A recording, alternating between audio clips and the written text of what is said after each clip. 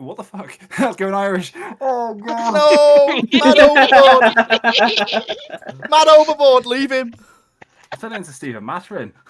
What the fuck? No, it normally comes out while I'm angry or Mad overboard! know, Oh shit, we've let's say. accidentally gone live. Fuck, I guess we're That's going live. Irish. Shit! Oh god. No! Mad overboard! Button. Mad overboard! Shit! I can't. We're going. Fuck. I guess Don't forget to start the stage, technically. since Yes, I I'll have- do I that as can well. start Okay, one. I mean, luckily I sent all the things out beforehand, but we weren't supposed to go. See, I'm so glad you're not a fire control officer. Indeed. I have to say, it's now 1 hour and 13 minutes, and I'm still recovering aircraft. Anyway, so hello everyone, welcome back to Fleet's Random Ramblings. We weren't supposed to be starting this early. But, Hey, that's fine. To be fair, you have 15 minutes to, sort of get yeah, some administrative things going on or going yeah. off. And So just, we're picking up where we left off last week, which is, if I remember correctly, we got up to just past the commissioning of the CVA-01s, I think. And we were starting to look at the Iowa replacements. And won't be exceeded until fucking VLS Spruance comes online. Yes. We were just looking. We'd gotten to the oh, come on, Fleet, engage your brain. It's what it's there for God's sake. Yeah. So we'd just gotten up to the late 60s. Yeah. And we'd done the whole Kiev class, basically. They'd just be nuclear-driven supercarriers. We decided, basically just Orel, Project Orel, is what the Kievs are, basically. Probably without the VLS tubes, though. But anyway, so I need to get my appropriately Soviet music in the background. Red Alert soundtrack will do fine. But folk song to the Afghan war. Interesting choice. On the other hand, I'm more interested in Iowa replacements. Yeah, but it's not in the way you think. Basically, Well, as long as you're not building a brand new battleship, then I'm perfectly... No. We happy with it. basically already decided the Iowa replacement was going to be strike cruiser, in whatever form the US wants pretty it. much. Probably carrying naval light gun system, so 8-inch, because they're probably going to want to retain some semblance of the 8-inch capability in the fleet. The Iowas won't be scrapped. They will be shoveled into the mothball fleet, where then the South Dakotas and North Carolinas will then go in like 1970 to the museums or to the breakers, and the Iowas will probably be in reserve as historical. Yeah. But there are 6 of them, of course, this time, as we know. We've got here James Phillips, very good. If you haven't seen his video, the shipyard as well. If you haven't seen his video on the Zumwalt, go and watch it. It's fucking good. It's like the only video that doesn't hyper-focus on the guns, which is lovely.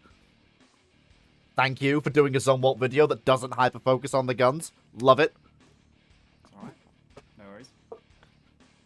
2 months in the making. I'm really quiet again. You've gone quiet again. Yes, your audio has returned to pre-adjustment. Automatic Discord, no moment. Welcome to Discord. Discord is shite. Yes, yes, it is. But yes, thank you, Fleet, for the plug. You're welcome. You deserve it. You absolute legend. Because you don't. But yeah, so when last we left off, so obviously we'd gotten rid of the. So we basically decided. So a few things have changed. If you're not sure what you remember from Red Fleet timeline, the first time round, James, but a few things have changed. So that whole preservation of North Carolinas and South Dakotas as the U.S. big gun combatants for like the first 30 years of the Cold War, that's gone. They're just in reserve. Instead, the US gets 6 Iowas, all 6 Iowas they build, and they finish the Des Moines out to 4. Instead of... Right. Which makes more sense, I think. It's sensible. It uses holes you're already building. The Russians are the same. The only difference is they don't refit Graf Zeppelin. Instead, they build 3 of those, conventional carriers of about midway-ish size, but keel-up caliber designs instead in 62. Okay, cool. We had the Alaskas going. The Alaskas basically stuck around in reserve, and then the 2 that were completed, one went to the Netherlands and one went to Turkey. Just so they've got heavy units. Yeah, the Netherlands still gets its one Alaska to lead service action groups. Kind of interested whether they actually have the money to do so, but Don't quite get why they don't just get a KGV, but the Alaska fits far better. It's faster, and it's a lot more capable in the role they need it to perform. Since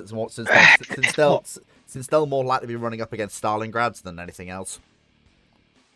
And also, the Alaskas have the range to do what the Dutch need to do. If the Dutch need to tottle off to, Papua New Guinea in the 60s and 70s, they can do it.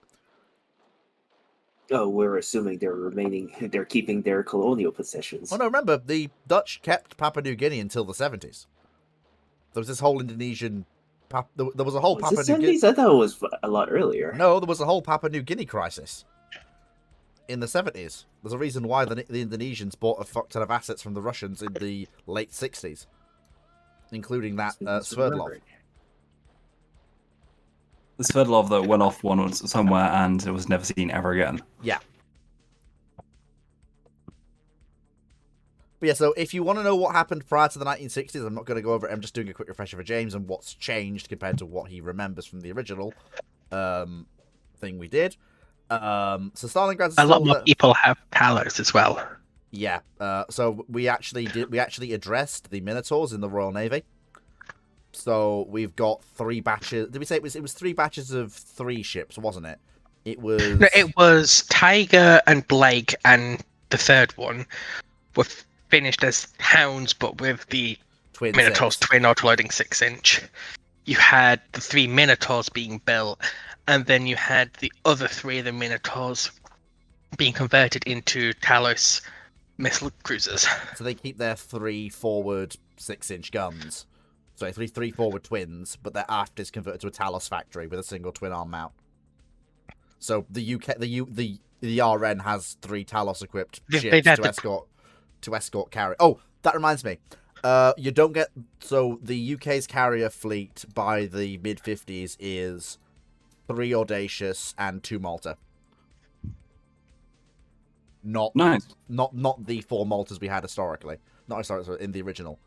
And we basically said that they buy into CVA-1. So CVA-1 build-out is, and this brings us back up to date with where we were last week, is 3 for Japan.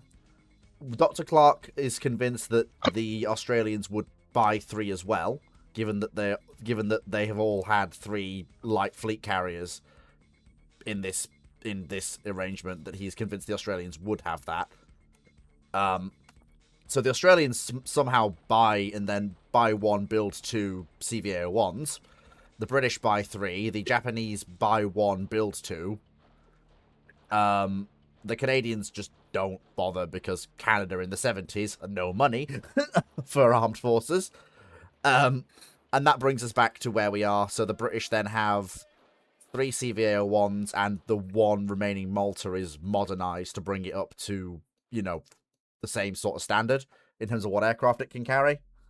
And then the other Malta is scrapped for a spares donor, basically. And we basically decided that the British are basically pivoting into being the European Navy. And basically letting the rest of Europe just double down on, oh yes, the Russians are right there. Army, army, army, army. That's what we said, Foxer, wasn't it? Or something like that. Something like that. Yeah. Seems quite interesting. I get behind it. So now we come to a few other things. So Yavuz is already been preserved at this point. Now I don't think we're gonna have Brazil being sold the ex-Soviet naval equipment in part of trade agreement because there's no point. And the same thing is the Argentinians will also not get their South Dakota or their Essex. because they just don't. That was a very unrealistic part of the timeline. Yeah, they won't get it because they don't need it. Yeah, they're only scaring off against the Brazilian Navy, which has a light fleet as well. You've got the two sides facing off against each other. So what you've then got is, and again, reminder: questions, please, related to what we're discussing, not generally. Well, no, there was no nuclear war in the original timeline either. Oh, yeah, Nagato is not gone to the Soviets. That just didn't happen. And the Italians don't have the Littorios because there's no reason there's no way for them to realistically survive to be returned. And we decided that the Italians would just go submarines and missiles rather than big guns. Then basically the Iowa replacement in the 70s is some form of strike cruiser. And then we get round to, so the Russians have 4 carriers being laid down, 4 super carriers in the Baltic, so they're not stuck in the Black Sea. Then the thing that I think we need to really, so it's not listed here in the timeline, but I do want to ask, when do we start seeing the Minotaurs going into reserve in the Royal Navy? We've got the Tigers, which are the oldest, and have 8 6-inch guns. We've got the first-gen Minotaurs that are the 10-gun ships, and then we've got the third-gen Minotaurs that are 6 guns plus Talos. So I'm just thinking, when are we looking at any of them getting the same helicopter conversions that Tiger and Blake did? Are we looking at them going into reserve? Are we looking at what do people think? I just realised, no, you've got the wrong version of the Talos ships. They had the 2 6-inch turrets. Talos arm at the front, Talos arm at the back, and the helicopter facilities. You can't. No. Talos is a bloody complex missile, and given that you're adding to a ship after the fact, you're not getting a Talos launcher forward. That's just no. That's bad. That's really no. That's no.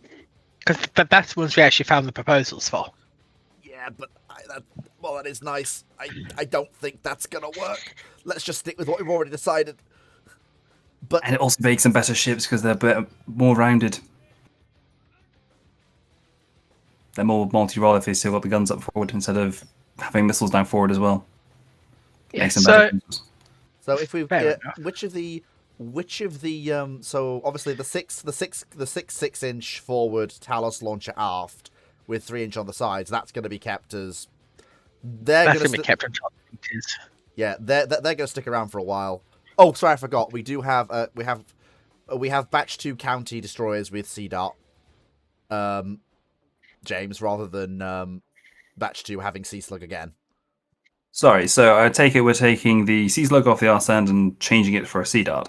Yes, the counties have the second batch counties are delayed slightly so they can get Mark 1 Sea Dart, Mod 1 Sea Dart. Does that change the aft in terms of deck-wise? We raising it up a deck, or are we keeping it the same? I hadn't really thought that far ahead in terms of design, but I would assume, hopefully, using the fact that Sea Dart doesn't take up quite as much space as Sea Slug, you could at least have a much better helicopter arrangement for the counties if you're carrying Sea Dart aft rather than Sea Slug. That would be my hope. Okay, fair point. The other idea then is, are you removing the 3/4 length magazine? Yeah, because you don't need that for Sea Dart. You could. Oh, I think the choice is twofold. You can either have a good helicopter arrangement and 1 twin Sea Dart on the second batch counties, or you can have the same cramped helicopter arrangement and 2 twin arm Sea Dart aft, and the directors for it all. So may I make a proposal and suggest that we have a look at the modified county that went to, I think it was Chile. Sure. I think she has a better option for helicopter arrangements. You would most likely have to ditch the Exocets up forward to have a better Sea Dart capability. Yeah, we were torn between the because obviously we're torn between, given the fact that they have no intermediate armament after Sea Dart, basically. We were thinking we probably keep, and we've got the the Minotaurs and Tigers to fit with anti-shipping missiles if we want to. Probably better to keep the counties with their two twin 4/5s forward, basically as a, oh god, he's within missile minimum range, blap him. I still think they should have had Talos instead of them, but wait. Well, basically we had to put Sea Slug on something, all right. And Yeah, but I think the counties should have had Talos instead of the guns, but you still do. This is the period where you do still need that backup.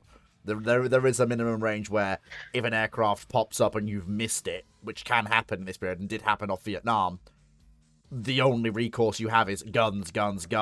Try and put proximity fuse flak in his way. It happened off Vietnam a few times. US ships were caught napping. They hadn't detected low-flying Vietnamese aircraft, and their only recourse to defense was guns. yeah, but that's what 6-inch cruisers are for. Well, yes, but what if the county gets caught and it is an air defense ship? It is an air defense cruiser an air defense destroyer for the Royal Navy in this period. So I can't. While it is good to embrace the future, it's when you don't. Even with all the money we're pumping into the Royal Navy, we don't have the luxury of all of our eggs in one basket. I'll give you a cursed idea. There's also possibly an option. Is ditch the forward 4.5 inch, so replace it with a Sea Dart, and have the super firing 4.5 in place. That way you have guns and missiles up forward, and you don't reduce the visibility that the bridge has. And then you can have a 4.5, and that's it. Like you can have a, that works. And then we can have a really decent helicopter range. Yeah, we'll do that. So you'll have that'll be the batch 2 counties. You have a really good, and that way you don't have to refit any of the cruisers to be helicopter equipped. Given the actual size of hangar you can fit on a rebuilt county if you do it right. She'll just look absolutely cursed and ugly instead. Yeah, but look, some of the batch 2 counties looking ugly. The thing is, what that makes the counties, that makes them ideal ASW task force flagships. You've got Sea Dart for air defense of the task force, and you've got the helos to act as the centerpiece. It means you don't have to send cruisers to do that role. That's a really good use for the batch 2 counties.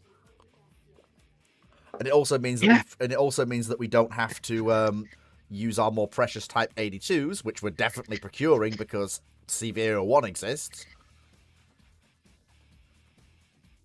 And since it's proper type, what was proper Type 82 meant to have? Because I know Bristol never quite was fitted as the 82s were meant to be properly.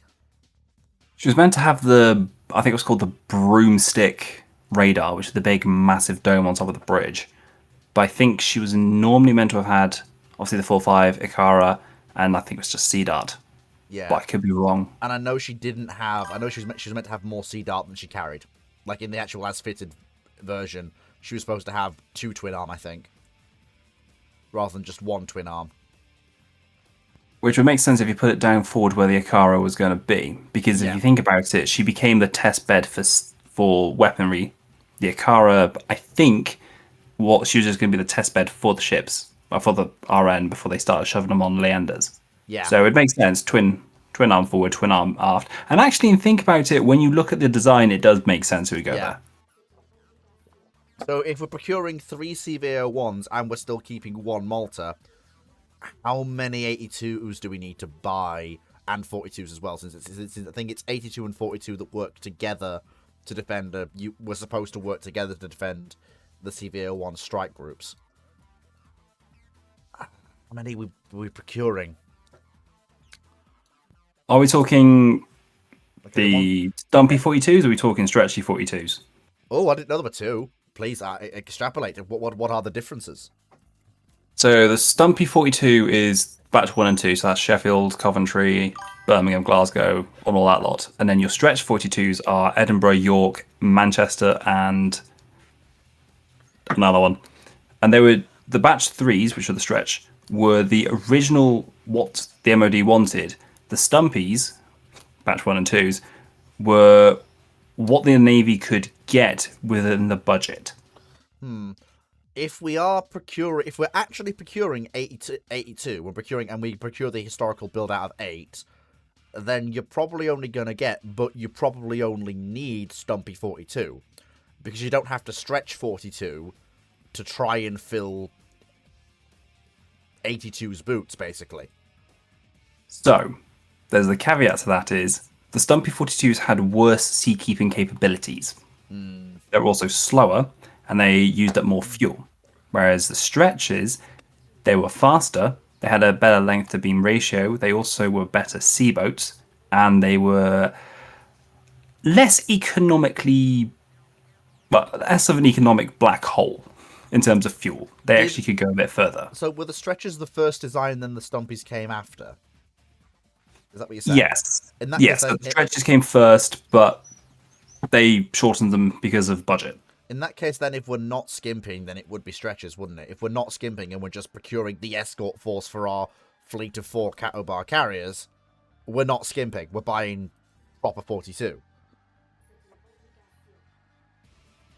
And then, of course, we need to consider what we're doing for other... Because I think there was a whole carrier task force that was supposed to grow up around CVA-01. Right, there was the type... What was the ASW ship for the... That was 22, wasn't it? Was the ASW escort? Yeah, so 22 came about around the same time as the 42s. Yeah, so 82 was supposed... No, yes, so 22 was that. 82 was much earlier. So it wouldn't be... Was it 21 that I'm thinking of? So you had 21, which was the general purpose frigate, which was the, let's contract this out to someone to, for cheap. Then you had, at the time, you had Leanders, which were still being produced in mass numbers at the time. Okay, so Leanders. So it would be Leanders and 21s that would be ASW work for the task forces. I wouldn't recommend the 21 being ASW, because she's not designed around the platform to be an ASW frigate. She's more along the lines of a general purpose frigate designed to do everything but not specialize in... What in RN service or that's being considered for procurement has a tail? Because if I'm gonna have something escorting a carrier strike group, I'm gonna want something with a tail. So you're looking at Leanders. So most of the Leanders were fitted with a very adept sonar, so that's your tail, and also a hull-mounted sonar. But don't forget, there is also other ships in the fleet, destroyers as well, that had the hull-mounted sonar. 42 can do it, can't it? But yeah, but you do want that tail though for a proper, just to drop down below a layer if there's a poor bugger hiding under the layer. Yeah, and that's what the Leanders were designed around, to obviously be that anti-submarine warfare frigate. And if we also have them as well, then we probably don't. If we've got counties with 4-5 and we've got lots of 4-5 proliferating on 83 and other assets, I'm half tempted to think that we would actually see the you would see a lot of the Leanders end up with, the Seawolf and Exocet conversions, because that then makes them very good at being disposable. Not disposable, but you know what I mean? Like, they can, oh, wait, the carrier's found a target, it's going in to engage it. Can we get some, salvos of cheap missiles to soften up the air defense network? Basically force them to expend their munitions for the strike. No problem, boss. The 3 Leanders in the force just fire off their exocets. I know it's a little bit silly, but it kind of works as a doctrine. Although I'm stuck with... I'm thinking, what do you reckon, James? Because we have the choice here. Do we go with the historical set conversions as well as the tails as well, or do we just try and keep them with the 4-5 and just add Seawolf? What do you think? And what does everyone else think? So the issue you have is, if you're going to put Seawolf with the 4-5, there is not enough room on that forward end of the ship to take it. So you have to compromise with, do you want guns or do you want the missiles? The missiles were better in terms of, what they could do and how far they could strike. But unfortunately, I think it's easy to go with the missiles. We've already got a lot of... at this point, we've got a lot of modern single-mount 4-5 proliferating through the fleet now. 21, 42, 83, and of course we've still got Twin Mount 4-5 on the counties as well, of which we've got the full build out of them. And of course we've also got extra gun-based AA in the form of the various cruisers, of which we have 9. So you don't really need those 4-5s on the frigates.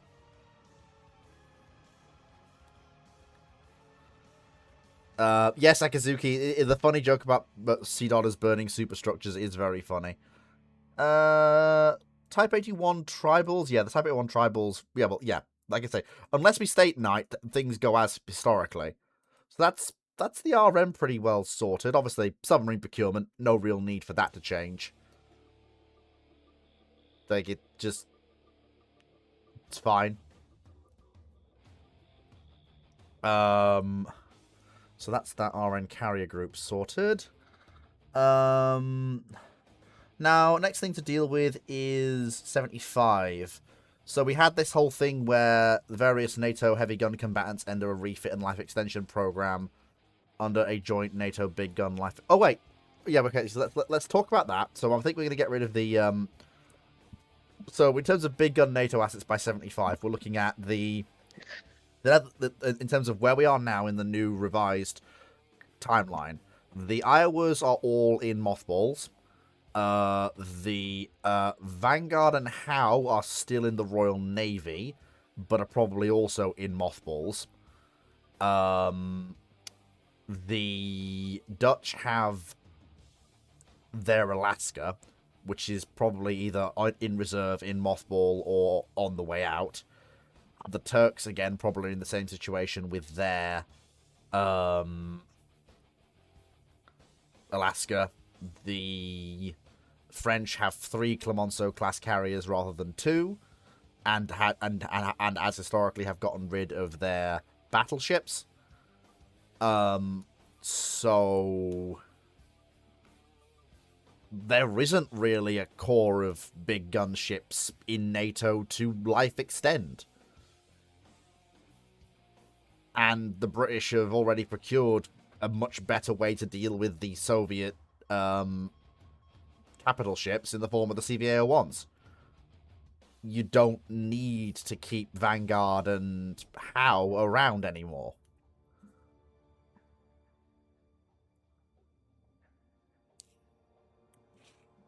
Which might lead to the amusing thing that it'll be Vanguard parked on the Thames. Not... Yeah, that might actually... We might have accidentally ended up preserving Vanguard. On the Thames rather than Belfast. Which... Maybe not. Yeah, but there is also the fact that it is... Be big compared to Belfast. How could fit, just about. House too chunky. Yeah, I've actually been to Belfast. It's surprising the amount of... If they did the work, you could easily fit Vanguard. It's not the or dredging Howe. that's an issue. No, you could easily fit Vanguard or Howe width-wise into that space. There is plenty enough room. It's the beam and it's an active waterway, especially in the 70s and 80s. Bill. That's not that much of a problem, given what they end up... Given that you can park a modern cruise ship next to Belfast, and I've actually literally... And I speak from personal experience, I've been there when this has happened, and you still have room to sail river traffic around the cruiser's beam and the beam of a chonky fucking modern cruise ship. So, I mean, if we're taking all the warships, you can park anything in the centre of the Thames and ships can still go past. yes. But in all seriousness, even with like RFA Proteus, sorry, I keep on getting those two mixed up. RFA Proteus and Belfast is equivalent to about the beam of a ship, and there's still enough room, so it'd be fine sticking a Vanguard there. You might just have to, think about how long the ship is in comparison to a town, but even still, it's not too bad. We're making mountains out of molehills, unfortunately. Okay. There we go, and then... Oh, hang on, back to my thing. There we go. And then... Nope, not that. There we go. And bring up the Sea Dart County. If I can find it, I saved it. Where is it? There it is. Yippee. Obviously, that was a very quick paint. It works. There we go. That works quite well. Yeah, so that's where Vanguard ends up, and that means that the biggest guns in the Royal Navy at this point are the 6-inch guns aboard the So now let's come back to them. Mid 70s, we have the Talos. Talos is getting long in the tooth, but it does get reworked in the USN as well. So, and also for the RN, it's their most potent, even compared to Sea Dart. Talos still has some advantages. So I can probably see especially if they get Talos J.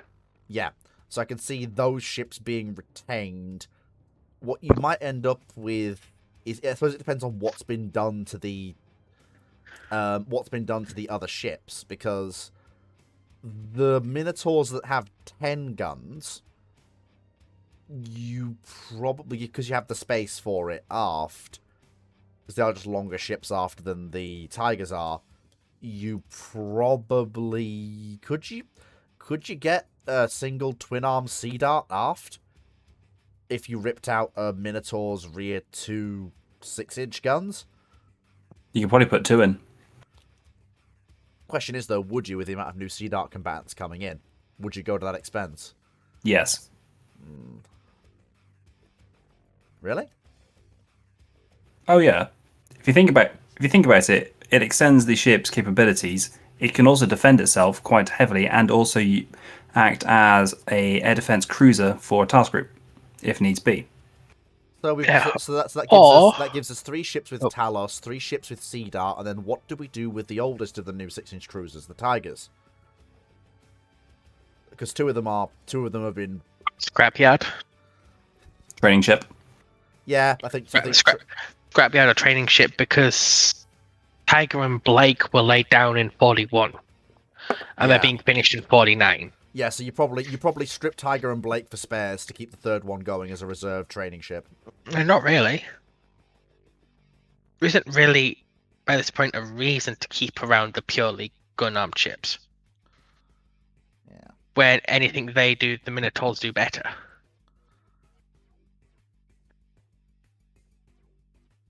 I mean, honestly, you could use one of them as the test bed. Use the last ship in that class as the test bed. Basically strip Blake and Tiger for spares and use the third ship as your test bed, plugging and playing whatever you want to test. It has the space for it. Because, honestly, even before this point, I see the Batch 1 Minotaurs getting the Talos treatment as well. I don't know if they get because Talos. In the 60s, Talos is incredibly useful. It is, but we already have 3 ships with it, and it's all about the cost of... They'll be umming, especially with the new procurement going on, they'll be umming and ahhing about the cost, and I think them actually, by the time they come around to actually thinking, okay, this is worth it, Sea Dart will exist, and to have 2 twin-arm Sea Dart is very nice. So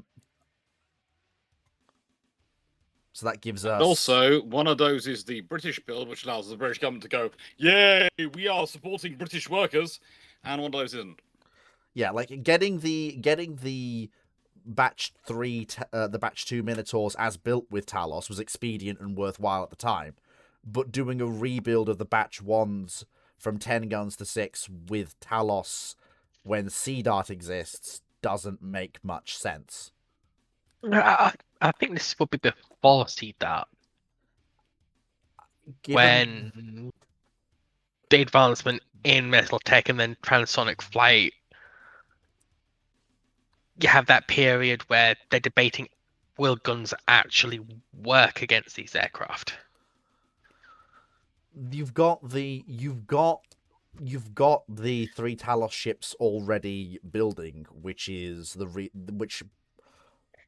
problem is for the Royal Navy, if they have 3 Talos ships, despite the fact that this is a more Atlantic-facing Royal Navy, despite the fact this is a more naval-focused Royal Navy and the UK generally, there is not infinite money.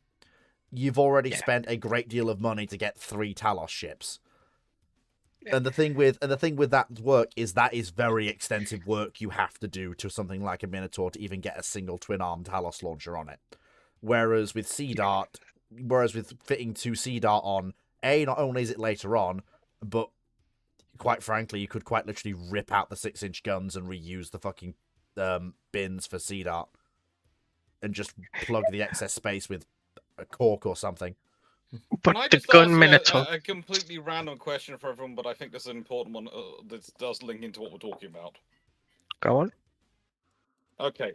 Have I reached the ultimate bougie middle class in that I couldn't be bothered to go to M&S to get new socks myself, so I've had them delivered? Yes! Yes.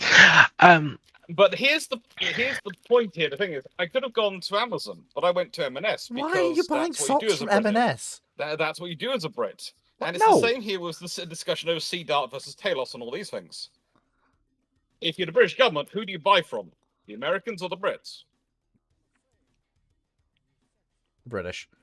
You're trying to support the new thrusting age of technology, although suddenly the white half technology, which was quite a lot of the Labour government are obsessed with. And also, they're going to be focusing on the UK procurement.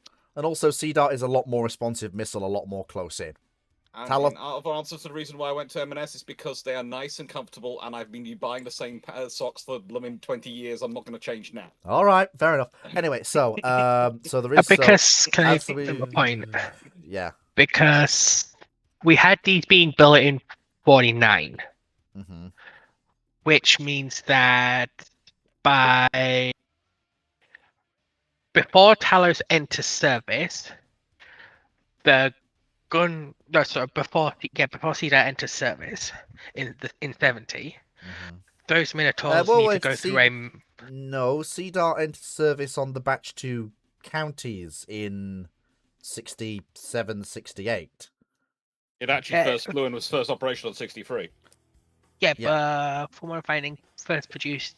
It comes on 82. Actually, comes on the first Type 82 for the first run Type 42s. But it was around a lot earlier. They just didn't find a ship to put it on. It's Bristol, which is the first ship to enter service, but it's been around for 4 years by the time Bristol comes into those. Okay. Because either the gunnery Minotaurs get missiles or they get scrapped because they've been in service 15 years and they're going to need their midlife refit.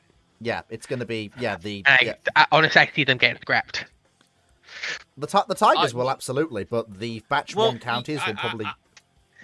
I think you're missing something which could be a lot easier to do with them, and rather than scrapping them. And this is the thing: is why build a Type 82 when you can convert the Minotaur into a Type 82? That doesn't. I mean, wanna bet which looks cheaper to? Again, we've been over this. Which looks cheaper to a member of the government? You'll change an existing ship round or build a new ship. Now, again, I've said this before. You and I know which is actually cheaper. That's true. That's true, but I would also point out that that's not going to be enough ships. There will still have to be some Type 82 procured. Yes, but you can delay the procurement, and also necessarily that means you can have the you can have the Sea Dart missile coming into service that much earlier, because you can actually, instead of having to go through all the new procurement for a Type 82 and pushing all the things they had to do for it, they can literally go, we have Sea Dart, we have it available, we can start this work. Actually, yeah, that actually makes it worse. If I'm delaying Batch 2 of the counties to wait for Sea Dart, then by like a couple of years, and doing a little redesign of their aft decks as well to accommodate better helicopters, and they're getting single arm. No, even then, single arm Sea Dart isn't enough. It might pare down 42. Yeah, twin arm county is gonna pare down 42 procurement. Whereas, so the counties these Batch 2 counties are gonna pare down 42 procurement by 4 ships, because 4 of them will have twin arm Sea Dart, and the Batch 1 Minotaurs with Sea Dart conversion will pare down the 82 procurement to probably 5 ships. Because you've also... I would also say they won't just get Sea Dart, though, will they? Think what also was fit on as 82.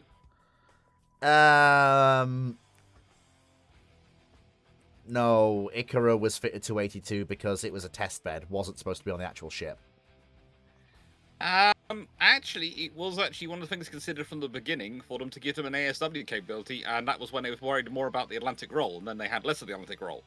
So if in this scenario you have a more Atlantic roll than the Soviet submarines are more of a threat, are considered more of a threat, and Soviet surface ships are more of a threat, Ikara becomes Problem is that leaves more you with only, attractive. that leaves you with only a twin arm on 42, which is 82, which is not acceptable. You need 2 twin arm on 82. Well, think about this again. On the conversion, we're talking about the cruiser conversion, right? Minotaurs. Yes. You could fit an Ikara system on there as well as having 2 twin Sea Dart launchers. You've got and the then space. you wouldn't have to put it on the 82s.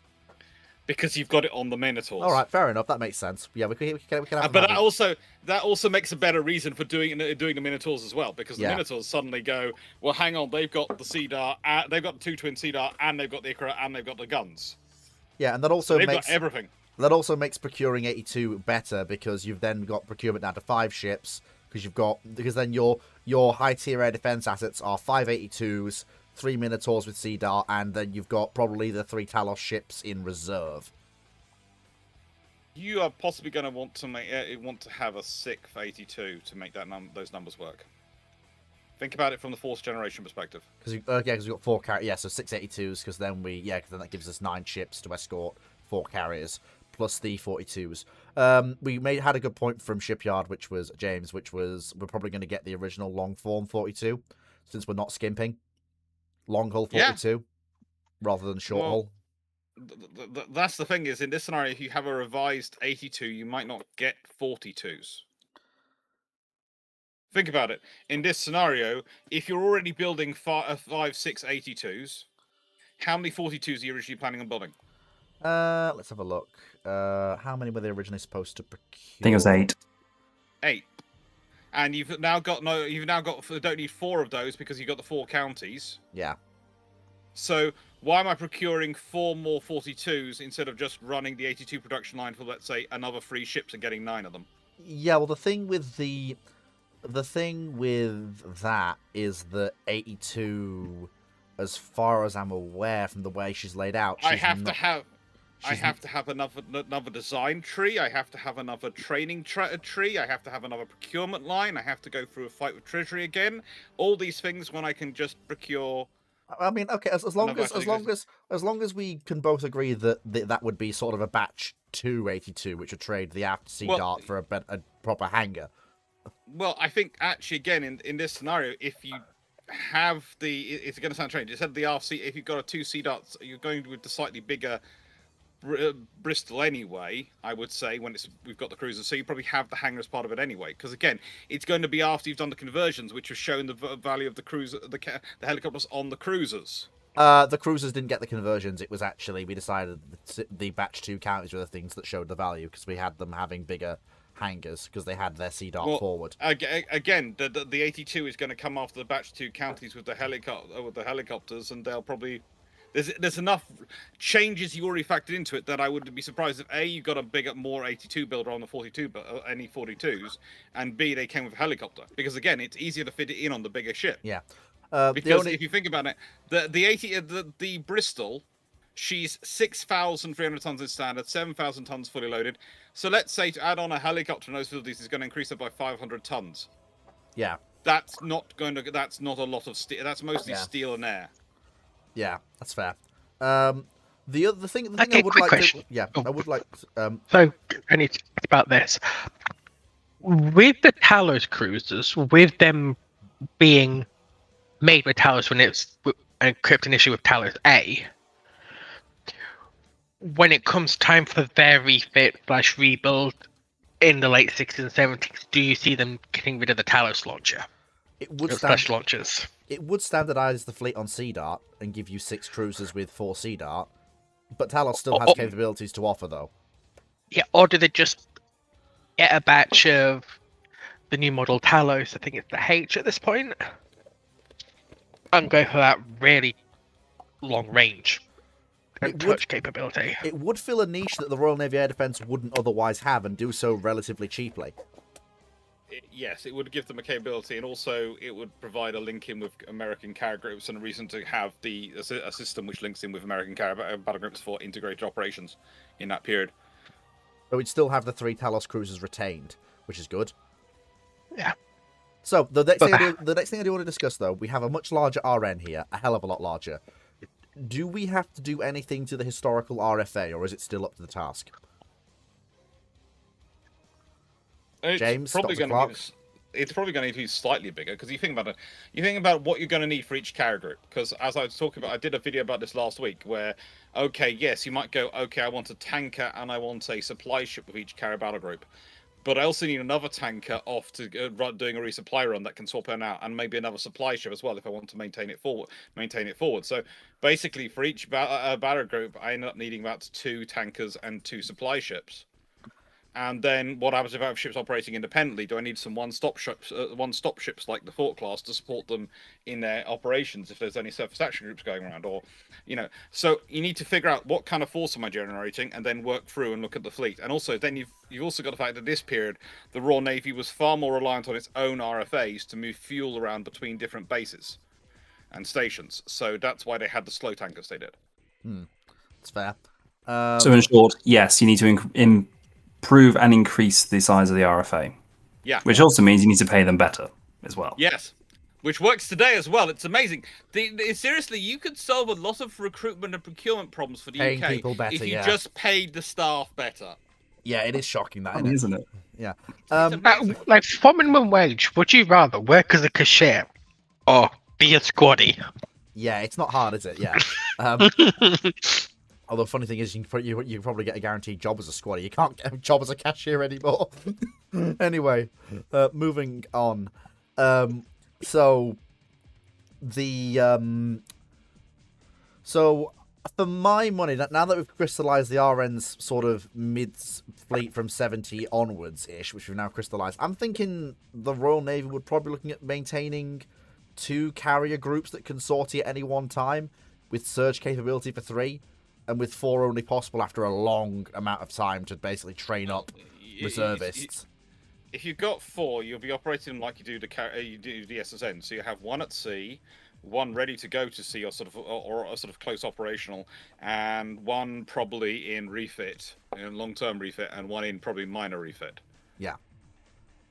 Or or returning sort of thing. So you'll probably operate them like you do the SSBNs. Yeah. So you'll just have a carrier battle group constantly at sea. Which would be nice. And the thing is, that means you're going to probably need... knowing how the Royal Navy would operate is traditionally at this point they had a Vice Admiral carriers. Vice Admiral carriers and amphibious warfare. They probably would actually change it to be just the Vice Admiral carriers and have another Vice Admiral for amphibious warfare. They would probably have... sometimes the Vice Admiral would go to sea, so he'd be in charge of one of the carrier battle groups. And it would be a he at this point. And the other 3 would all have to have their own rear admirals. Yeah. So it's going to be an interesting increase in the Royal Navy's staff scenario.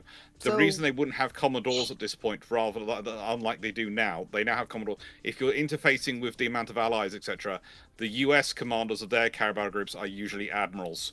You don't want to turn up with a Commodore. You need someone who's got flag equivalency. Yeah. So, James and Dr. Clark are you 2 I trust the most for this. Let's say, given what we've said the Royal Navy is going to have in this period, just for reference, let's say 72. Given we've procured the first batches of 82, we've got the rebuilds of the Sea Dart Minotaurs coming back out. We've got the refits of the Leander frigates with Exocet and their tails. How are you? What if you're putting together this hypothetical mid-70s strike group around either the CVA-01 or the Malta? How are you? What are you bringing together? What are you thinking? I would like one of my Talos cruisers there because it's going to give me a longer range strike. I'd want one of my other cruisers there with a Sea Dart. I probably want a Type 82, at least 1 or 2 of them there, so I've got plenty of air defense, long range air defense asset for the detail on that. And I want about the same number of ASW vessels. And then I want the supply ships to support it, so at least a tanker and at least a store ship with me at all times, in which case I probably need about 2 or a couple of those attached, and I probably need an extra frigate or so to go backwards and forwards with the store ships to make sure they can't get mullered on the way in and way out. An SSN with a task force or not? In this period, you'd like to operate with an SSN, but you can't really communicate with them as well. So usually, you don't have an SSN integrated in task group at this point in time. Because you don't. Because then SSN basically you can assume if it's submerged near us, it's hostile. Get yes, basically, this is something which has happened more recently as we've developed better identifications and abilities to work out who's who. But a friend of mine who's involved in the SNs would tell you that still in exercises they have had many times where they have it felt decidedly uncomfortable. Decidedly uncomfortable. Yeah. So at this point, by the 70s, just to take us over to the one nation that really has changed the most here. Pete. Yes. What? You forgot me, mate. Oh, James. You asked me the question. Oh, as well. Go, James. Go. Go. Full power. Speed. Right. So I'm following the similar lines to Dr. Clark. However, I'll be slightly different in some aspects. So I would want essentially the power of 2 multiplied. So single carrier, the cruiser or 2. So that's twice as much. So I'd want Sea Dart cruiser, Talos cruiser, because that way you have long range and short and medium range. That way you can have like the envelope. Oh. Hang on, sorry, push to talk. Forgot Yeah, about that. So, long range and medium range air defense. Then you want to have 4 destroyers per carrier. So that's 82 and 83. We haven't got to 83 just yet, so that'd be either county or 82. County or 82. Then I want 6 to 8. No, too many. Let's go 4 frigates. So that way I can have frigate up forward, frigate down aft, frigate on either side.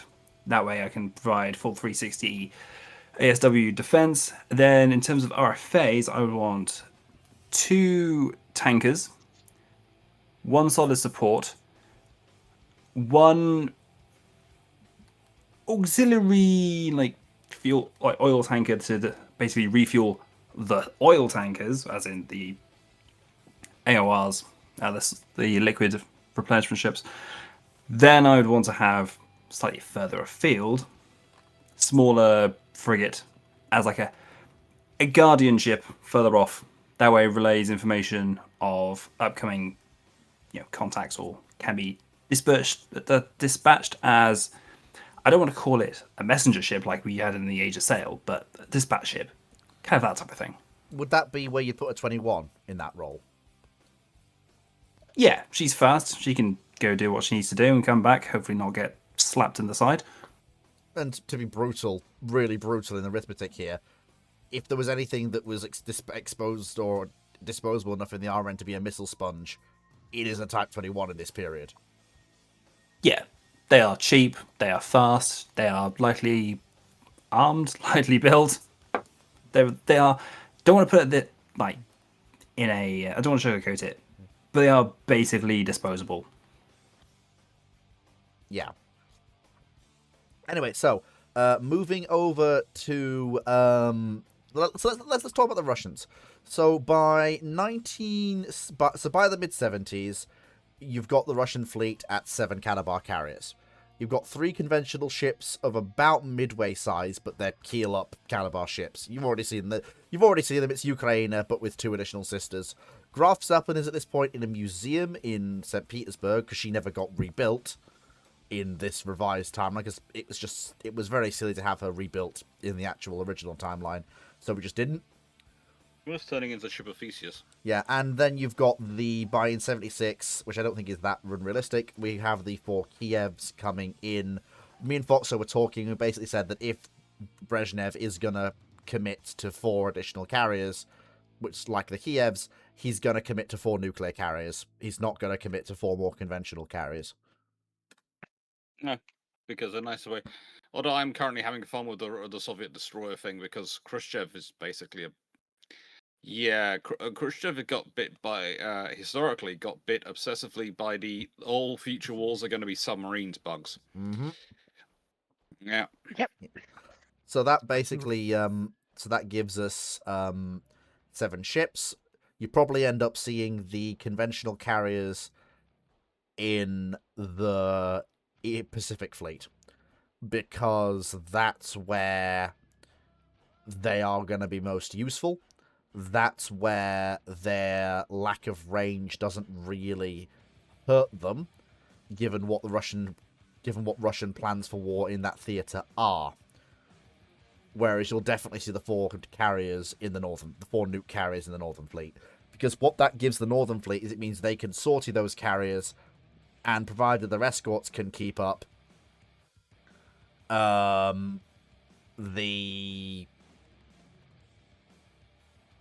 those carriers can just go hell for leather on the outbreak of war. They can just put the power down and just go for the not for the GUP gap, but into the northern North Sea, and start doing that sea control work that was so vital to Red Fleet planning in the Cold War period. And crucially, if they're quick and they can keep that speed up, they might be able to get there before the RN's carriers or the US's carriers can. But again, that is going to massively depend on positioning. If the RN's carriers are expecting it, or NATO is expecting it, they're not going to get there first, because NATO will be pre-positioned.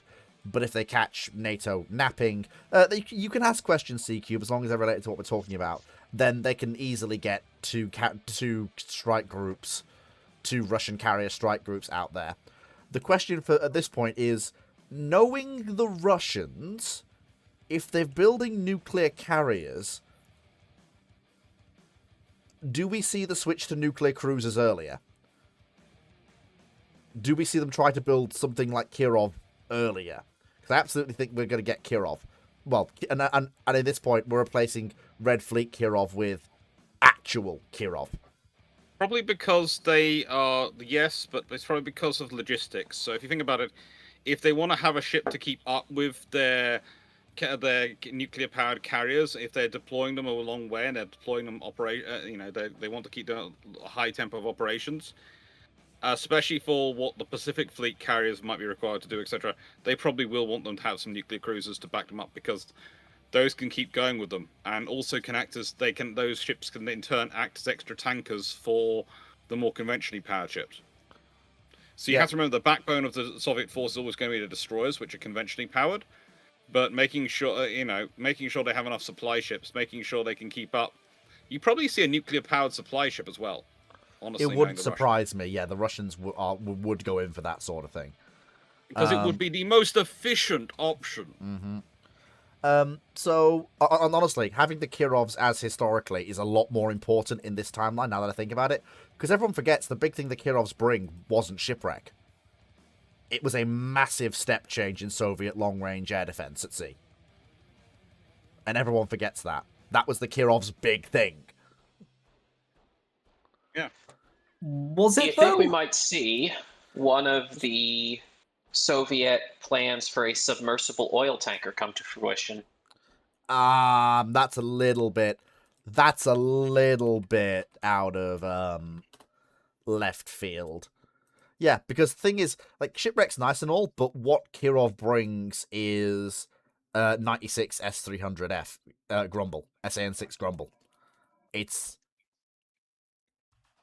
SAN6 Grumble was a massive step change in what the Soviet Union actually had at sea for air defense. And the fact that they carried 96 of them was also crucial as well. It basically gave the Soviets a realistic chance of deterring NATO air attack on a surface action group.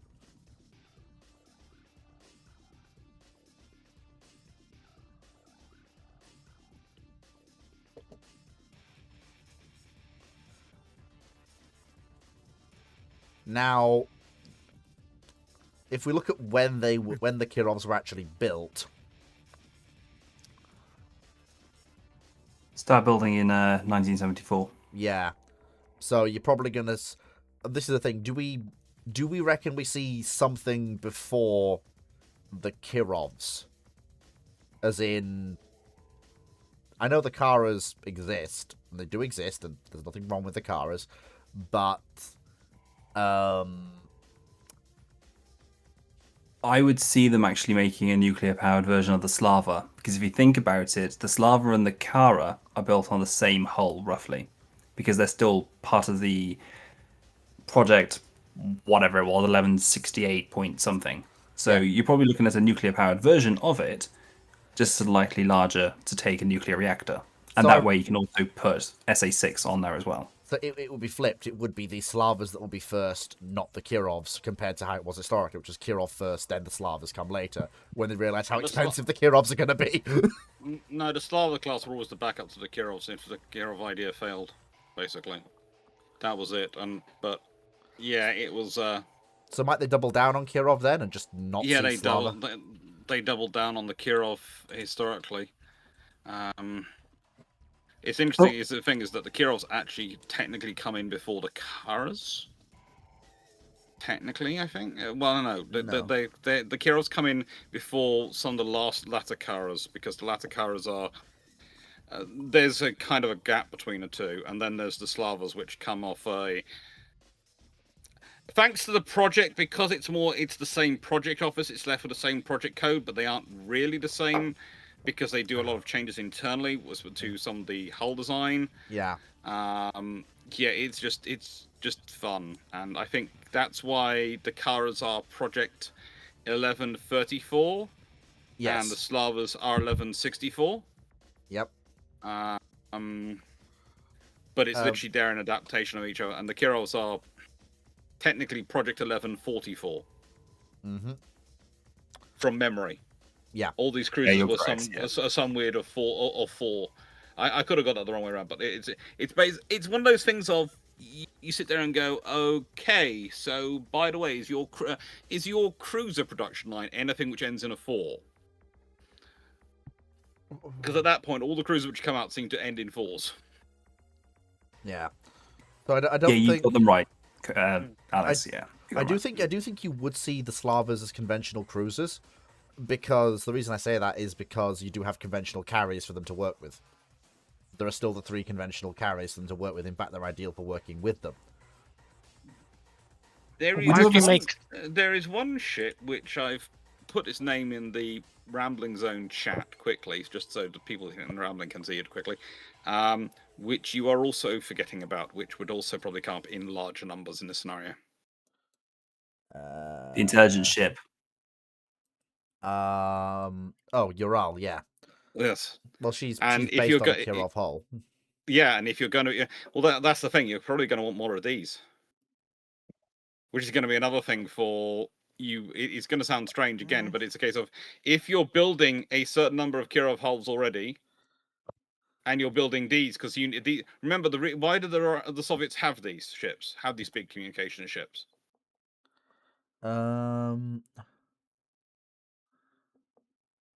Anyone know why the Soviets have these big communication ships? Why do they need them?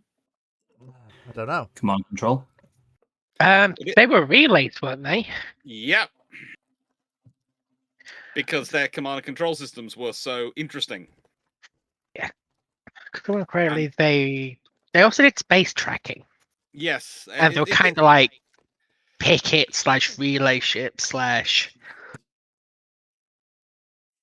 making up for the lack of microprocessors ships. Yeah. All sorts of things. And Also very good ships.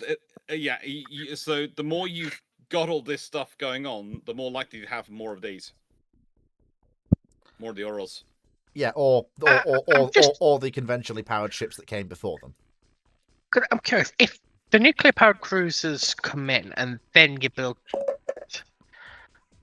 these, the Kirov, then the Slavas come after, why wouldn't they just take the power plant from the Kirovs and build another cruiser based off that?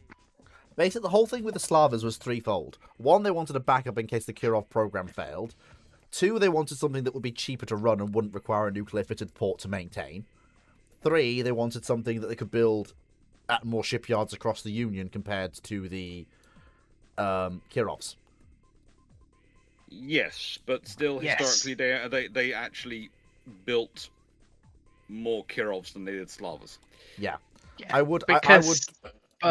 If you're having more ports nuclear certified because you've got nuclear carriers, then I'm not sure why you would you increase cost by adding in yet another drivetrain to your supply network?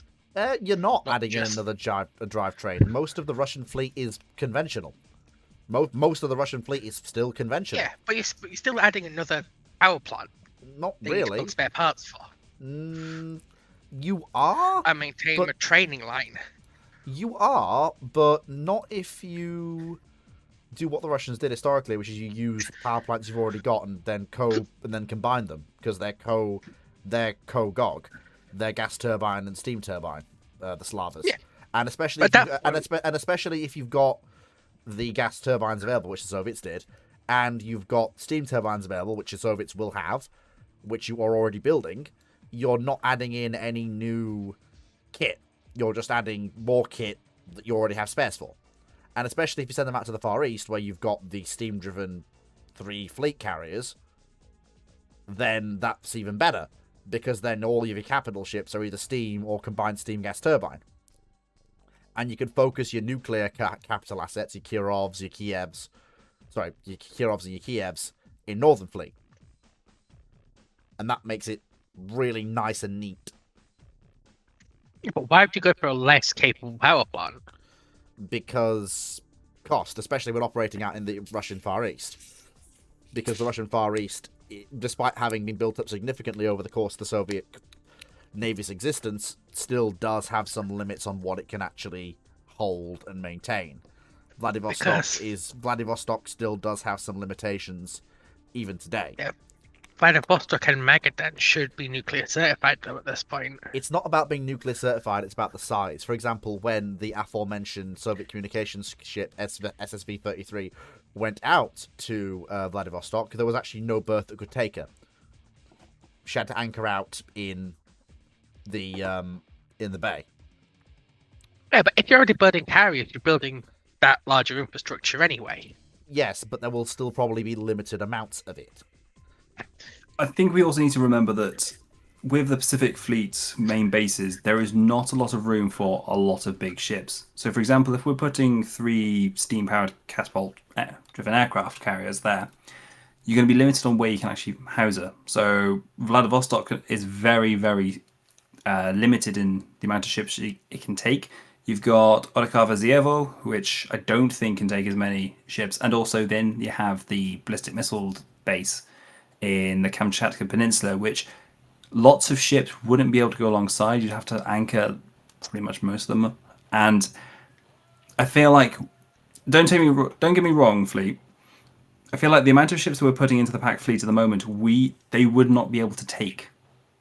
They would have to do massive building of infrastructure. You'd have to probably. It's going to sound again. This is me purely going off the top of my head, but isn't there a space opposite called something like the Ostrava, the book to Ostrava something or something?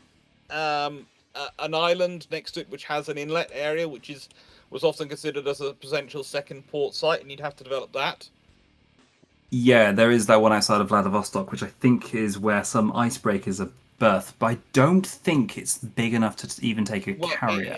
They haven't ever developed it, but it is quite big from memory, and they did eventually build a bridge across to that island. I mean, if we are, we are talking about. There you go. I've got it up. It's on the sort of. It's on Rossisky Island. Let me do a. I mean, I absolutely agree, but I think that's why you would see, given the amount of investment, like you'd have. Okay, we've invested to take the smaller carriers of the Red Fleet, the older steam-powered, midway-sized ones. We're not going to invest to take the large nuclear cruisers, and we're not going to invest to take the nuclear supercarriers. That we've already spent a lot of money to just take these 3 ships plus their escorts. Basically, I think the only option you've got is you have to go to Rossisky Island and you have to start doing some work in that space. And let's be honest, we are talking about the Soviet Union. They did actually accidentally drain a sea at one point, an inland sea, because they got so obsessed with their infrastructure. If they do decide to put the work into it, they could. That sort of. I think it was Ostrovok. I have no idea why I thought that was Ostrovok or something like that. But it is. It's a nomination for his Ostrov. Yeah. Papaga or whatever. It's got so many Yes. blooming names that it's beyond belief. But that sort of area, Yeah. that's I think. Yeah, I think. potential. I think James has hit upon the head though.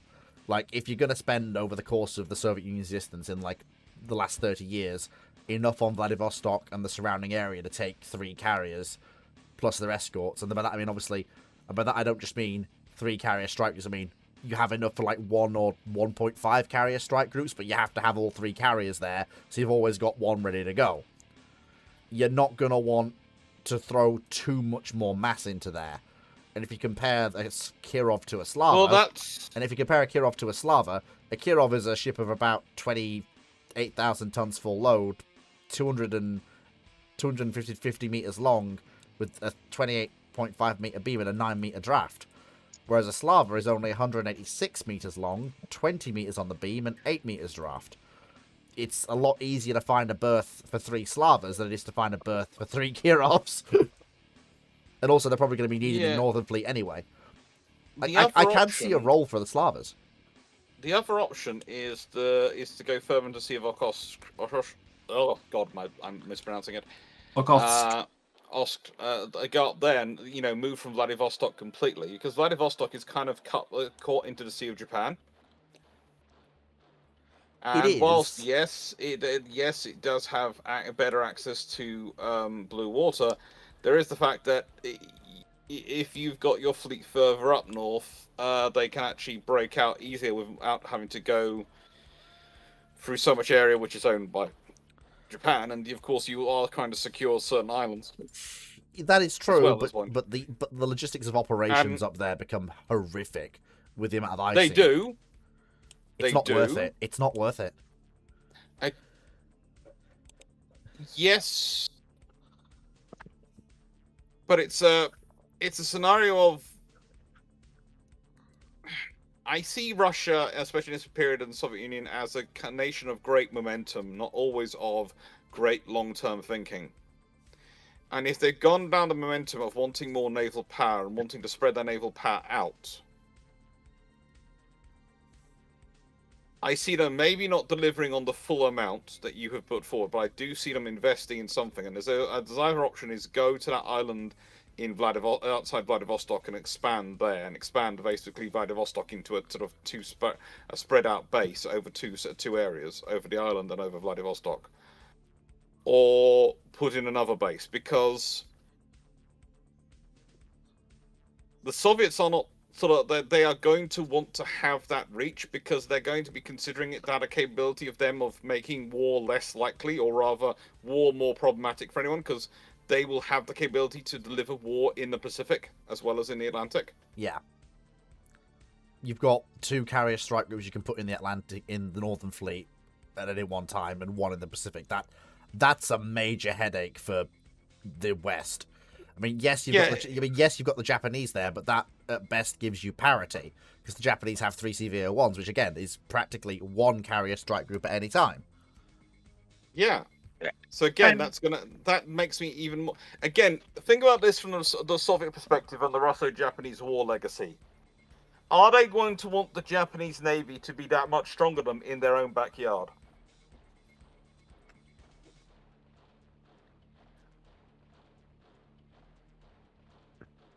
And again, I know you're going to come back to me with logic, but we're also talking about a dictatorship. Yeah. And even democracies sometimes suffer from lack of logic. Dictatorships are famous for it. And remember that Murmansk and Archangel are also in the very far north, and are absolute nightmares to base and develop out of. But they did it anyway. Yes. Archangel specifically. Yeah, although Murmansk is definitely none of them are any fun to do. No. And that's why the Russians have the very large icebreaker fleet. I've just been looking at Rybachi Naval Base, which is in the Kamchatka Peninsula next to Petropavlovsk-Kamchatska, which is the SSBN base. And quite a lot of the time, that place is full of ice. And whenever they start doing movements of subs, they always have an icebreaker or 2 to allow them out. And this is actually ironically part of Russia's idea of, over the many years they've always wanted a blue water port that's not full of ice, as we all know from the Yes. Russo-Japanese War with, was it Port Arthur, which then became Dalian? Yes. Yes. Yeah. Global warming might be happening, but the same issues still apply to the Russians. Yeah. Um, That's so also one of the reasons why they they're always driving on, well, Constantinople, Istanbul, whatever you want to call it. They're always driving on it. okay, so now we need to come up to. So obviously, we already decided last week that the Americans were going to be procuring Strike Cruiser as the Iowa replacement in the late 60s. So that's Aegis Strike Cruiser with 2 twin arm and 1 or 2 8-inch guns. Box launchers for Harpoon or Tomahawk. And you probably want to procure between 12 and 16 of those ships. So because that then replaces all of your big gun service combatants. That replaces your 6 Iowas and your 4 Des Moines with 12 to 16 Strike Cruiser, which is perfectly fine.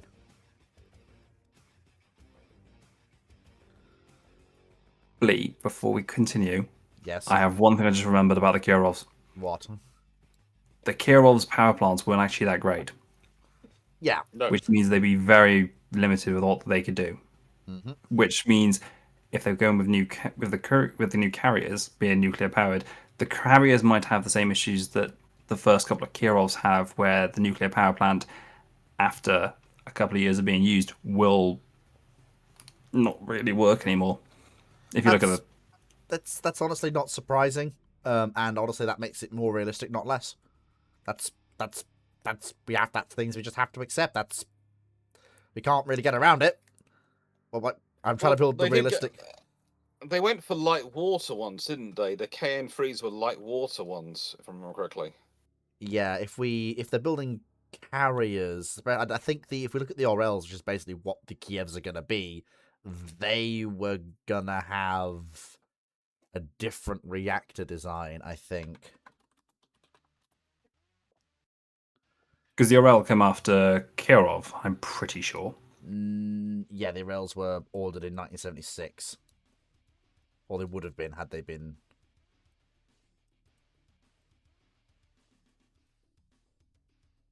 Oh no, so it was cancelled in 73. So these things would have No, been. the Ulanovsk was going to have a KN3.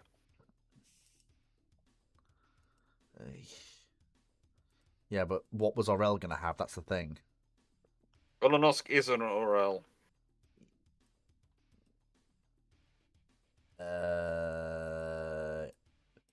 By evolution, she becomes an Orel. Over time. Leonovsk is after the Orels. Significantly Yes. after the Orels. But she is an Orel.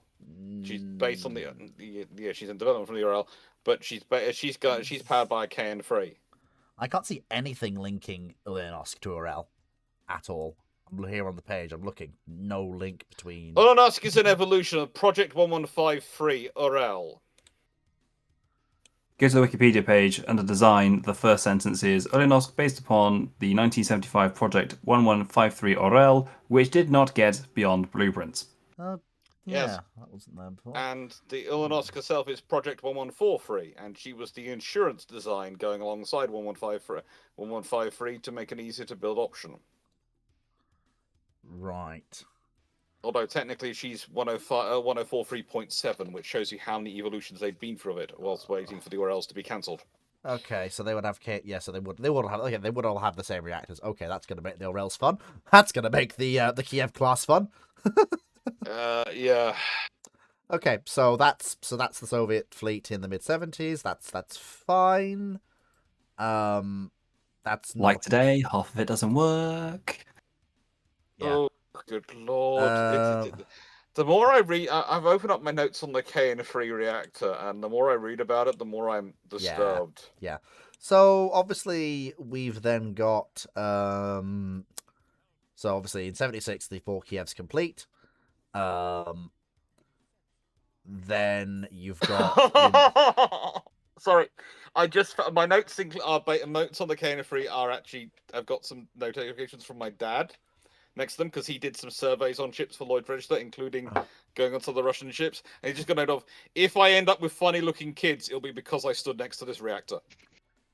Okay, so So he stood next to a reactor then. So as you know, in Red Fleet timeline, the Falklands War was a bit of a stomp, but unfortunately, with the changes we've made, given the more realistic nature of the timeline, the Falklands War is even more of a stomp.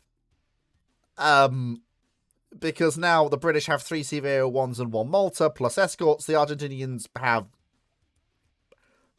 the Cinco de Mayo, and that's it. And they only have the historical stock of exocets. And I know what you're all going to say, they wouldn't go for the Falklands. I'm like, I'm sorry, this regime was in we do something or we die mode. There is no... It doesn't matter how powerful the British are, the 1,000,000-to-1 roll of the dice versus certain removal from power is the option they're always going to take. Because did we assume there was any change in decolonization? No, there's no change in decolonization. Although then the Argentinians still go for it because the Falklands War was a direct response to British colonial policy. Or well, the lack of it. Yes and no. The things were, have we withdrawn the Arctic Patrol ship? You probably still would, because you would look as because given the funding that we're pumping into the RN, they're probably going to want to shut that money elsewhere. And if they're viewing it as a region that's not a significant threat. The Arctic Patrol ship was actually the reason we were drawing it was because the Navy was short of funding. It wasn't because it was, and there was an attempt to try and move it on to the British Arctic Survey people to increase their number of vessels. And the thing was, it was considered actually quite a good thing for our crews because it gave us training for navigation, crews, and all sorts of things to operate down there.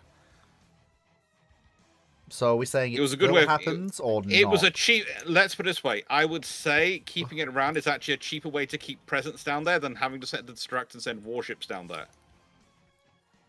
That's true, but let's also not forget, despite the fact that we have a more navally minded government, we are still dealing with the British government. Yes. Yeah. So probably there's a fight going on over it, but it might not have been actually withdrawn. Although that is going to mean that we're going to have the rather explosive thing of the war starting, which may be an Argentinian submarine or surface vessel either seizing or sinking that ship in the course of the attacks on South Georgia and the Falklands. Good luck with trying to seize it. Yeah. It's an icebreaker. Yep. She will ram you. Yeah. But it always just be a case of, hey, we've taken your ports, now go home. Yes, that's probably what they will try to do. Yeah, and it was still the belief that the British wouldn't fight over the Falklands that led to the Falklands. Yeah. It was further that they believed the Americans wouldn't let us fight over it because Argentina was far more important ally to America than Britain. Whereas in the Red Fleet timeline, the Americans are going to look at the British preparing to carrier strike groups around 2 CVA-01s or whichever one of the or possibly however many Marines they're now sending as well. Yeah, and they're literally gonna look at that, hand us a box full of AM9Ls, slap us on the back and go get him, champ. If they even hand over the AM9s. Oh no, the Americans will basically do it for one simple reason. We want you to go and shoot these at people in live fire conditions. Send us the data when you're done. Because that's also what happened historically as well. Yeah. But no, yeah. It was an interesting time. Anyway, so I've got an electrician waving at me because apparently they're going to turn off the power again. So oh god! Oh no! I will come back to you when I can, if power goes back on in time, because I've had electricians turning off the power in the street and electricians turning off the power in the house today, which is why the electrician in the house is so delayed. It's been a fun day. Oh dear! Have fun, Alex. I'll hold the fort. Yeah, I'm sure we can. Yeah. You think in this scenario the Americans might send an observer? Well, the Americans had observers with the fleet historically. and the Russians were down there as well with their submarines, observing what was going on. But yeah, you'll have observers. So basically, this is the thing. So we'll probably have the historical amphibious forces, because we haven't given any allowance for replacing the LPDs. So that'll be the historical forces we've got as historically in terms of the landing forces. What we won't have that might be something that's lost is we won't have so the RAF's Harriers are going to have to go down on something like Atlantic Conveyor because I haven't given any allowance for construction of the Invincibles. If we haven't decided what aircraft they've got in with. Yeah. Well, I think we'll stick with Red Fleet timeline as historical. So they have Phantoms. They have the Phantoms that they were going to get for CVA-01. So They'll have Phantoms and Bucks. Yeah, Phantoms and Bucks. Probably a small cache of supersonic Buck as well, just filtering in. As much as I'd love it, probably not. It does enable you to do fleet air defense out in the Northern Fleet against Soviet backfires, which is something the RAF is absolutely gonna. Sorry, the RN's gonna absolutely need if it's gonna do Northern Carrier battle, and it's something the US will be telling them you need this. Yeah, but ideally that's what the Phantoms would do. No, you can't. The Phantoms can't carry the sort of weapons. They can't carry Phoenix. You need, if you want to do Northern Air battle, you need Phoenix. You need if that. If we're going what was proposed for Supersonic Buck, it can't carry Phoenix either. Well, we can do a reworked Supersonic Buck that can. And that's a way to get it procured. That's a way to get it procured. Have it not only as a strike asset, but with a radar that can also track and guide Phoenix. That point, that's not Supersonic Buck, that's a new aircraft. Well, That is a serious redesign of the airframe.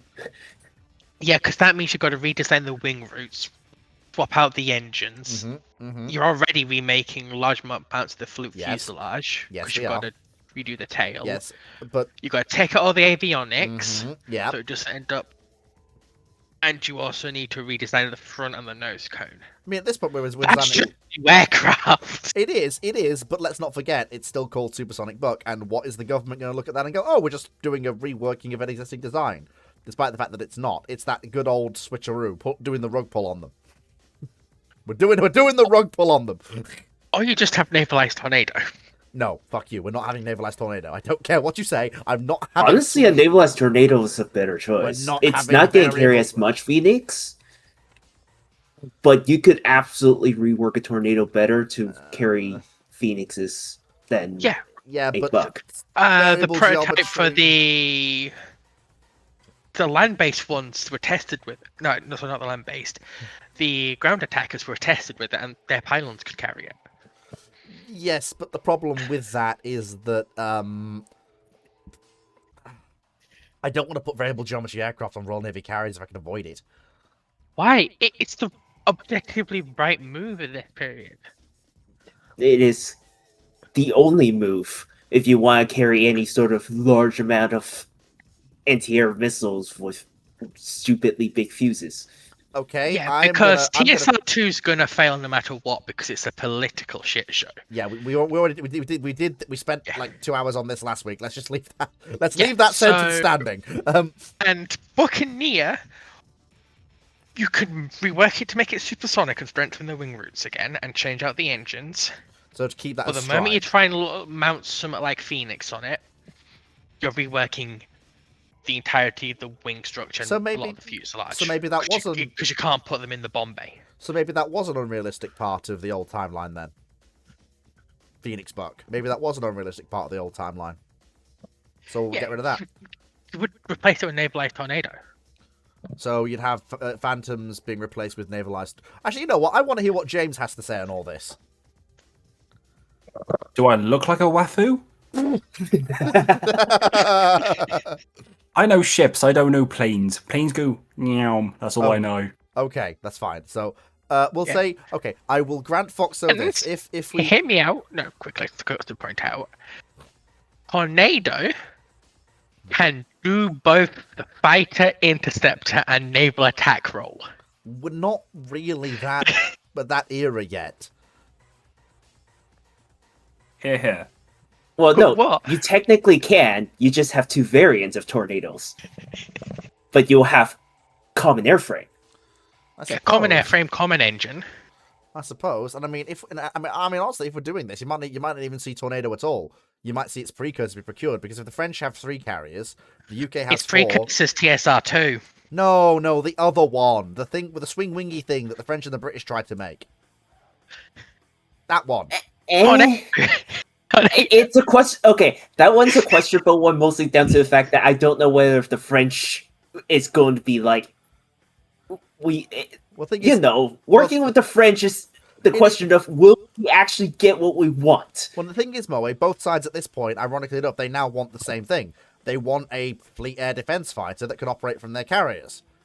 And and there are enough carriers now, if you put the British and French fleets together, to make that procurement worthwhile. You've got 7 carriers, 4 British, 3 French. Yeah.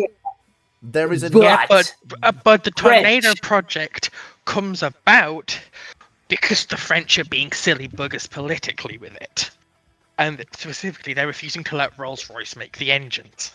I mean, it's not just that. They were also being very, very buggy or bitchy about it, like, requirement-wise as well. Yeah. They're asking for completely different things from what the Royal Navy wanted. That's why it completely fell apart. I mean, and I don't see that really changing much. But I mean, look, if Jaguar can succeed, then so can this program.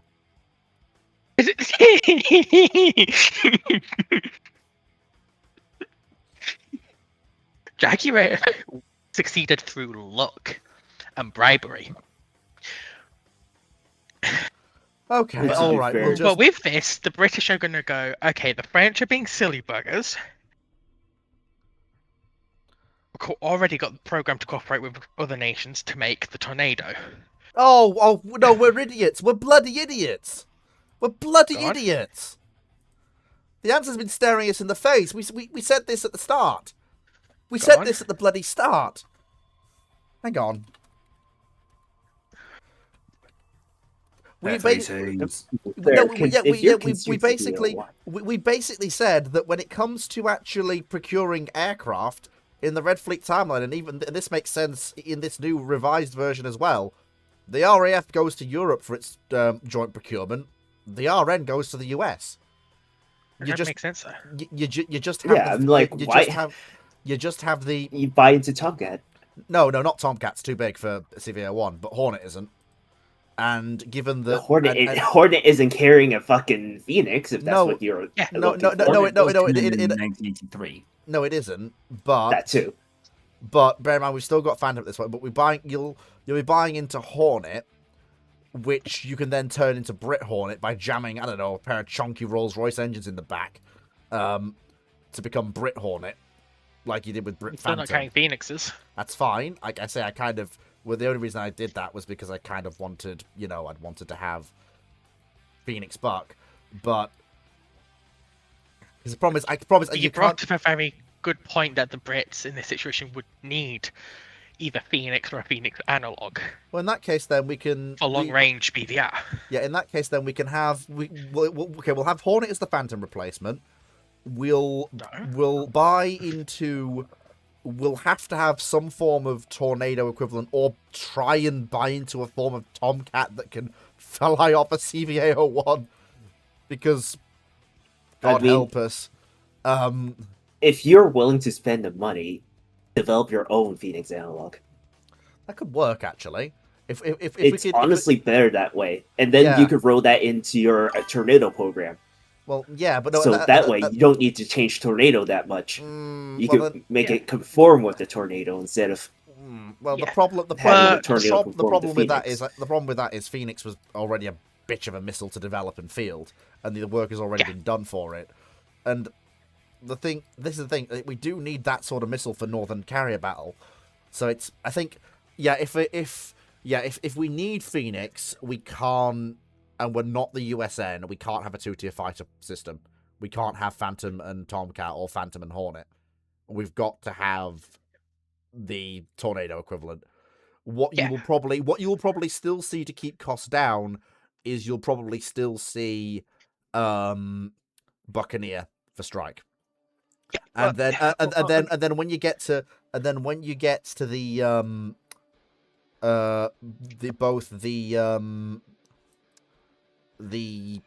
fleet, both the CVO-1 Malta replacement program and then the regeneration of UK carrier aircraft that takes place in the late 80s that comes with that, you're probably gonna, and also again, and then as AMRAAM increases in capability, and obviously the British version of AMRAAM that is also there alongside it, also increasing in capability as well, to kind of come within shouting distance of Phoenix, which at that point means you don't have to deal with Phoenix anymore. That's gonna take a long time. All right. No, AMRAAM gets within shouting range of Phoenix by about 88. No. Okay, You're it gets funny, within please. shouting range of very early Phoenix. Which is fine. As long as, like, But the only thing that gets into range of Phoenix of this period, you have to go much more modern with the Meteor. Yeah, well, this is the thing. To do Northern Air Battle, you just have to get clear of that 100-mile range band. And AMRAAM by the late 80s AMRAAM does not clear 100. AMRAAM does not clear 100 miles for a good while. You don't look into anywhere near 90. You're looking 90 miles in the early 2000s, man. Yeah. But, so, Italy's got a carrier, right? No. Because I thought we had given them the carrier. We gave them a single light fleet, but it's probably either been Harrier converted or has bowed out entirely. Okay, are they getting a new one in the 70s or 80s? They're probably going to follow their historical procurement and do so. Spain and Italy will basically be the nations leading the Harrier carrier charge. Those two. Okay, because if the British are buying them for the Royal Navy and they're buying them in much higher numbers because they're going for the Royal Navy, then the British are going to have a lot more control over their Tornado program. Which means that the Germans, they just want a replacement for the fucking F-104s. And the Italians, especially if they're looking at operating carriers or going beyond a Harrier carrier, would be interested in a navalized Tornado.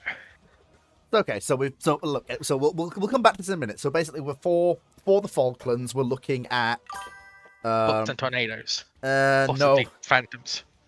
Yeah, I think you're gonna have mostly Phantoms with maybe a squadron of Sea Tornado, with Bucks obviously alongside for Strike and E2 Hawkeye for AEW.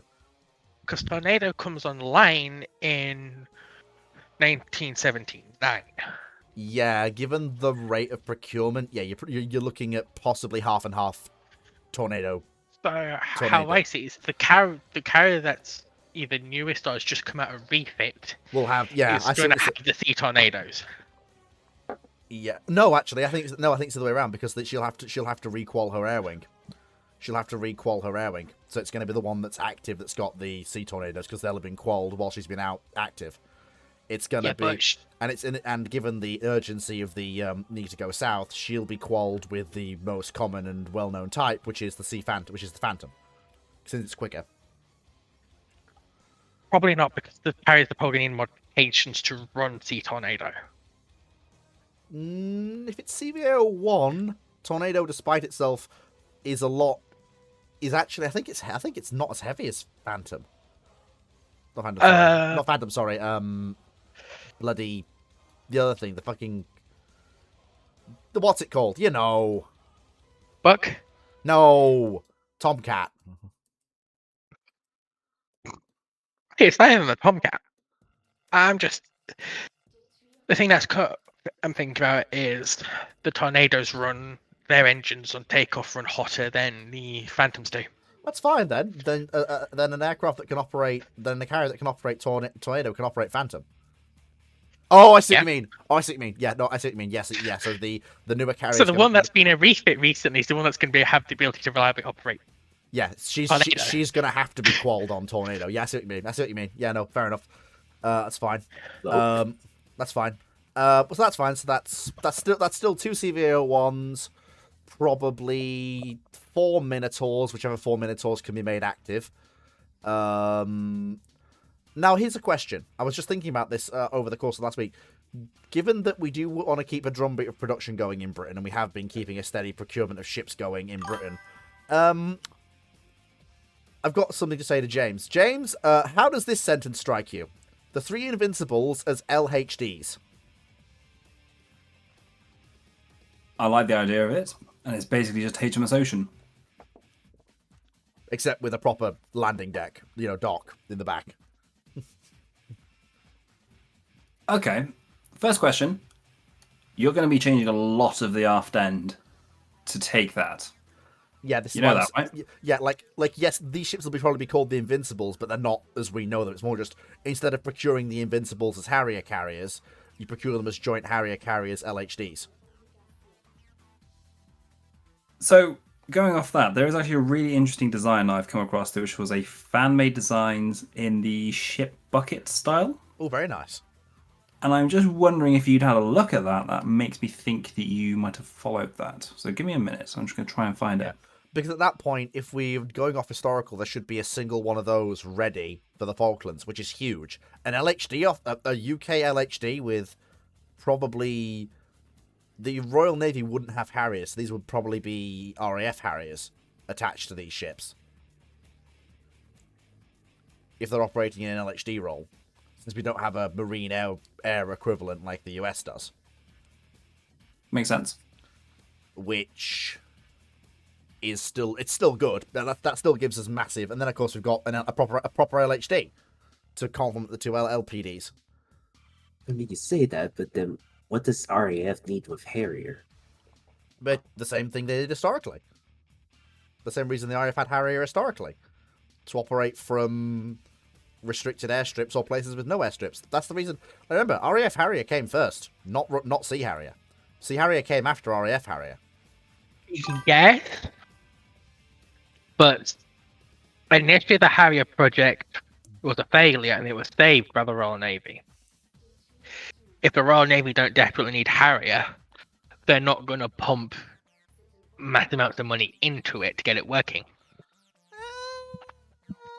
Because just look at the early history of Harrier.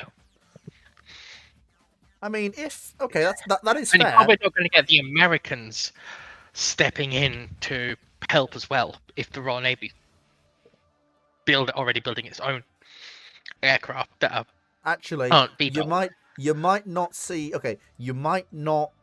Okay, you might still have the Harrier being saved for one simple reason.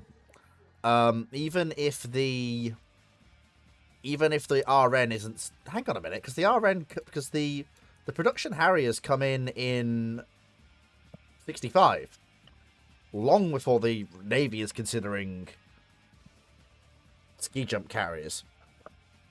That's not until the 70s. And by that point, you'll have the money to save the Harrier coming in from procurement from the Italians and the Spanish, who'll be looking at Harrier as their only real way to get jet aircraft on their carriers, which will probably buy you enough time and enough funding for the US to get involved, and the rest will be history. But the issue is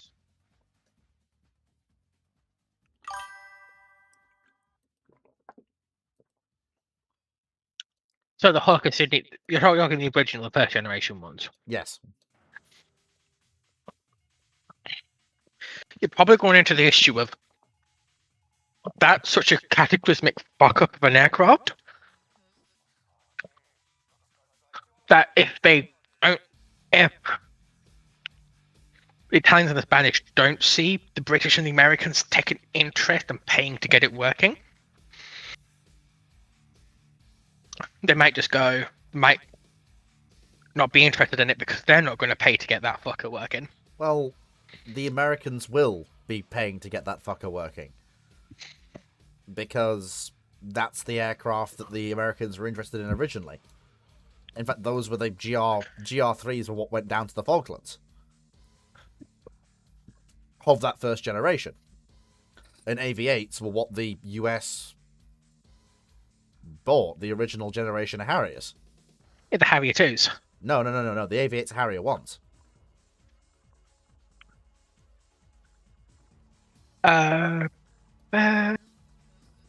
Yeah, the US bought into Harrier 1, the original Hawker Siddeley Harrier. Harrier 2 was a joint project between the two nations after the fact. Yeah, that gave us the Harrier we actually know that actually worked. These things also worked. With the larger wings, it actually with the composite wings, the redesigned fuselage, the elevated cockpit, avionics capable of handling VTOL. Yes, but again, like, we haven't changed enough to not get over the first hurdle. The first hurdle is crossed, and then there is no reason that I can see that Harrier doesn't develop as it does historically. You might not get Sea Harrier, the dedicated fighter version, but you will definitely get Harriers that operate from VSTOL ships at sea. But primarily in a close support light fighter role. That's still not changed. That's still absolutely not changed. It might mean that you might actually see, if the British are looking at procuring that sort of Harrier, God help me for saying this, Royal Marines aviators, in the same vein as the US. No, the Royal Marines are nowhere near big enough. Doubt. But yeah, you probably have dedicated RAF jump jet squadrons who also qual on the Invincibles, then. James, did you find that Invincible? I mean, to be fair, the RN's big enough where they might actually just fly their own Harriers on the LHDs. You could do, but it's far better to I think that's honestly, more likely. Given the nature of them, that's because you're gonna want squadrons with the ship at all times. Yeah, you'll probably have a unified Harrier that is both for the RAF and for the RN. But basically, it's whether it's with the RN or whether it's with the RAF, just depends on where it's fucking going on that particular day. Are you going to the squadrons on board the Invincibles, or are you going to the squadrons that are based ashore? And how do you change between them? You slap a coat of paint on it. Are these full? Yeah, they are full LHDs. These are full LHDs. I can see the lip. Yeah, that works. Yeah, that actually works. It's a little bit modern, but yeah, if you just wind the clock back a little bit, yeah, that works. Yeah, I was gonna say, ignore the 1046 radar on it; it'd be fine. But if it's got actually 996 on it. Yeah. So I did a little bit digging, and there's a very good chance you just don't get Harrier. Period. Why? Because P1154, which is one of the Harrier prototypes, was developed and contested against the Mirage. Against Mirage 8. Yes. It was the French pulled out. And independently cancelled because of the NATO requirement. The ambition was conflicting requirements between the two services, which led to both the Royal Navy and the Royal Air Force seeking out their own fighters. Followed by the following election, the Labour government in 1964, P1154 was cancelled, and the Royal Navy had already begun procurement of their Phantom 2. Okay. So that's all well and good, but then what happened after that? Because we still got Harrier, so something must have happened after that. RAF ordered. RAF changed to ordering the P1127 version. Yeah, and the RAF placed greater importance on TSR2 as an ongoing development with the Pegasus engine. Okay, that's with the fine. intention of developing a future Harrier variant decades after the following cancellation. It then comes back after the failure of TSR2, which we still have. So yes. So, but the point is, Harrier comes back because there's a void in which it can fill for the RAF, Yes, that's fine. which is being filled by a multi-role fighter/close air support platform that's being developed in the 70s and entering service. That's been developed in the 70s. No. Yeah. No, we haven't developed a new thing for the RAF. Tornado exists, but that's not anything new. Yeah. But there is still Tornado, historically, while initially it was looked at for a multi-role, evolved into a ground support aircraft that then went into a multi-role aircraft after it had been designed. Because of the Royal Navy's need for it to do both, we're keeping that multi-role element into when they go back into looking at developing the Harrier. That still doesn't... So do you develop the Harrier for land-based service, or do you buy into the Navy's project for a supersonic variable geometry aircraft? Showing promise. I mean, that yeah, is the love child of TSR-2 and a functional aircraft. Because the Air Force is still really attached to TSR-2. I mean, I still don't... I mean, while that is true, I mean, Harrier does still provide things that, especially in the Cold War, that you just can't get anywhere else. The ability to, you know, just ignore runways and operate in Yeah, in the blasted fields of Germany, it can. No, it can't. Yes, it can. Harrier, okay, Harrier 2 can, but Harrier 1 isn't capable of VTOL with ordnance. No, it's not, but what it can do is you can use significantly shorter runways, which is the point. Like, you can operate from a ploughed field. No, not a ploughed field, sorry, but you know what I mean. No, you can't. Not a ploughed field, but you know what I mean. Like, you can operate from any hard surface. No, you can't. Yes, you can. No, you can't. Yes, you can. You just need a decent... It's a jet engine with afterburners to take off. Yes, that's fine. You just have to find the long enough hard surface. Doesn't have to be a full-length runway. Yeah, so the advantage is you can make a shorter runway. Mm-hmm. Like a highway. Or something Long like that. runways are one of the things that RAF has in spades. Yes, the point but... they're leasing them to the Americans for dirt cheap. Yes, but there is a belief in the event of a war in Germany that those will cease to exist rapidly. And the whole point was they wanted something that could operate in Germany, not from the UK, which they would have to do if things went south. That's the other reason that Harrier was procured. You might see... I definitely think you'll see a reduced buy-in of Harrier. Absolutely. But I don't think you'll see the project dropped completely, because there is still... That is a crucial angle that cannot be overlooked. At most, I can see you getting Harrier 1. I can't see you getting Harrier 2. The problem is, once Harrier 1 exists, the US will basically look, oh, hang on, hello, you're nice. You can go off our funny things that don't have ski jumps. How are you doing? You show promise. Come here. We want to buy the license. And as soon as that happens, we're off to the races and Harrier's back.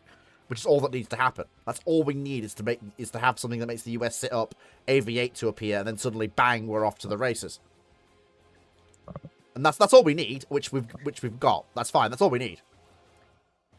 Which then means we've then got, Harrier on these British LHDs as well as their other assets as well. Though it'll probably be, you won't see Sea Harrier. That won't be a thing. There's only going to be one of them. If we're procuring them at the same time that we're procuring the... And yes, ignore... It is slightly modern, but it's a good representation of what a British LHD would look like. Then if we've got these ships, then you're going to have one... If we're doing them when the Invincibles were historically built, you're going to have one ship ready for the Falklands, which gives you 3 proper ships. That gives you this ship... the Invincible, and then you've got the 2 LPDs as well, which on the plus side, because you have this ship, you don't need Atlantic Conveyor. I think. You still get Atlantic Conveyor. Not to the same scale, but, you know. No, because part of her role is helicopters and transport helicopters. Because remember, she's the one that can operate Chinooks. Yeah, well, this ship could also do that as well. But then again, there's also only one of her when there should be three. Yeah. And the LPDs can't. Yeah, good point. Yeah, so you'll still get Atlantic Conveyor. You'll probably get this ship crammed full of you'll probably get this LHD crammed full of overfilled with RAF Harriers. Because that's the only place they fit, because the Royal Navy's carriers will be full of their own air wings. There isn't room. Which means Or you don't see Harriers on these ships at all. No, you still will do. You see the British taking their helicopters south. And leaving the Harriers behind. What was that? Or you see the ships full of Rotodynes. Military Rotodynes. No, I'm shutting. No, CDON has wanted that, but I'm putting not CDON. Sorry, it was CDON. CDON's wanted Rotodynes in this, and I'm putting my foot down. No Rotodynes. Sea Lynx. Well, yeah. To be fair, Lynx is there. Sea Lynx. Attack helicopters would definitely be a better choice for ground support. No, I think Fox makes a good point. Like, whereas normally in an amphibious strike group the Royal Navy is planning, you would have the Harriers as part of the air wing, because that means wherever you are, you've got organic air support. If you're traveling south with 2 Royal Navy fleet carriers, do you really need them? So you bring your Lynx as you bring your attack helicopters. You bring and you Apache. transport Stanley into hell with attack helicopters. Do we have Apache at this point? Has the UK procured Apache yet? Unlikely. No, I'm not talking about like In historically. Historically, had we procured Apache historically by this point? No. There we are. We don't have them. If you need to procure attack helicopters this stage, you probably procure Cobras. Exactly what I was about to say. Would we? I mean, Or you just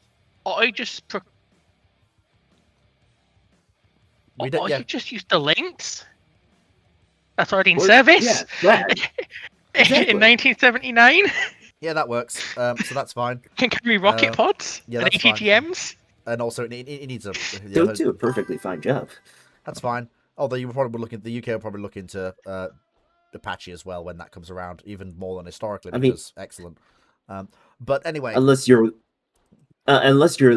looking for a navalized Cobra that is very clearly built to serve on the ship, yeah, that there's no reason to procure anything else other than whatever you already use. Yeah. You might actually have a Lynx development into a dedicated at-sea attack helicopter, leaving the RAF free to procure Apache. Wait. But at that point, if I've got Lynx... No, you don't. It's different. I might kill off Harrier. No. Stop trying to kill Harrier. We're done trying to kill Harrier. Stop trying to kill Harrier. No, we're not killing Harrier.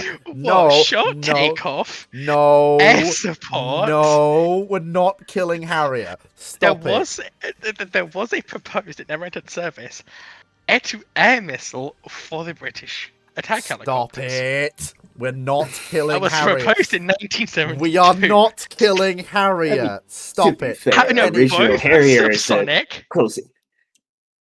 Anyway, so to be fair, the Russians did put air-to-air missiles on the Helix. Anyway, exactly. So moving on. The Falklands War itself. Okay, we're probably not going to get either the carrier engagement or the battleship fight. We can't get the battleship fight because there are no battleships on either side. We're not gonna get the.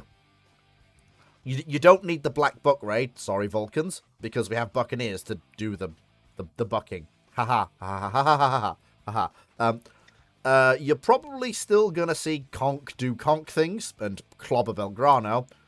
But you're just going to see the skies swept clear of not only the Argentinian Air Force, but, just everything. And the RAF is immediately going to go find and go after the refuelers. And at that point... At that point, San Carlos water becomes nice and peaceful. Because without their C-130 refuelers, There ain't no fucking sorties from the Argentine mainland out to the Falklands. Okay, hear me out. On the way down, do they go and punch the Argentine carrier in Buenos Aires?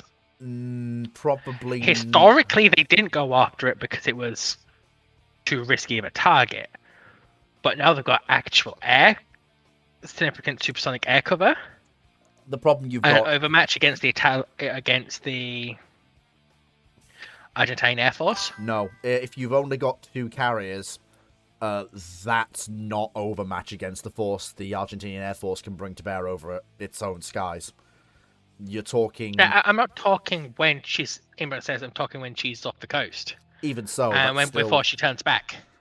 Oh, if you're talking about that, if she's out at sea, yeah, no. If she's out at sea and the British are like, okay, we're going after Belgrano, then there's no reason. It depends. Given that the British were very worried about signalling and were very worried about how this would be perceived, if the Argentine carrier gets a strike off, then yeah, she's dead. If she doesn't and she runs, she will likely not be sunk. That's basically because the British were very concerned with signalling. Belgrano was sunk because she was just an inherent threat. If she gets close enough, there is no chance to stop the 6-inch rounds once they start flying. Sinking her is just it's good sense. But given the Cinco de Mayo's capabilities, it's very easy from a signaling and perception perspective to let the Argentinians be seen to strike first, especially in this case. Given that there's basically zero chance an Argentinian strike is successfully getting through the air defense cordon of the fleet we've assembled. And this isn't if they could get one in a minute. No. There is fucking zero chance of A4 Skyhawks putting dumb bombs on a British carrier. Zero chance. Who would win?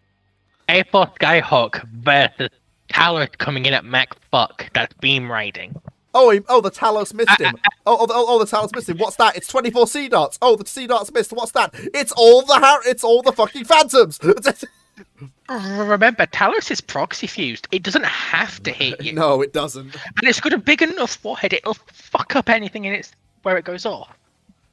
So James, I'd like to ask you to turn to my resident naval expert in the room now, since Dr. Clark isn't here.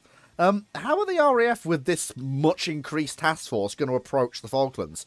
Are they going to have one giant carrier task group like they did historically? Is it going to be 2 separate carrier strike groups? Is there going to be a carrier strike group and an amphibious task force? What are you thinking? Well, first thing is, do I look like a crab to you? What do you mean? Do you not know what the term... Oh, thanks for that. No, please, do you not know what the term, do I look like a crab? No. Okay, so in British military terms, the RAF are known as crabs. Okay. Why? Because the air services keep evolving into them. No, because they usually come back from a night out with crabs. Sorry, that's not PG. We're on my channel. You don't have to be. Anyway, but I asked you about the Royal Navy, not the RAF. No, you said the RAF. No, sorry, Royal Navy. I said, how would the Royal Navy? You did say RAF. Oh, whoops. Sorry. Fleet is very small. Sorry, I meant the Royal. How would the Royal Navy deal with it? How are they going to go down? Like, is it going to be? I'll repeat myself. Is it going to be 2 carrier strike groups? Is it going to be a 1 carrier strike group? Is it going to be 2 carrier strike groups and an amphibious assault force? Is it all going to be one massive task force? Like, are the cruisers going to be detached to do shore bombardment work once they're down there? So, now that we're talking about the RN, I can actually properly talk about this.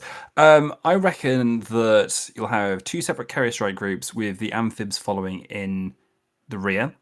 You'll have both carrier strike groups. They're basically providing air defense, neutralizing any target, and denying the enemy air superiority, whilst also killing any surface targets, because we know the surface targets out there. Once all that is done, the amphibs will come in, and they'll stay back. You'll put the cruisers in first to do NGS, so Naval Gunfire Support.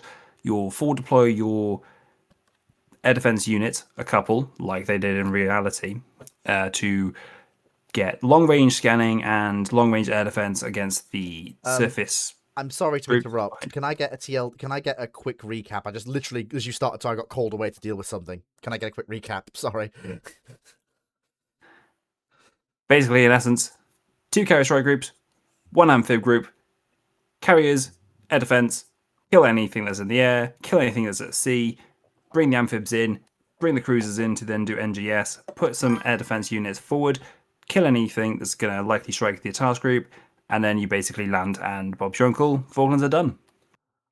Oh my! Imagine that, 4 cruisers with 6-inch guns each, and fully automatic ones as well. Ooh, that's. I would probably put 2 and 2. 2 cruisers go in, whilst 2 cruisers are out the back, basically rearming. Because if you think about the amount of 6-inch shells that are going down range, they're going to get through them very quickly. So you'll need to raz a lot, which means you need to have a lot of stockpile of 6-inch automatic shells before you even sail anywhere.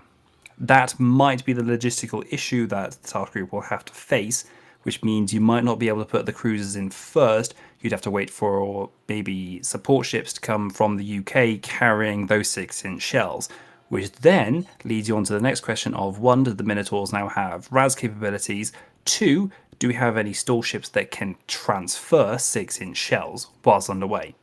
That's a good point, actually. Probably not. Yeah, probably not in both cases.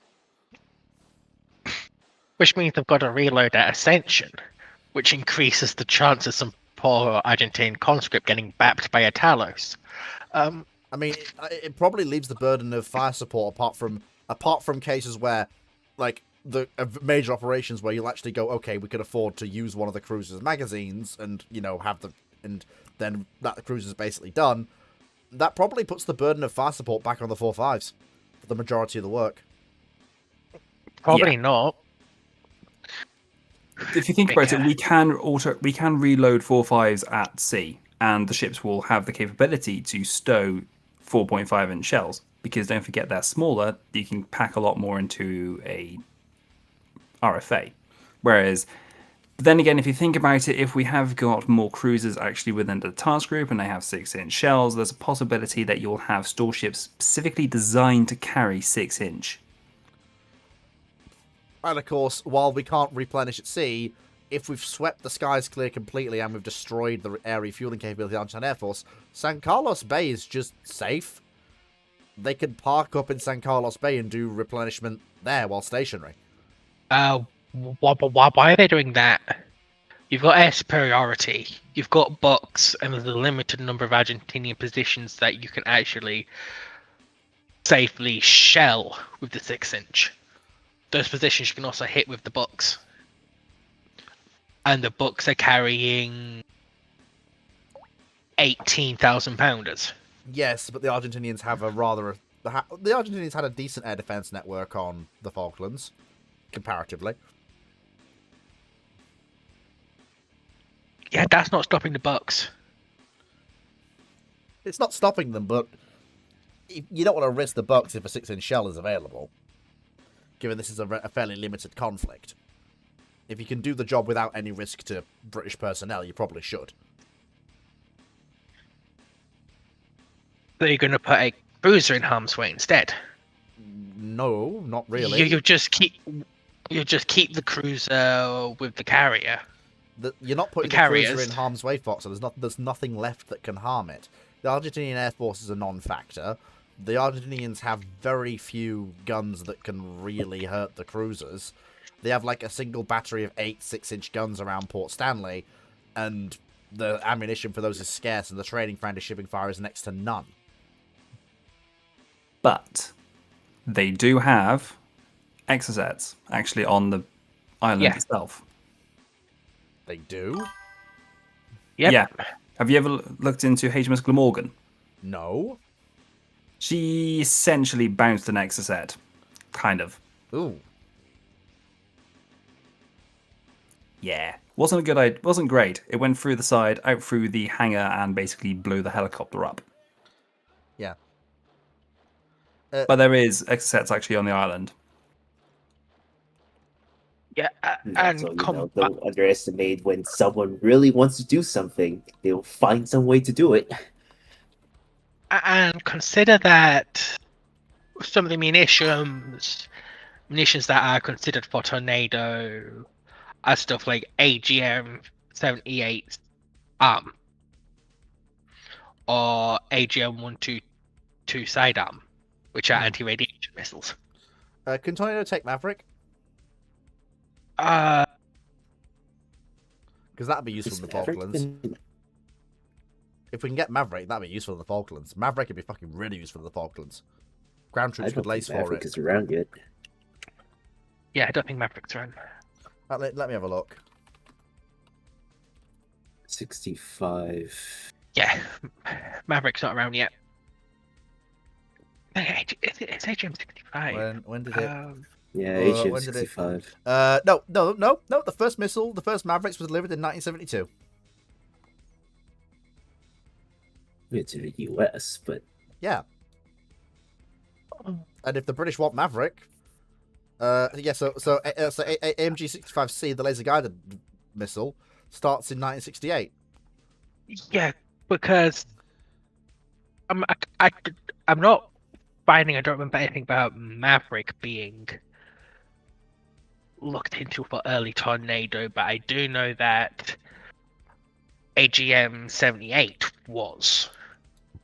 What's AGM Which 78? It's an anti-radiation missile That's developed fine. from the RIM 66.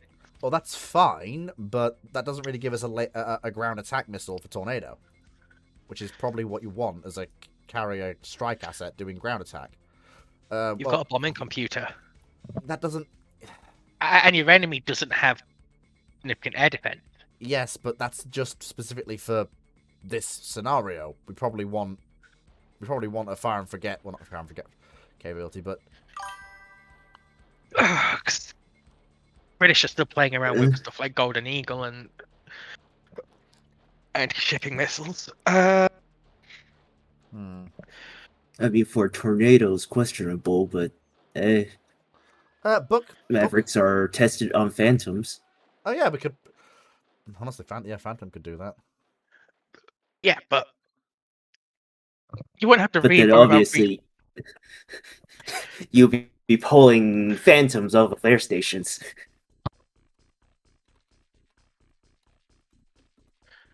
Yeah, and honestly, I also agree with Foxo in this case. I do not understand why a couple unguided 1,000-pound bombs can't do the job, or I'm more referring to general. I'm more referring to general weapon systems that should be procured. Something like Maverick should be procured for the Royal Navy. To do that ground attack work, not anti-shipping work, but that ground attack work. I think no, the British were still planning on using fire bombs, even historically. Yes, well, historically they aren't planning to go up against Soviet carriers, are they? Or heck, even rocket pods. even contest Soviet naval aviation at sea, or try and attack Soviet task groups at sea. We are in a world. How the Royal Navy thought to defeat those was the bug and below radar search plane attacks. Yes, but that doesn't work anymore in the 80s. And two, by the time that doesn't work, they're looking into. I can't remember what it's called, but it's either Golden Eagle or it's something else, which are anti-shipping missiles for the Buccaneers and Phantoms and land-based aircraft that never came. Eagle. Sorry, yeah, Sea Eagle. Why was I thinking of Golden Eagle? That's fine, but that's still an anti-shipping munition. Yeah. That's not. That doesn't really solve the. That doesn't. Yeah, but my point is, for this period, the RAF went, and the Royal Navy were going, if it needs an anti-shipping missile, because it's a Russian carrier, we'll be using Sea Eagle. If it's a ground target, we'll be bomb tossing. Mm-hmm. Which was what the Tornado was designed to do, alongside the Buccaneer. Maybe. That's fine. Well, that's fine. Yeah. Okay, but anyway, so the Royal Navy wins in the Falklands. The whole Invincible LHD project probably gets a big shot in the arm.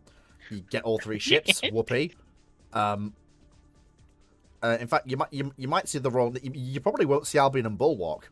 Albion and Bulwark's place in construction will probably be taken by new LHDs to replace the Invincibles. Or just helicopter carriers.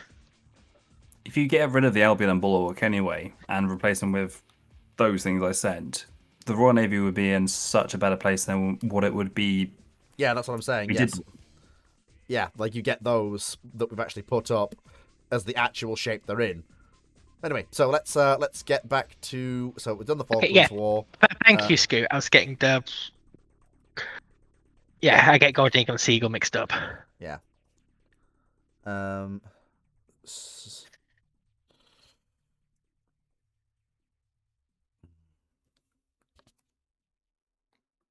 Still need to develop a new anti-ship missile and call it Seagull. Yeah. So. Would the Falklands War experience push Sea Dart Mod 2 forwards, Foxo, do you think? Can we finally get that in? The better version of Sea Dart? Can we get that earlier? Probably not. We've got a lot more Sea Dart combatants than we had historically. Yeah, but we're not changing development of computing and sensors. I think there's a more important question to be asked first. Yes. Is do we get rid of 965 first and replace it with 1022 before we go to the Falklands, or do we go to the Falklands with 965 and have all the issues that the 42s had? He's talking radars at me. Why weren't they? Okay, we're going to need some context here. Give us the context. What was the historical context? Okay, so 965, which was known as the Bedstead radar, basically, was on the Batch 1 42s. And Coventry had a major issue where, when she was sunk, she was trying to ascertain the targets they were flying towards her, but because they were flying at wave top level and they had the Falkland Islands behind them, the radar waves the range resolution wasn't great. So basically, when the radar wave went out and it hit the island, it would bounce back to the ship. But when the other radar wave hit the aircraft and then bounced back, they joined together, so you couldn't actually see where the radar target for the aircrafts were.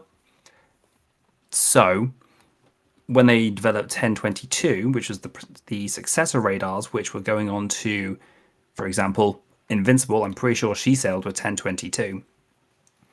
She had a better radar which could see aircraft pretty well, which then all that information that gets fed for the 909 fire control radar, which then allows you to start engaging targets. That's kind of what we're talking about. Yeah. Does that make sense? Yes. I think was that a known issue with the radar system before the Falklands, or was it not? Because the only way we can realistically change it is if it was a known issue and it wasn't fixed because funding. If it wasn't, go on. I've been debating this because I've been thinking about redoing my video on Sheffield and Coventry, and I believe that the Argentinians knew about it because they implemented that said tactic. I don't know if the Brits knew about it. Because the Brits don't know about it, we can't. I can change things based on what they know at the time, but I can't change things based on what they don't know. They don't know. So I guess. But this is also the caveat is because the Royal Navy has obviously been operating and has been doing ADEXs, air defense exercises, with flag officer sea training using real life aircraft, and basically the aircraft would tend to come from the land at that point. And also exercises like Exercise Spring Train, which is off Gibraltar, they will tend to see, I'm pretty sure, and I don't know exactly, but I'm 99.9% sure the Royal Navy would have known about it, because when you observe an aircraft taking off and you can see it on radar, the Rock of Gibraltar will be in the way. And as soon as that aircraft is coming towards you, you will lose that aircraft. And I'm pretty sure the Royal Navy would have known about it. I don't think they would have implemented it as such. No. Because I think the new 42s coming off the production line were being fitted with 1022, like with the Invincible. Yeah. And I think especially if you've got a carrier strike group at sea at all times, just doing, being around, going to RAF bases in the Mediterranean and sailing to the South Atlantic, possibly sailing to places like Singapore and Australia, going for exercises with the Australian CVA-01 that's active at the time, or going for exercises with the Japanese. I think you're absolutely right. I think there's enough data that they should absolutely know this is a problem. They should absolutely know this is a problem and absolutely fix it. Exactly, because if you think about it, the original 42s with 965, and then the ships that succeeded it with 1022, all use the ADOR's combat management system. So in theory, all it should be is just a plug and play, and then a couple of bits of gubbins that you change and wiring and all that jazz, and it should be fine. So yeah, easy peasy. So we now that we're dealing with the Falklands, now as you know, in the original Falklands War, by that I mean the original timeline Falklands War, we had the first stirrings of 83, which was basically the British version of Strike Cruiser. But I'm looking at it and I'm going, I love that the Royal Navy in this timeline is stronger, but I do question whether we actually need something like 83. Whether we actually need something with a 8-inch gun, a large ship with a center hangar, and where that fits into the Royal Navy's needs. I mean, if the only way it works is if you're looking at it as a gradual replacement for the 6 remaining cruisers. Yeah. If those cruisers need to be replaced and need to be replaced quickly. Because by the mid-80s, they're 45 years old. I think, By the time their replacement gets built, they're in their 50s. Yeah, I think basically in order to make it realistic, you should have the program be beginning in the late 70s, people wondering if they're really needed anymore, what's the point of them, and, should the ship have 8-inch guns or 6-inch guns or 4.5, and then, obviously, the US is building the last tranche of strike cruiser at this point. So you probably have a British-derived strike cruiser design, or a design. Well, you basically just get Type 83 with 8-inch guns, and then basically you're looking at them going, well, do we really need this? Falklands happens. They go, yes, we really need this, and let's build, the 6 we actually need, which gives you Type 83 after the Falklands War, not before it, which is the thing I would change. I don't think you get 4 Type 83 though. No, you get 6. Because that's then a 1-for-1 replace. Sorry, not Type 83. Type 82. Sorry, no, not Type. No. Oh yeah, because Type 83 the original. The original Type 83. Fleet, have you got a Type 83 picture that you can show? I'm trying to find it. Or is it Type 4? I'm trying to find. Because I think you might be mistaking it for the Type 43, which was the ship with the centerline hangar and the superstructure forward and after the amidships. That's the one! That's the one I'm thinking of. Type 43, sorry. I said Type 83 is for the 2030s, and it's like... You're probably keeping these poor missile cruisers in service for 80 years? Yeah, sorry. They do to you, fleet. Let them rest. Sometimes ships need to go to the scrapyard in the sky. Yes. Like, as much as I love my Talos missiles, it's subpar for most duties in the 70s. There we go. Yeah, so that obsolete in most for the 80s. Yeah, especially basically, and obviously, but instead of a 4.5, it would have a 8-inch naval light gun system. Fleet quickly. Yes. Your little cock-up has given me a dumb thought. Oh God. You know that Russian stealth aircraft? Which one? There are several. The Femboy. Oh, you mean the Su-57? Yeah, the 57. I'm just imagining trying to engage one of those with Block J Talos. As funny Do you as it reckon would be. you could do it?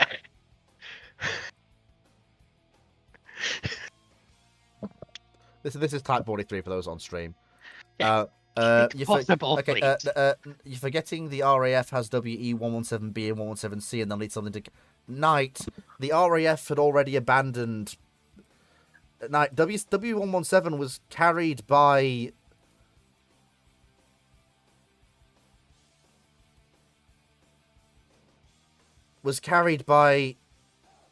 Buccaneer, Jaguar, and Tornado. Buccaneer, Jag, Tornado. You do not need Vulcan to carry WE-177 at all. And especially if Tornado's coming in earlier, that means, like I said, the Vulcan fleet is probably gone by 80, if not earlier. If Tornado's coming in earlier. Because remember, TSR2 is supposed to take on the role of Vulcan. TSR2 fails, and Tornado picks up that requirement. Yeah, and Tornado can carry 6 of the fuckers. And also, let's not forget, the RAF may have lost their nuke capability even earlier than that, because let's not forget, if you are going into the 60s with 2 Royal Navy carrier strike groups that can, against any realistic naval threat, up until basically, well, continually basically, given the capabilities they've got, batter their way into launching a nuclear strike with their Buccaneers against any realistic opponent, what use does the RAF having the gravity nuclear bombs have when the Navy is infinitely more suited to delivering those munitions? Deep penetration. Remember, Victor and Vulcan are developed in the 50s before widespread proliferation of the surface-to-air missile. Yes, Knight. The OTAs and Aerodyne does not exist in this time. The circumstances. Yes, you're right, Knight. You're absolutely... Thank you for paying attention to the stream, Knight. You're absolutely right. The OTL Tornado design will not exist in this timeline as the circumstances are completely different. You're absolutely right. Thank you for paying attention to the stream. As I'm sure you know since you were paying attention, that's exactly what's happened. However, I'll shoot this down specifically. The Tornado...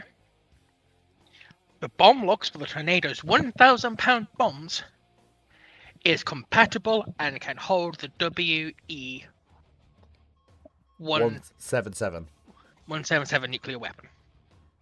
You could quite literally, if an aircraft got those bomb locks and it's got a nuclear consent system, it can deliver nuclear weapons. Knight, no, the new Tornadoes are not equivalent to the Hawker Siddeley 1201. You're not going to see the Hawker Siddeley 1201. You are just not. You have to bear in mind, the stuff like the Hawker Siddeley 1201 and the equivalents, they were the death rattles of the British aviation industry before it was absorbed into BAE Systems. They were never, ever going to be procured. Even in this timeline, they're not going to be procured. Especially if I'm being realistic. That is one of the things that I was quite realistic about even in the original. For the 4th generation British carrier aircraft, you're looking at them buying into Super Tornado. So T Tornado, Super Tornado, something different. Sorry. No, Super Tornado. Sorry. Also no, known I meant Super Hornet. I meant Super Hornet. I meant Super Hornet. Thank you for correcting me, Voxo. I would really like Tornado 2000. Yeah, but yeah, the carrier aircraft. But yeah, like Tornado is basically the aircraft that sees the Royal Navy through from the 1980s to the 2000s, but then it does bow out and is replaced by Brit Super Hornet, basically. Say that again. Brit Super Hornet. Britified Super what Hornet. bows out in the 2000s? It begins to bow out in the early 2000s. The Tornado, the Sea Tornado on British carriers. Yes, it does. No, it doesn't. Yes, it does. It stays in service till the 35 comes in. No, absolutely not. Categorically, that is the most unrealistic thing you've said. It's a massively expensive aircraft. As soon as the British have the chance to replace it with a much more reliable, easier to maintain, and cheaper to run Super Hornet, they will. The Super Hornet's none of those things, though. It is. One of Because these Tornadoes. One of these has variable geometry. Domestic. One of these is variable geometry. One isn't, which automatically makes any other point you make irrelevant. One is it's Super Hornet, which is buying another aircraft with the same capabilities as one you've already got. You're paying an upfront cost for ability you've already got. Yes. Remember, the issue the RAF has to this day is that there was nothing to replace Tornado. Because they did the testings, they did the comparisons, the Super Hornet couldn't do the role they wanted. And especially, and that's just with the GR4s, if you're looking with a Tornado with additional multi-role capability, it's fitted for Phoenix now, getting next generation missiles, Sea Eagles happened, Sea Eagles in service, which probably means Golden Eagles actually going to be developed properly. Why would you pay for another aircraft massively up front for the same capability? Because Tornado will be a bitch to maintain. The only way to keep British Catamar aviation is to lower the maintenance cost of the aircraft, even at the cost of reduced capability. Tornado will cost significantly more to maintain by just its entire life. Super Hornet offers a chance to get equivalent capability for much less cost per flying hour.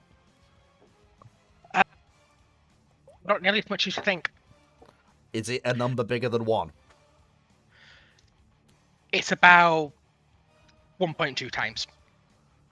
That's just mental maths. That's easily enough. Yeah, in return, you're buying a couple hundred airframes. You're buying the spare parts to sustain a couple hundred airframes for 20, 30 years. Yeah. You're buying... Yes. You're not building it in the UK. Yes, you're you are. buying American airframes. No, you're not. Yeah, you're building Brit Hornet. That's what killed the British buying F-15, F-18 to begin with.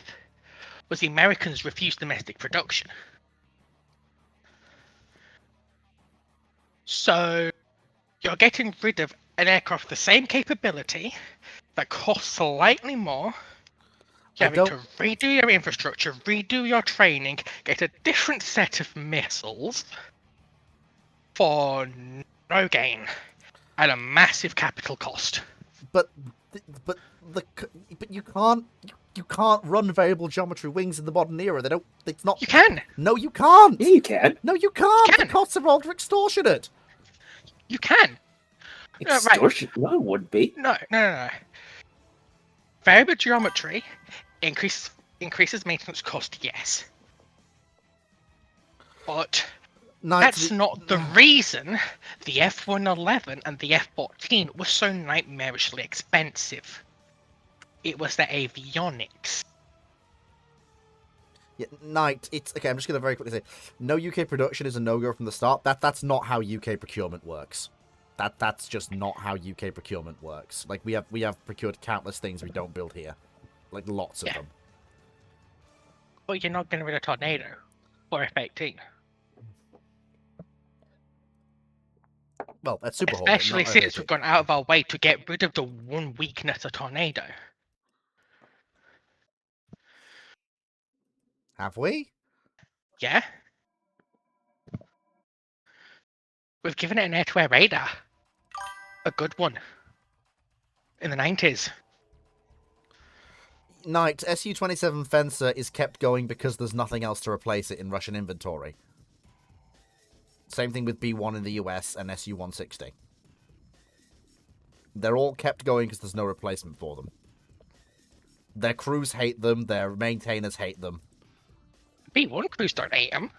Okay, yeah, B-1s don't, but still.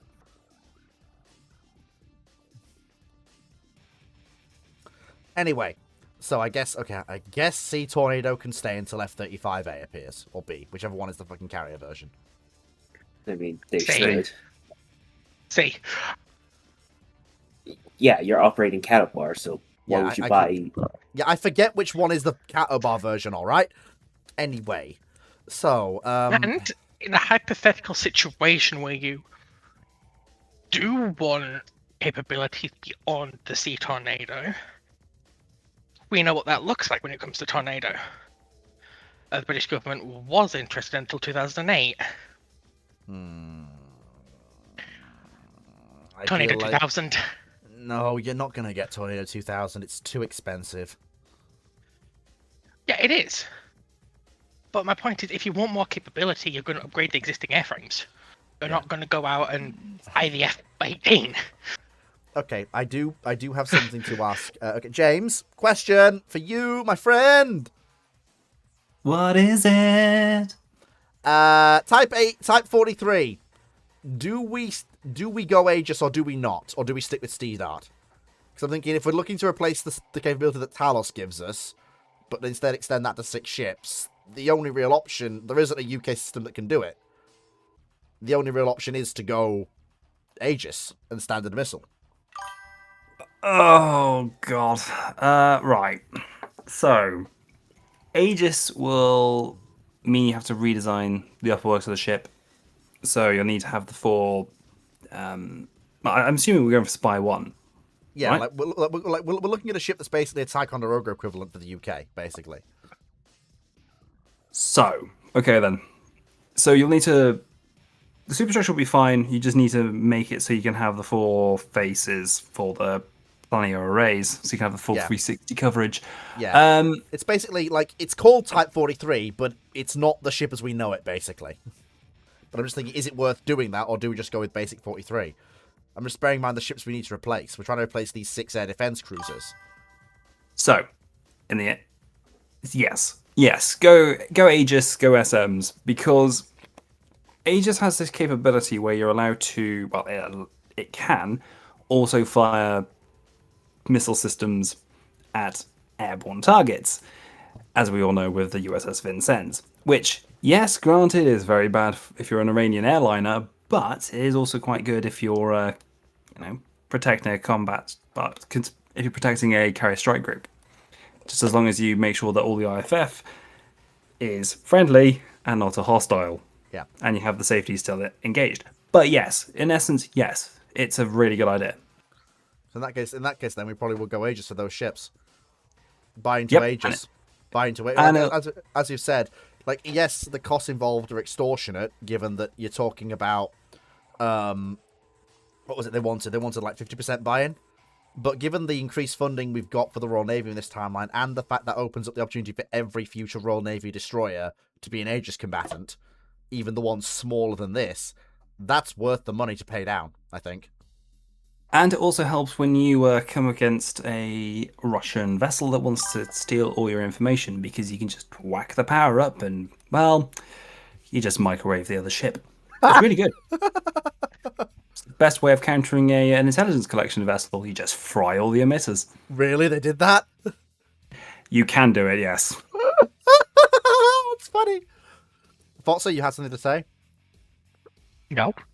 I thought you lit up. I thought you had something to say. Oh, fair enough.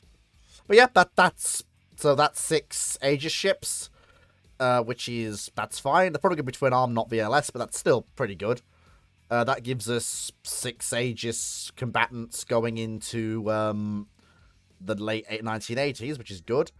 In fact, the Falklands will probably validate that approach, which does lead to, well, So we'll get to that later. So basically, then we come to the last generation of Soviet carriers. Now, originally in the timeline, these were their first pair of nuclear supercarriers. But now these will be the next generation of nuclear supercarriers. So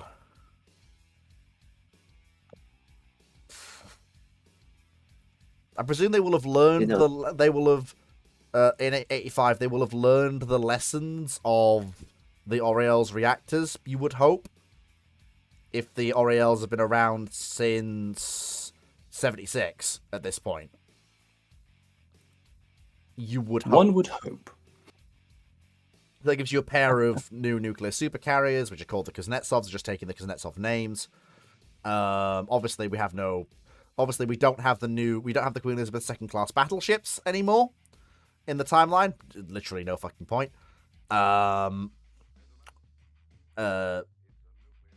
And then you've got the no refitted Iowas, which is what was in here historically. The Kirovs are just the Kirovs as normal. No Vanguard final life extension. Did we take Vanguard down to Falklands OTL? No, she was in not in the original Red Fleet timeline. So yeah, in the original Red Fleet timeline we did, but she is in the and so was Howe as well. But remember that Howe is scrapped at this point, and Vanguard's been in the Thames since 1975. You know, there's something interesting that comes out of the Falklands in our timeline. Wow. And it would be very interesting in the Red Fleet's timeline. The PLAN abandoned a modernization project in cooperation with British Aerospace because of how rough the RN performed in the Falklands. However, I would probably assume this project goes on as scheduled in the Red Fleet timeline because, you know.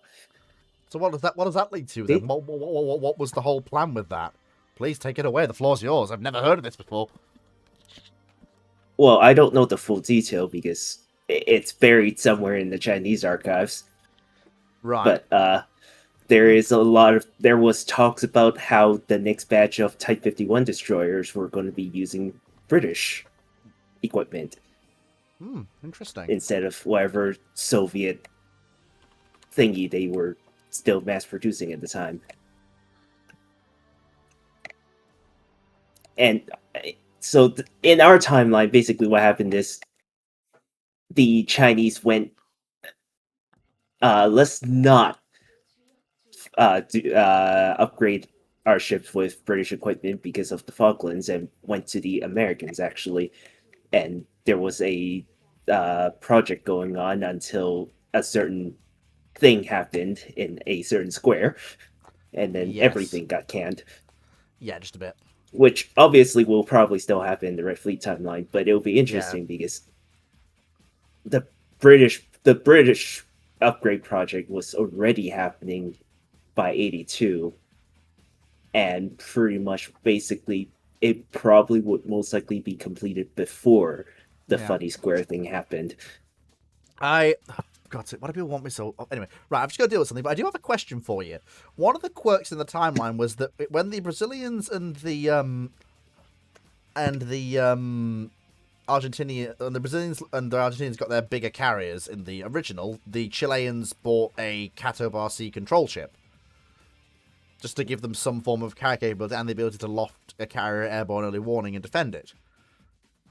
Given that the sea control ship exists as a thing that is on the drawing board of the US and is a relatively manpower intensive platform, given that there are a lot more carriers in the world, might the big three look to acquire a new build keel up either sea control ship or even heck buy a CVV from the US? I'm genuinely curious what you people think about that. Right, I mean, how did the sea control ship program in America go?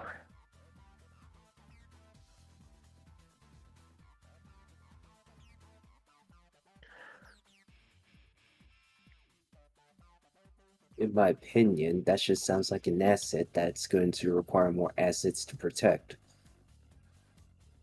The sea control ship might be not manpower intensive, but expanding the fleet to include escort to protect said sea control ship may load up the numbers quite a lot more than you'd think. And I presume that's probably one of the reasons why the US sea control project just didn't go anywhere. There was no point for the US to build them. But for smaller nations like South American nations, especially in the aftermath of the Falklands War, when it's become brutally clear that if you're going to have a small carrier, it needs to have the ability to loft modern aircraft from it. Not just Skyhawks with dumb guided bombs. Yeah. I mean, the plans exist, and I don't think the US would say no to export orders. Well, the Falkland Islands have just proved it won't work, so no one would buy into it. No, they proved the obsolete aircraft wouldn't work, not that the small carrier didn't. But what it's also shown that in the modern day, for carrier operations, you still need mess.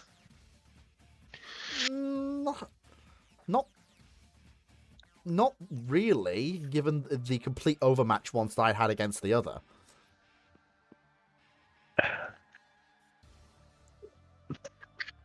So I'm going to chime in a second. So basically, the sea control ship is basically just a very small, light aircraft carrier. And if you think about it, the Spanish and the Thais technically have one.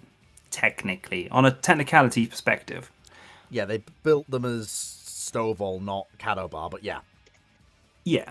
So, in essence, I don't think it would really be a good idea. Because if you're going for... So let's take it for example, that Spanish aircraft carrier, whatever she's called, the Philippe de Austrias. Yes. Thank you very much. Cheers. Looking at her overall length, I don't think she's really big enough to land an aircraft with an arrestor gear safely. And I think the only way you're going to get around of it is just to Stovall aircraft, like a Harrier. Yeah. And you're looking at aircraft that are... Well, you're looking at 6 Harriers. 6 of them. Yeah. Ooh. And what the Falklands has just proven is, want to do carrier operations, you still need mass. Even if you're a secondary power, you still need mass.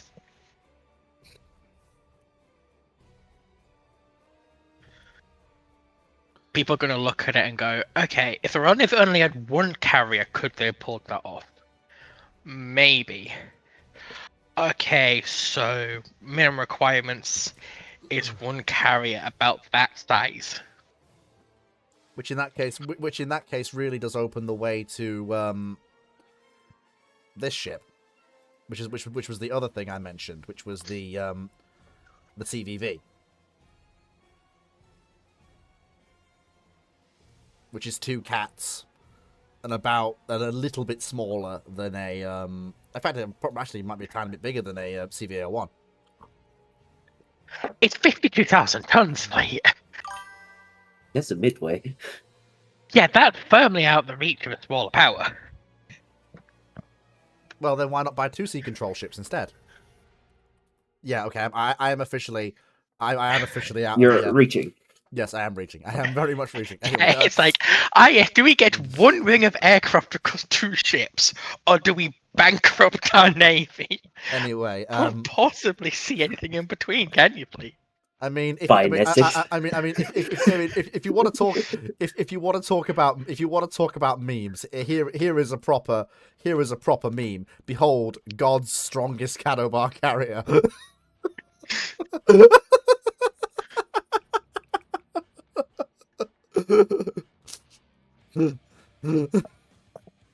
Oh God! I'm gonna put that up on the live as well. I don't even. It's funny. God's strongest Cadobar carrier. Put that up on the live because it's too funny not to. Oh, where is it? There we go. Yep, James will be back in a bit, by the way. Yeah, it's all right.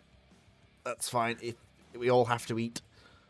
But yeah, so basically, the Falklands War has.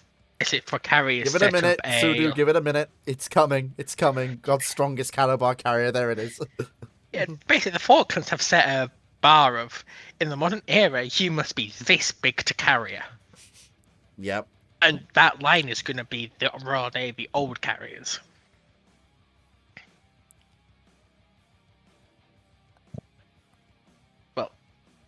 it's the only really contested, not even pretty much a carrier took part in that actually was fired in anger since World War II.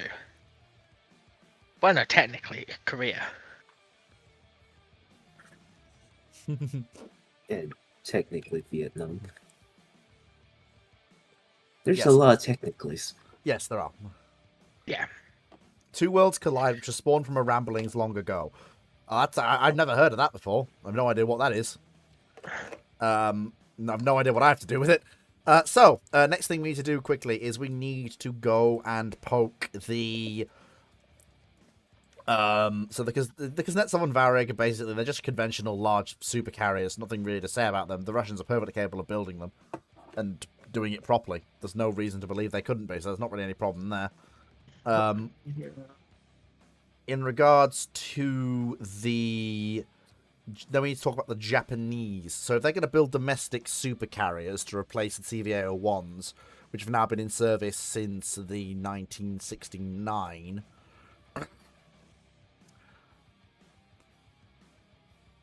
I'm thinking probably smaller end of super carrier, 80,000 tons, conventionally driven. We aren't conventionally driving them at that size. You can do. Yeah, but you're way past the point of diminishing returns when it comes to the power plant. No. You can that's the Kitty Hawks. That's the Kitty Hawks. You can do a conventionally powered super carrier at that size. I mean, yes, but how old are Kitty Hawks? They are old, but you can do it, especially with stuff like conventional with gas turbines being a thing. No. You can absolutely. Why would they? Because the Japanese can't put nuclear reactors aboard ships. They can. All they have to do is ask. They just have to ask the Americans how they do it.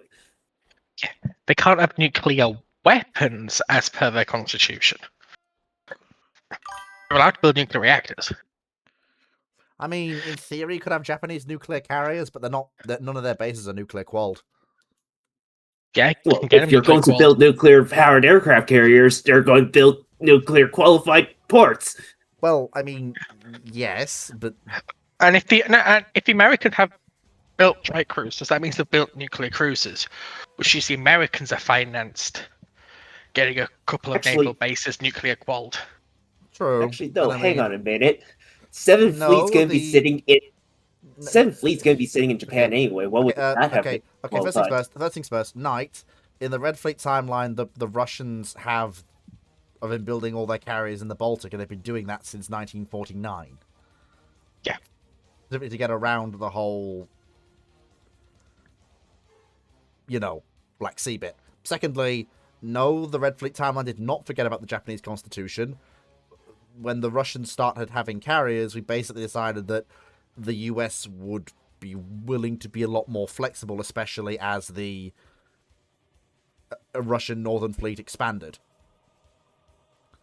Just remember, the Americans offered to lift that part of the peace treaty and supply the Japanese with aircraft carriers after communist victory in China. Which we actually had that happen in the Red Fleet timeline, but a little bit later. That only happens after, yes, the Baltics do ice up several months of the year night, but that doesn't mean you can't build and sea trial a carrier there. Right. Now, are you aware of why Riga was such an important city for the Soviet Union? Because Riga is, at the time, the largest city in the Baltics. And it doesn't ice up. And it's also, at this point, still part of the Soviet Union proper. Yeah. So it's Leningrad. Yep. And if needs be, there's Danzig. Or Gdynia, called at this point. Gdynia. Yeah. And if needs be beyond that, they can always park them in East Germany. Yeah, so Sadu, it's been a 3-phase thing. So in the Red Fleet timeline, the Japanese started with a pair of straight deck invincibles, basically as the US going, don't fuck up. These are two independences. These are two straight deck light carriers with prop air wings. We control the supply chains for them. Do not fuck up. The Japanese proceed to not fuck up. The British are looking to replace their carriers in the mid-60s with a CVA-01 stuck with the CVA-01s. The Japanese look to buy into that program and build their own domestic CVA-01s. Basically because it's more the size of carrier they're looking towards, because it fits more closely with what they want. And again, the build-out is up to 6, with the UK buying 3, the Australians buying 3, the Japanese then go in and buy 3, which is well, they buy 1, build 2 in Japan. I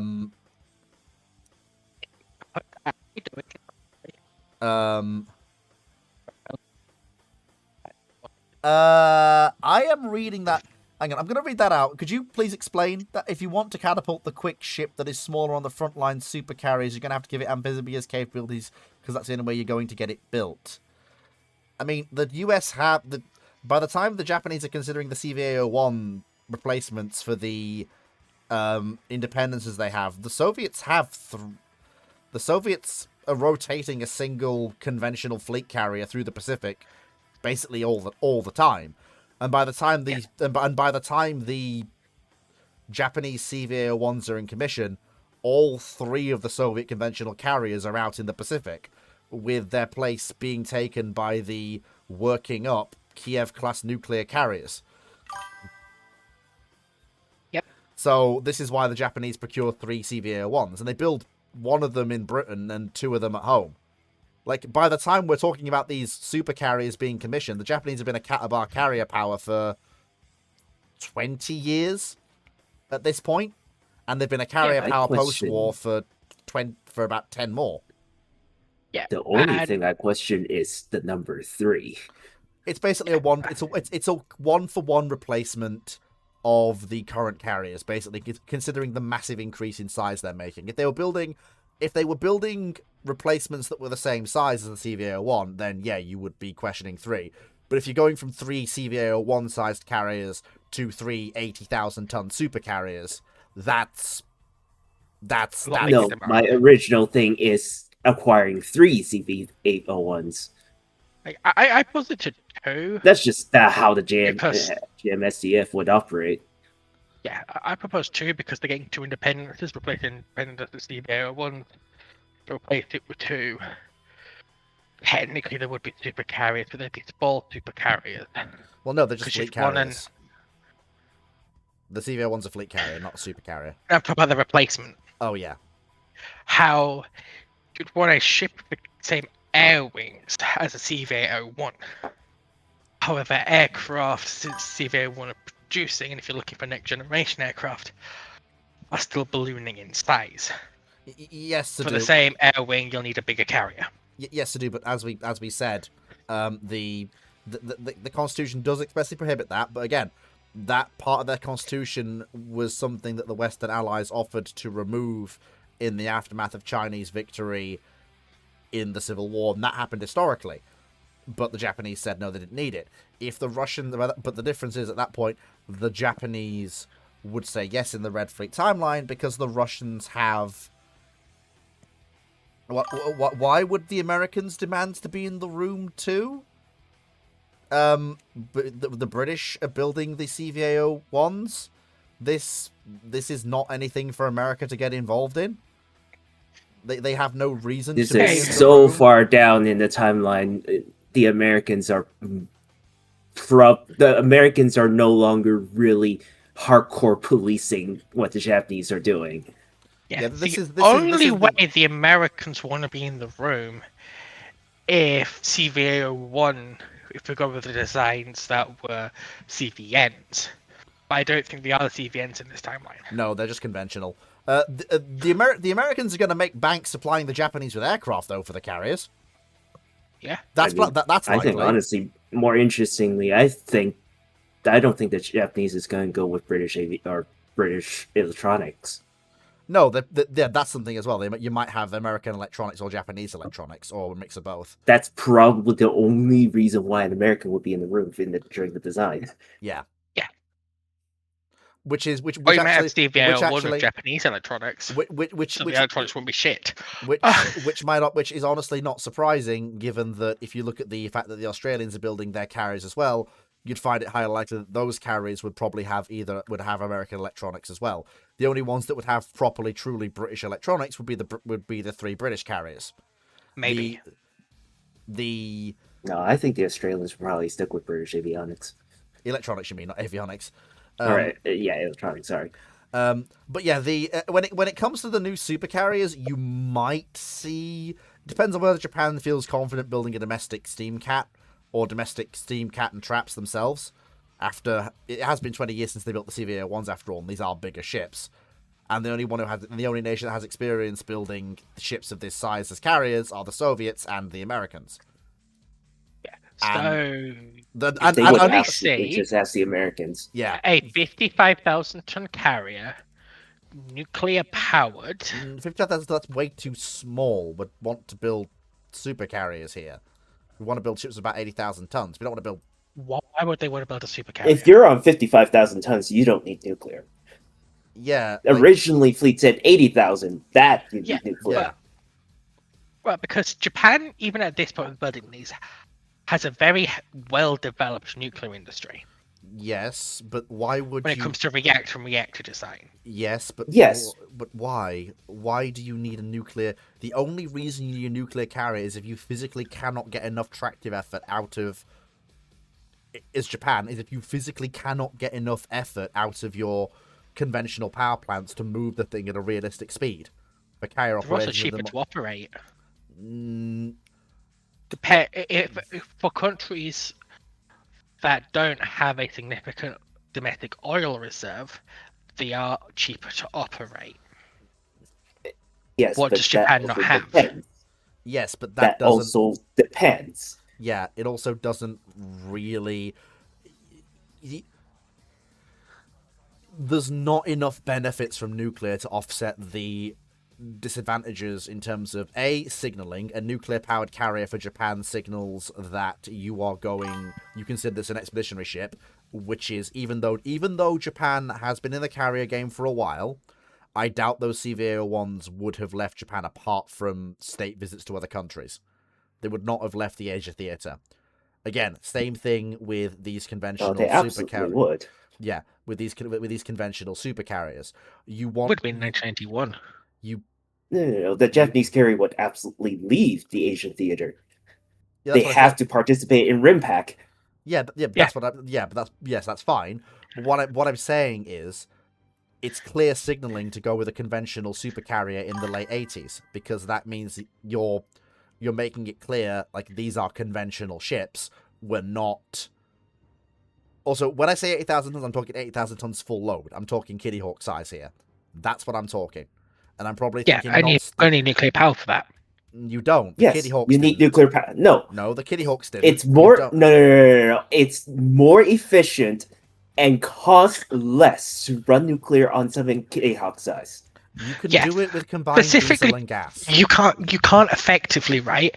Because the Kitty Hawks could do it with their size. But do you want to know what skyrocketed since the Kitty Hawks were built? And the Kitty Hawks had issues within that part of their service. What? Power demand from electricity and running radar. Power consumption for other systems has fucking skyrocketed since you built the Kitty Hawks. Well, yes. Also, don't forget. Which means you're going to need a massive conventional power plant when it's cheaper, more volume efficient, and more displacement efficient to just put a reactor in. Well, James, we're basically debating the 3 carriers the Japanese are going to build in the 80s as replacements for their CVA-1s. I want to go with an 80,000-ton conventional ship. The others are suggesting we would go with a nuclear-driven super carrier instead. Well, that's a very good, important question, actually, because if you think about it, would there be the will for Japan to build something nuclear, considering they might be shying away from the fact that, it's what kind of ended their last war. Might be They a bit went- scared about the portable sun. They did go heavy on. They God. did. I mean, that's not really a problem for the Japanese, James, considering the nuclear electricity in Japan. They really went in. They really dug into that True. little pie. But have they actually gone about and actually looked at making a nuclear-powered ship? Because don't forget, all their submarines are not nuclear-powered. They're all conventional or AIP. They're all conventional. Yeah, that's true. I mean, this is the thing. I mean, if we don't go for what's the largest carrier we can get that's conventional? What's the upper band for that? If we're going with with combined gas and gas, because it would have to be combined gas and gas as a carrier because of the power demand. How big can we go? Because then there is also an option that you're thinking about, because what roughly, okay, what time period is this? So The late 80s. In the original timeline, the design considerations. When did Japan start considering their replacements for their carriers here? So it says they're laid down in 87. So I would assume design planning would begin 3 years after that. Before that, probably just after the Falklands War, and trying to take experiences from that. Okay, here's an option for you. It's a bit left field, but it might be roughly around about the time we could do it. Is having a electric power plant. Gas turbine driving electric generators, you mean? Yeah, because don't forget, merchant ships and cruise ships were starting to bring that into standardization. And Japan has a massive shipbuilding sector dealing in those power plants. Exactly, and I don't know if full electric power plants came into fruition at this time period, but it wouldn't. This might be hindsight here, but they could possibly advance it a little bit. If there was any nation that could make that work, Japan is absolutely the nation that could do it. That just sounds like getting the worst of both worlds.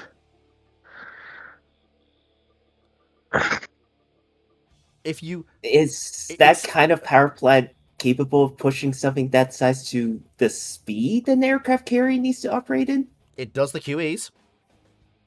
It does the QEs. It also does ships a lot bigger. Granted, if you're looking at... So, for example, a cruise ship I've just worked on, the Borealis, she's full electric power plant. She's granted 40,000 tons, but she can go up to 25 knots, and she was the fastest cruise ship in the world at the time.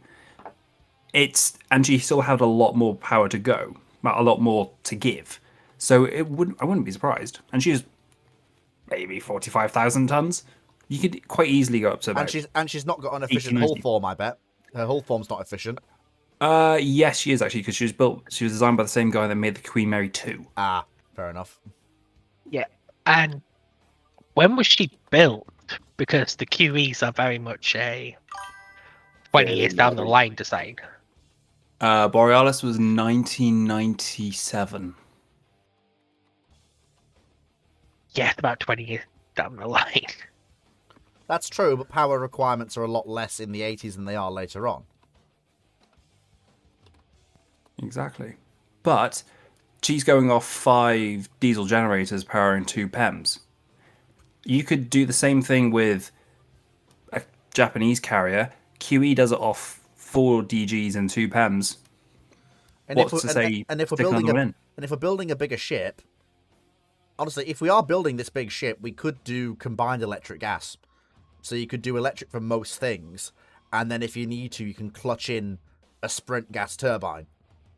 Yeah, to be fair, Queen Mary 2 does the same thing. She has PEMs, DGs, and also the gas turbines, and she can clock a pretty decent speed. 30 knots and QE. she's heavy. 30 knots QM when she's flat out. Yeah, exactly. And if you think about it, that's about the same speed you want an aircraft carrier to go. Now, granted, it's not the QE. No, it's not Queen Elizabeth, which can do 35 before she has a total electrical failure, but you get an idea. Yeah. I think combined... I'll tell you what, we'll square the circle. I think the Japanese would probably be looking to move nuclear just because of the Foxo is not wrong. It does have clear advantages at this size range. So I reckon what you'd have is you'd have a Japanese Enterprise situation. You'd probably have 2 of these ships with the conventional combined gas turbine electric power plant, and then you'd have 1 probably with heavy US assistance procured as a nuclear supercarrier. And no doubt from that point on it will be nuclear supercarriers going forwards, but it just feels a bit of a jump to go all nuclear with these ships. But definitely I can see 1 going. Is that... Can you... Moe, Foxo, can you see that as well? Chaps? Physically speaking, it's gonna be hell, but technically you're not wrong.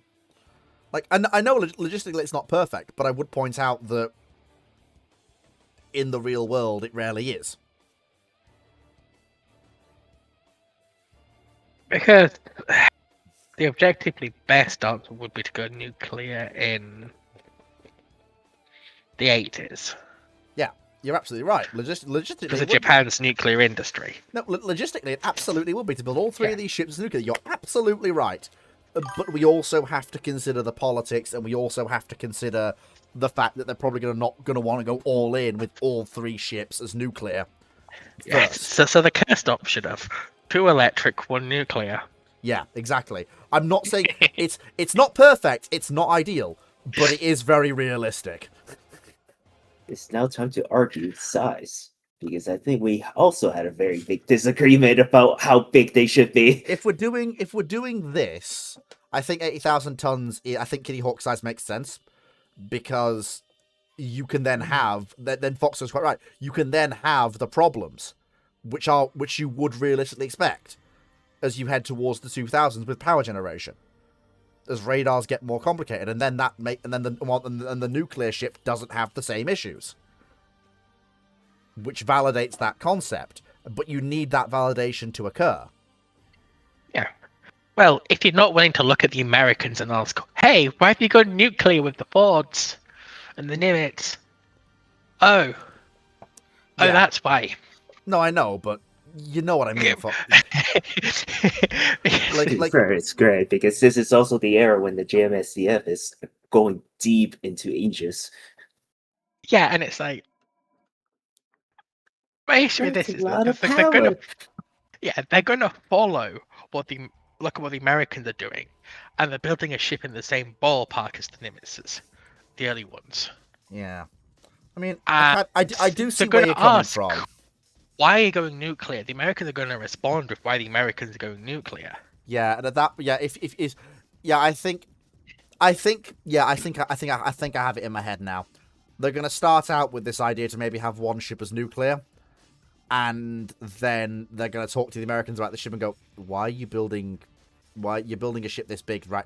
No, just do them all 3, and then the program will get changed." I think they'll start as this 2 and 1, then they'll talk to the Americans. The Americans will lay down the fucking law and be like, "No, stop it." Yeah, but basically, Sidhu's basically just said the same thing at the same time. You like the design starts out as that sort of 2 and 1, then it becomes 3 nuclear. Yeah. Because I've just realized if you talk to the Americans, it would be unrealistic to have that not happen after they get the information. Yeah, and Japan has a very good relationship with America because they're in Aegis. Yeah. And the Americans have learned firsthand over the past 20 years why you go nuclear. And the Americans have gotten very good at going nuclear. But also, and have paid to get Japanese ports nuclear rated. Yeah, and also the Japanese are a proven defense partner when it comes to stuff like carriers. They've operated 3 carriers with no issues or nationalist risings or any other fear-mongering bullshit that certain US people will have no doubt have been worried about. And besides, nuclear power plants would also have been a lot more normalized.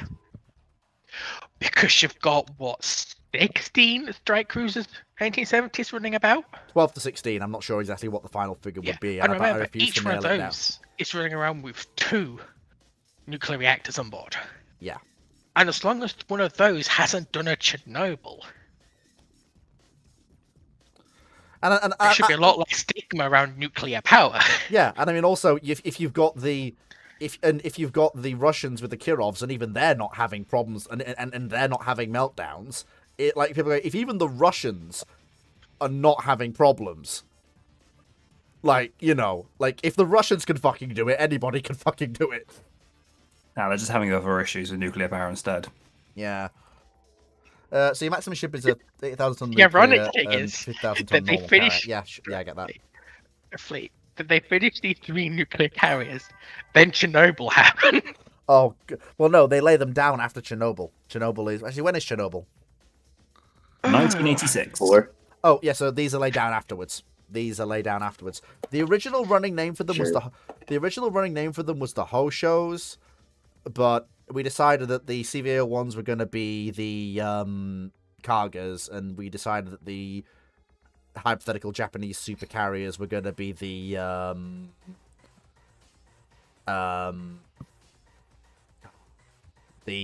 Man, naming your carriers Kaga this early into your Well, rebuild.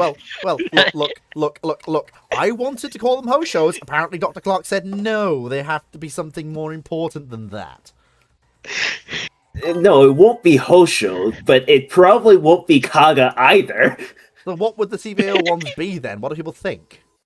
In the 60s? Another prefracture that they haven't used yet. Fair enough. Especially during the war.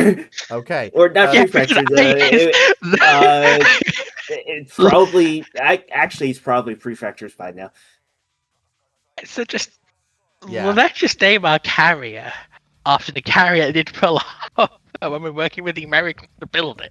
Yeah, no. That was Especially the like previous generation. CVAO1. This is in the 60s. Yeah. The memories hasn't gone away yet. Yeah, okay, at all. all right. Anyway, so with that little joke aside, so Kuznetsov and Varig come into the Red Fleet in 1990. Obviously. Wait. Okay. Oh, wait, sorry, we've missed something. Before you continue, quick Yes. question. Yes, You wanted to call them the Hoshos, correct? that was the original naming scheme. Yes. And Romeo Boy says, is that because you wanted to call them Hosh-Os? No, stop it. That's not funny.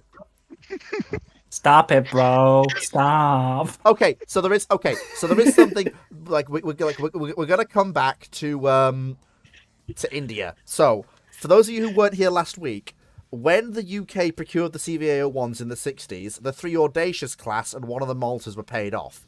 The 3 Audacious class were sold as a unit to the Indians. That Be cruel and sell one to India, one to Pakistan. Yeah, but no, the 3 carriers go to India.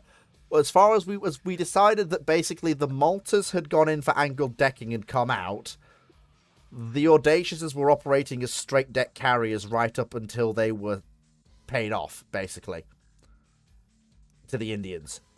We basically had it so the Maltas come back out in the late 50s, just prior to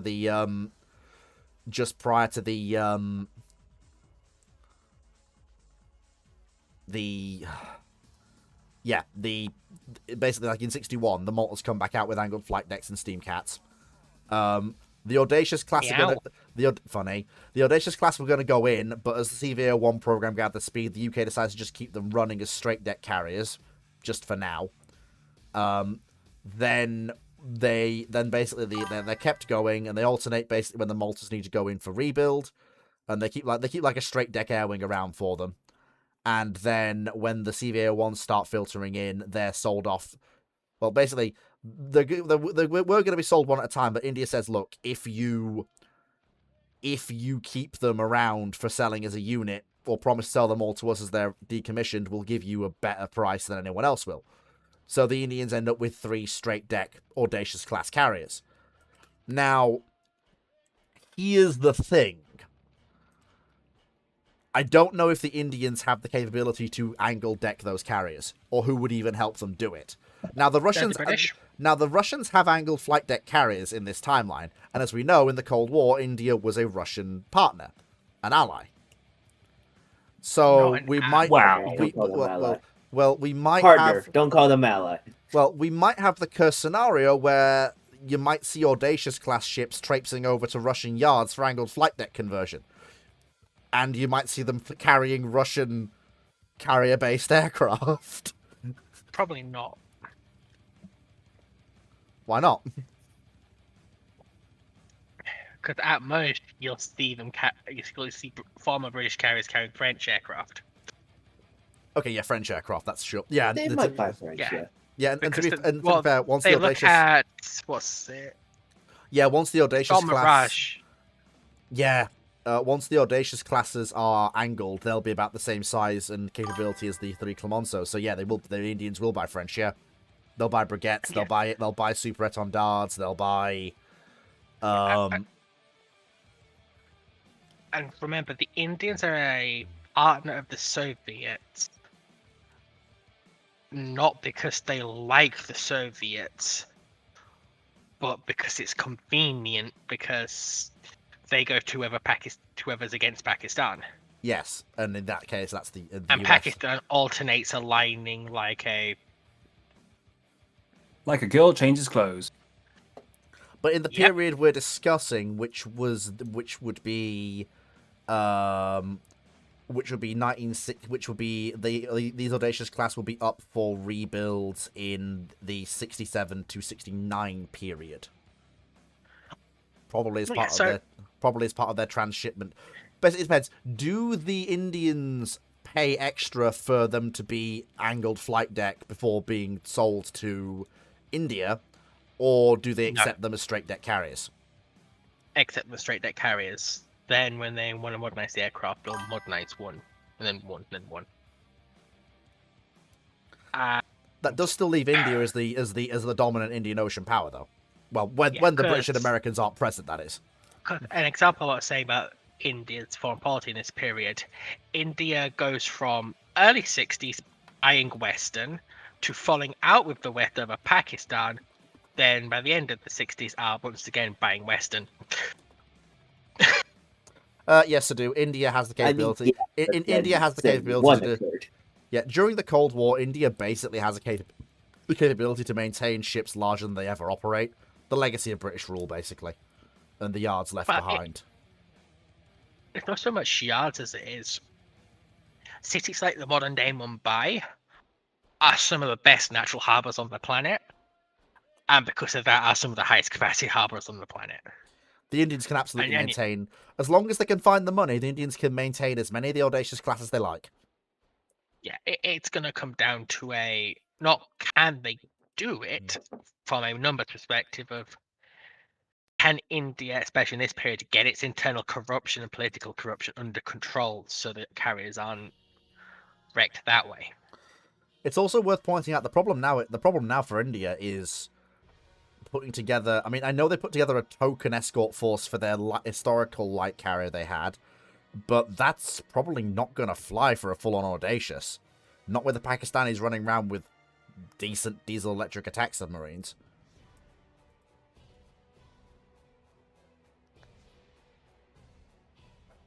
You're going to want a little bit more heft to your escort groups.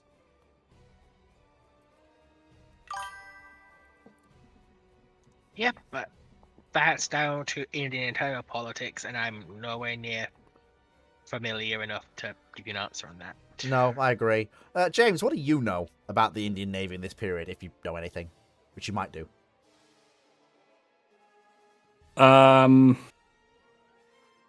Yeah, I'm not going to touch it with a 12-foot barge pole, to be honest, mate. Still, 3 Audacious class carriers, if they don't completely die, that's still decent carrier capability.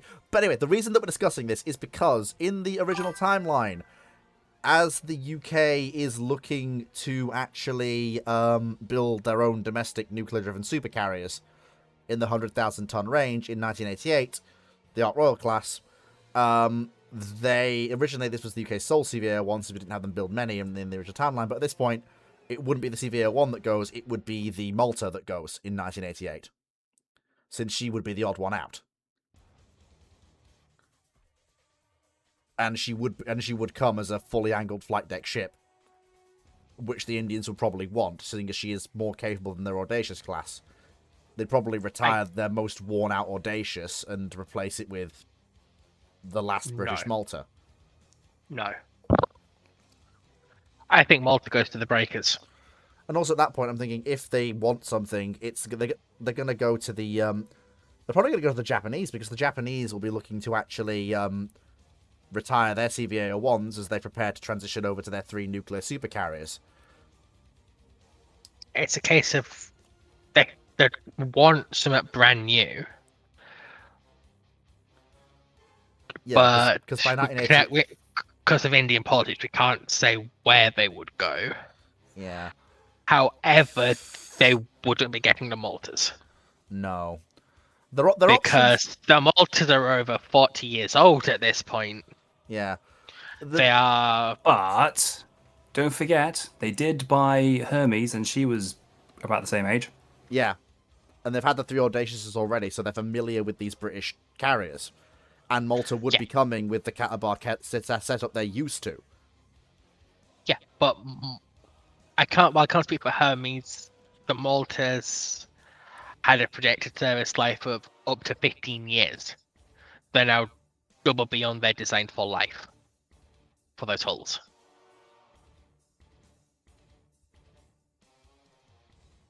And with the best of the word, they're going to be worn out to fuck.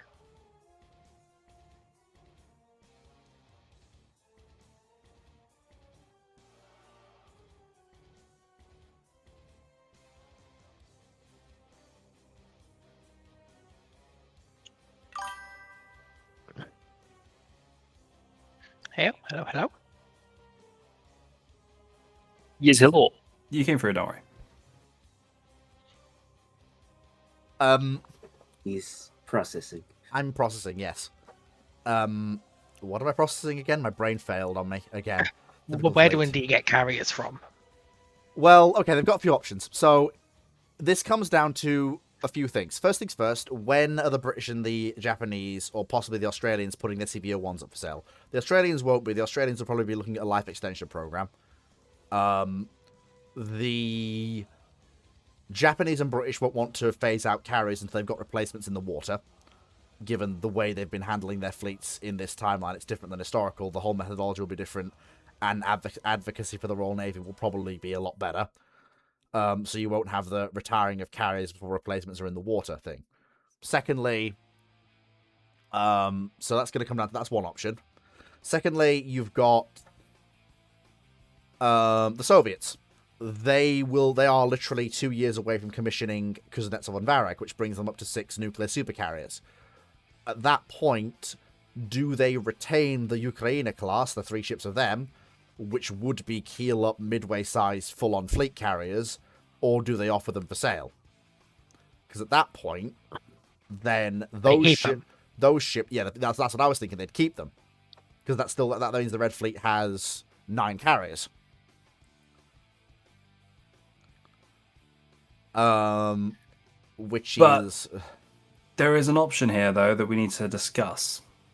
Is at this moment in time the Soviets state still in a good way? Is the economy starting to fall? No, it's the historical Soviet state we all know and love or hate. So I suppose I think I see where you're going with this. If the Indians come up in 1989-90 when Kuznetsov and Varag are entering service with cold hard cash and say we want to buy the 3 Ukrainas, are the Soviets in a position to say no to keep their 6 nuclear supercarriers going? Is that what you're driving at? That is what I'm driving at, because if the USSR falls in 1991, and it goes down the same way that it did in real life, or in our timeline, it would. I can see the Russians starting to sell assets that they can't use no longer. Yeah, we'll get to that. We'll get to that. We're not there yet. We'll get to that. Because it's important.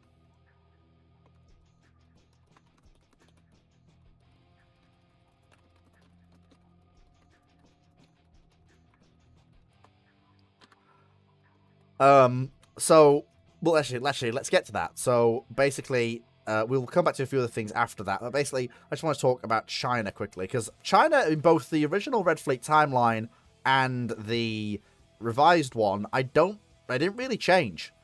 So I couldn't really think of any reason to change it. They've got basically no options for procuring carriers prior to 1991, and unless they buy Soviet. No, even then, what are they going to buy? Because the Soviets are not going to sell them any of the carriers they've built. They're conventional ones. Well, no, but even then, the the British are getting rid of their CBO-1s again? The British and the Japanese aren't going to get rid of their CBO-1s until they've commissioned their new super carriers, and that won't be until the mid-90s. Okay. What I would say is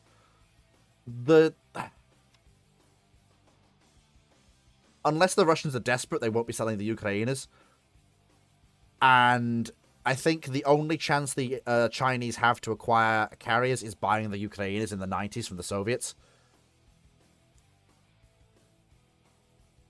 Which they might... Or they could buy American. No. The Remember 70s and 80s Cold War politics and geopolitics had the Americans cozying up very heavily with the PRC as a counterweight in Asia to the Soviet Union after the Soviet split. Yeah. There were several feelers out for buying ships and equipment off the Americans, and a lot of construction goods, tech flow between that partnership.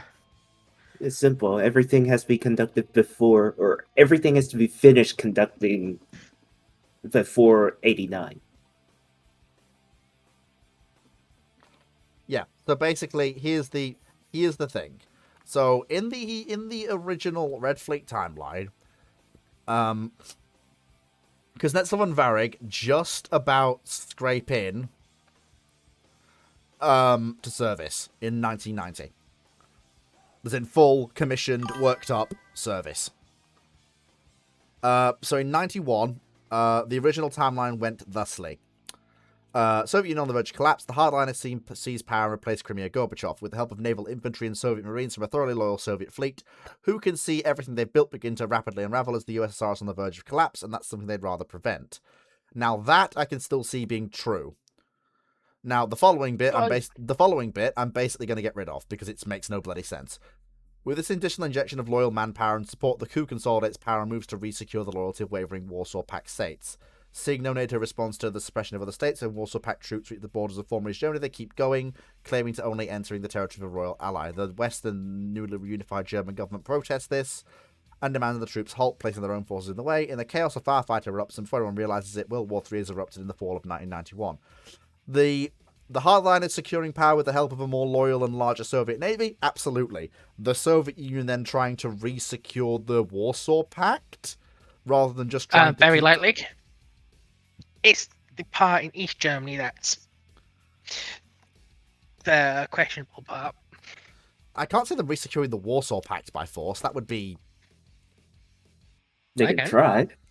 They're going to have enough trouble securing the Soviet Union itself, never mind Remember, beyond Soviet its troops don't pull out of Hungary until 93, after the collapse of the Soviet Union. Oh, so they can just keep the Warsaw Pact in place without Germany? Yeah, Poland's the big issue. But the West ain't going to war over Poland. So Ukraine's also not exactly in a very happy place either. Yeah, but Poland is the big one. But the issue the hardliners, historically we know in 1981 they did coup the government. And it was them limp wristing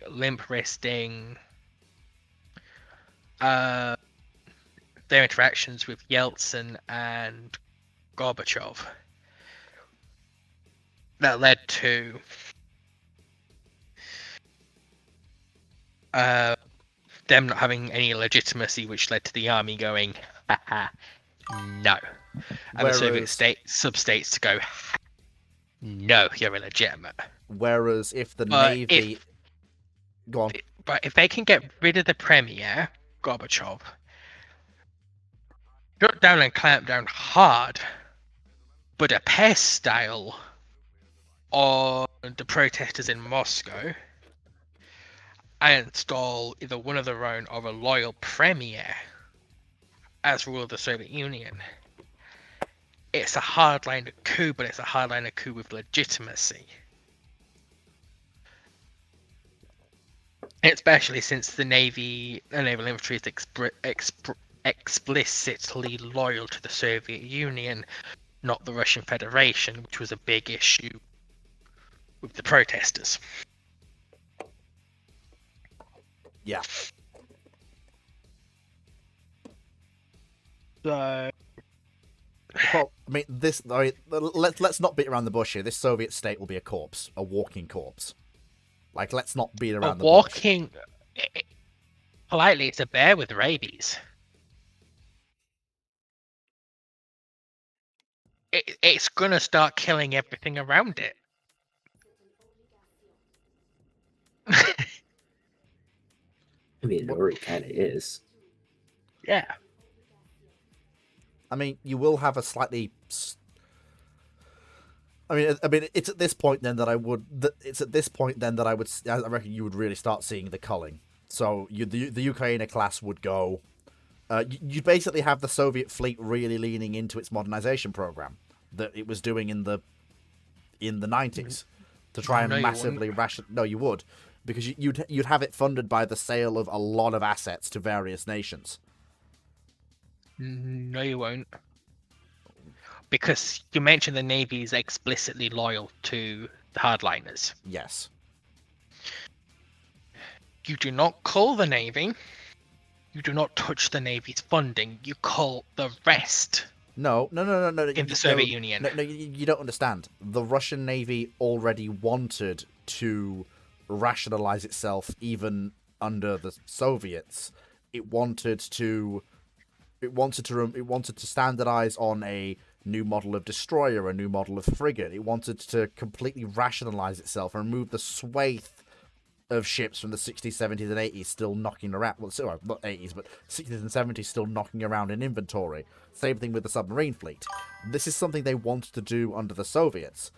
The Navy needs its budget to do that, but it also wants to cut the chaff. Yeah, and they're not going to be allowed. That's because what the hardliners need is loyalists, and ships create officers and men and authority. When you start to chunk away the fleet, you get rid of officers. You disenfranchise your loyal supporters. You take away their position of power. You take away their money. You take away their authority. That's a very good way of losing support of the Navy. And we know the armies of questionable loyalty. The periphery of the Soviet Union is a questionable loyalty, borderline actively rebellious, and the Soviet apparatus on the civilian side is crumbled to dust. You don't get rid of your loyalists.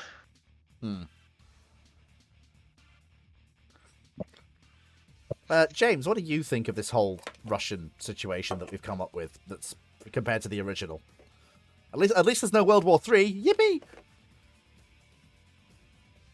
I mean, I suppose it probably kind of followed the same way it went in reality in our timeline.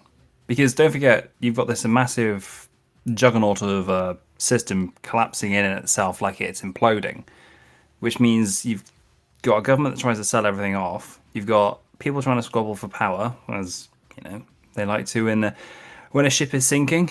And you'll tend to find that because the economy is now going to tank and collapse, people aren't going to want to fight for something that is basically a failed state. Look at, the Russian Navy after the Soviet collapse. It was in tatters. People didn't have any food, or hardly had any food.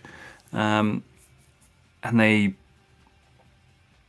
obviously looked for the new change. They looked at some of them looked for what the new Russian government was going to bring. Obviously, away from the communist side. Obviously, you will have the people who are there going, communism was amazing, we love communism, like you still do these days. But, I don't know. I think everything's just going to get sold off, and you might see a nicer Russia, like you did today. Obviously, before, Putin and all that jazz. Yeah. That's going to be Foxer, you broke up completely. okay. Yes, but you're still going to have that process take longer because it's explicitly the hardliners maintain power. Yeah. Although when it all goes to toffee, it's going to go to toffee in a huge way. You're going to get a Soviet Union that doesn't collapse because Russia gets independence. You're going to get a Soviet Union that collapses due to revolution. Oh boy, the nukes are going to go everywhere. And by that I mean not fly, they're going to end up fucking everywhere. Joy.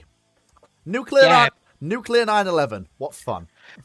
Yeah, because people tend to forget just how lucky the world got with how the Soviet Union dissolved. Like, the force is there, especially when you're looking at the armies of the the units in the SSRs. By the time the hardliners fall, they're ready to start shooting at the central government. In some parts of the Baltics and Ukraine, they are shooting at the central government. Mm-hmm.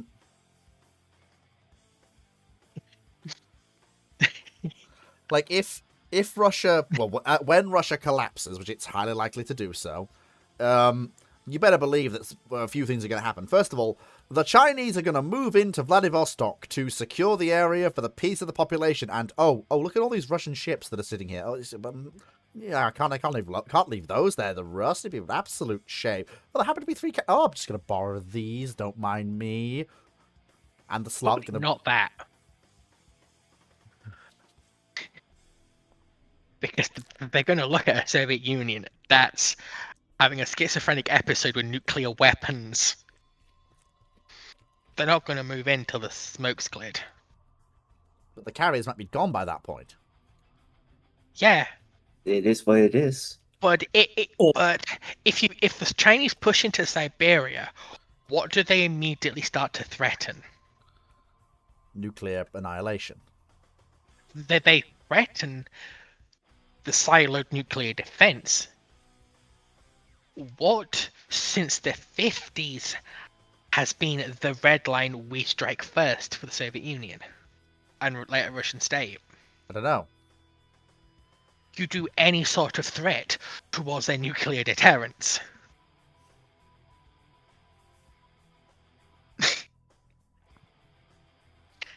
And you're going to threaten the nuclear deterrence?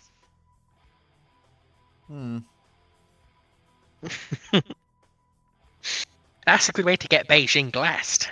Not if you go for Vladivostok. There's no nuclear silos there. If you make a limited strike from Chinese Manchuria to Vladivostok, that's not going to threaten the nuclear silos. Yeah, but the Chinese don't really have the strength to do that. And plus, it's not also about. Oh, hold on. The Chinese nuclear. don't have the strength to do that. In the 90s, they absolutely do. No, they don't. They absolutely do. No, they don't. Don't also forget that it's not just the nuclear silos that you think are not in. Well, let me rephrase that. You're not the nukes. Yes, are an issue because they're in Siberia, but if you're attacking Vladivostok, there is a lot more strategic assets in that port than you think. You've got obviously flagships of the Pac fleet. You've also got the submarines that are based out of there. You've got, a lot of surface assets. You've also got the Ural, if it's still knocking around, and that's technically a nuclear vessel, and, a bit of an issue if you attack that. Radiation issues. And there's a major airfield just north of Vladivostok that's home to a major nuclear strike wing. Well, I mean, on the plus side, you're gonna get some spicy things. You're gonna get B2's full production line. You're gonna get F-22's full run. You're going to get actual more Seawolf submarines than 3, which is interesting. But it depends, okay? Do the Chinese try this and get themselves glassed? Because if they do, and they do get glassed, I don't think you see Seawolf Well, yes. or F-22. Well, yes, but I was more talking about in terms of the Chinese don't do the suicidal thing. If we talk about the Cold War just keeps going, the US will keep going with the Cold War procurement programs that were wound down in the 90s. On another side, it puts a whole new meaning on glasnost. Hey!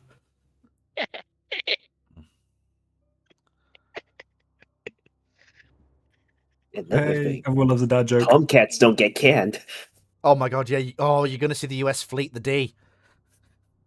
They're going to fleet the D Tomcat. No, the D Tomcat exists IRL. No, as in You're gonna see. No, they're going to fleet You're it. gonna They see.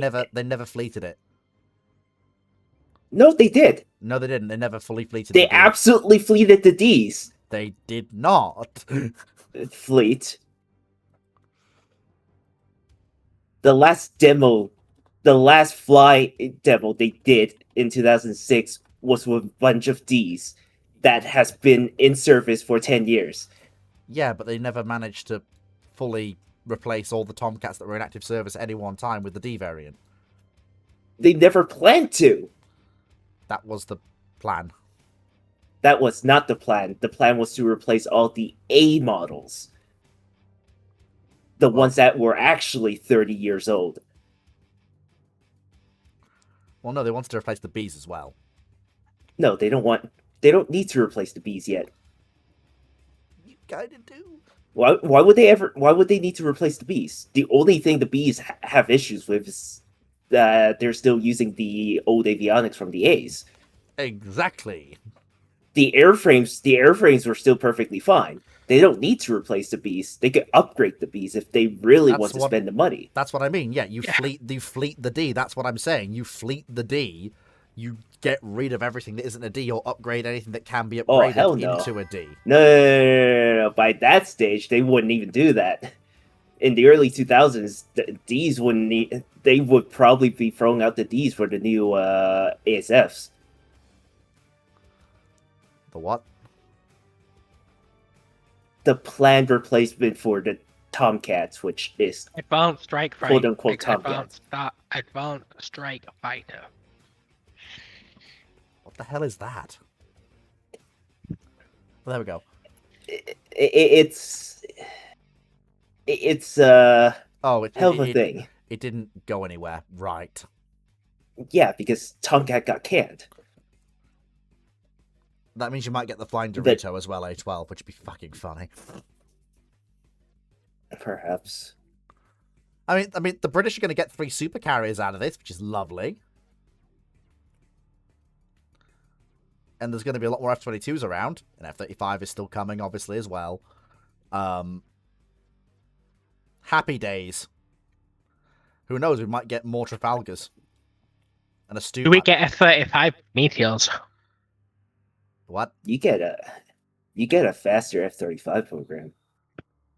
Yeah, you get a significantly faster F-35 program. But do we get the version of F-35 that was supposed to carry Phoenix and then later on Meteor? It's possible. We could do in its internal weapon space. You're not getting the one that can carry Phoenix, but you might get the one that carries Meteor. So very quickly, before we go a little bit, because we've gone beyond the end of the timeline now. So very quickly, we do just need to have a look at some of the other nations that we need to touch upon very quickly. So France is basically as normal.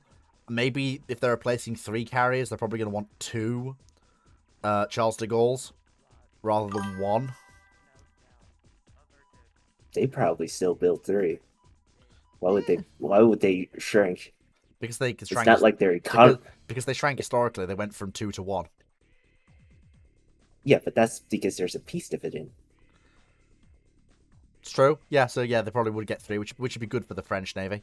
Yeah, it's not like their economy can't handle it either. Yeah, although we'd have, which would be quite funny because now with the UK with the bigger carrier force, because we have 3 super carriers, the French have 3 carriers. Although it would mean 6 nuclear carriers that the 2 European navies have, which is lovely. Australia. There's also. Australia will be looking to life extend their CVAO ones. No. Well, what other options? There's no conventional alternative to replace them. What year we're talking about here? 80s? Yeah, I was looking at 90s. I was looking at a life extension for the CVAO ones probably in 85 for the Australian ones. They probably get limited life extension, and then they get yeeted when the Soviet Union falls. Well, because you start to end, because even by the mid 80s, you've got the start of the peace dividend. oh, in Australia, yeah, you do. And then I can see that also it starts to hit Europe and the UK with the unification of Germany. So you'd probably see the UK go down to 2 carriers. I don't think so. If the French aren't, the UK aren't gonna. Well, no, the French would go down if the UK go down. Yeah, because the Soviet Union's pulling out of Europe. Yes, but the collapse Soviet of the Union Warsaw still. Pact. Yes, but the Soviet Union still has 6 nuclear supercarriers and 3 conventional supercarriers. If even one of those can be made operational, you need the Royal Navy to have at least 1 carrier guaranteed operable at all times. That means 3. Not 2, 3. And unfortunately, that reality Which is cool and all, but politics of the time says no. Because politics of the IRL time says no, but unfortunately the Soviet Union still exists and has 6 carriers. And we have a Royal Navy that has had historically more funding. So I still say they're going to get 3. That doesn't get rid of... They'll probably go down to 2. No. Because... Right. Because Germany's just unified. 86... The euro, the British economy, and a lot of the Western European economies suffer a crash because of the reunification of Germany.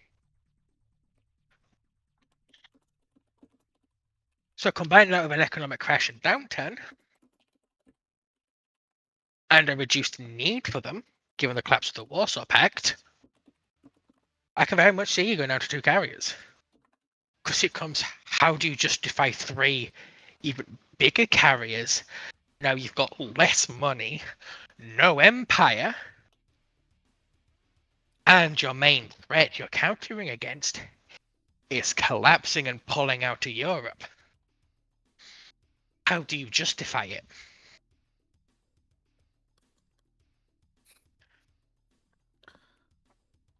Yeah, especially with the skyrocketing budget of the NHS in this period. I suppose it's basically what do you keep. Basically, you can't really get rid of the Aegis combatants. You can't really get. You're probably going to want to keep. Yeah, the majority of the more modern. You're probably going to see. Yeah. You move things into reserve. Yeah, you're gonna. Yeah, it's gonna be 2 ships. Maybe they put the. Maybe you see instead of you see 2 of the CVO ones being scrapped and 1 being put into reserve. Probably not. Because at that point, then you've got 3 flight decks if you need them. Like obviously, no, but in realistic terms, I'm saying like they go into reserve, but it's like Bristol. She's in reserve, but ain't nobody thinking about reactivating her. It's just so you can say we've potentially got 3 flight decks, but they don't. Yeah, because in the 80s, especially after 86, with the fall, and then later the fall of the Warsaw Pact, which happened around this time. But the Warsaw Pact hasn't fallen. But it's still going to... The Russians are moving to occupy, but the Russian state is still imploding. Fair enough. And Poland's escaped. Well, escaped. And Czechoslovakia's escaped. Escaped temporarily, but they'll be crushed quickly. Poland won't be. the Polish SSR has one of the biggest armed forces, has one of the biggest domestic force at arms in the Soviet Union, in the Warsaw Pact. And you've just offered the Poles independence. And you want to take that away from them, and you don't want to turn it into a bloodbath?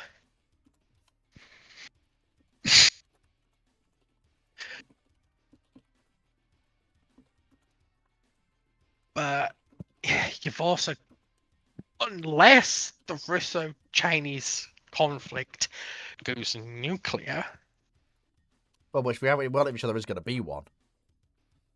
yeah, you're going to run into the issue of the idea of the war of choice for the European power has been a thing since the 70s, late 70s. Well, I'd argue that And the war of intervention. Let me finish. But then with the collapse of the Soviet Union and the Warsaw Pact, well, even then, the Soviet Union calling the soft end to the Cold War. And we see the massive downsizing of the British Army on the Rhine. And European military spending coming down. That could pay for the third carrier because the British no, still because there is no British Army on the Rhine, remember? Well, no, there was. We said it was 2 core, not 3. Yeah. That's still a significant force if we're drawing it down, which we would be. And the thing is, remember, the one thing the UK hasn't done in the Red Fleet timeline is it's not abandoned commitments east of Suez. That's still a thing the RN does. Yeah. So at that point, you've still got the whole 3 carriers bit. That's the thing. Which, it's not. Which makes it. It's not just. Go on. I get that, but can I finish? Yeah, go on. And this idea in Europe of we just had the Cold War and nobody went to war. There, what we now call the ideas of wars of choice kick in hard in the late 80s. I mean, get vindicated in the 90s. Wouldn't the British have, the obvious counterbalance to that staring them in the face? The fucking Falklands War, a war they didn't choose? No. What do you mean, no?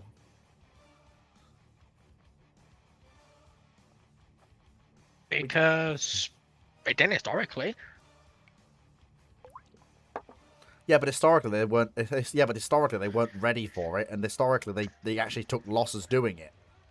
Yeah, in this timeline they were ready, took no losses, and only needed 2 carriers to do it. They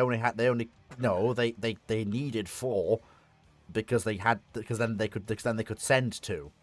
That's the thing. They needed 4 because they could send 2. That's the lesson they take to heart, I'm sure. Yeah, but well, the Royal Navy might. I think there's very good arguments that Falklands War in this period, from arguments for this time, is the exception that proves the rule. Because aside from the Falklands, every single conflict the British have been in since the Second World War is a war of choice. And most of those conflicts, their choice was to pull out. And then they weren't in the conflict anymore. Like with decolonization, they chose to stay in Malaya, in the Malayan crisis. They chose to go into Korea. They chose to go in on Suez. They chose to go in on Cyprus.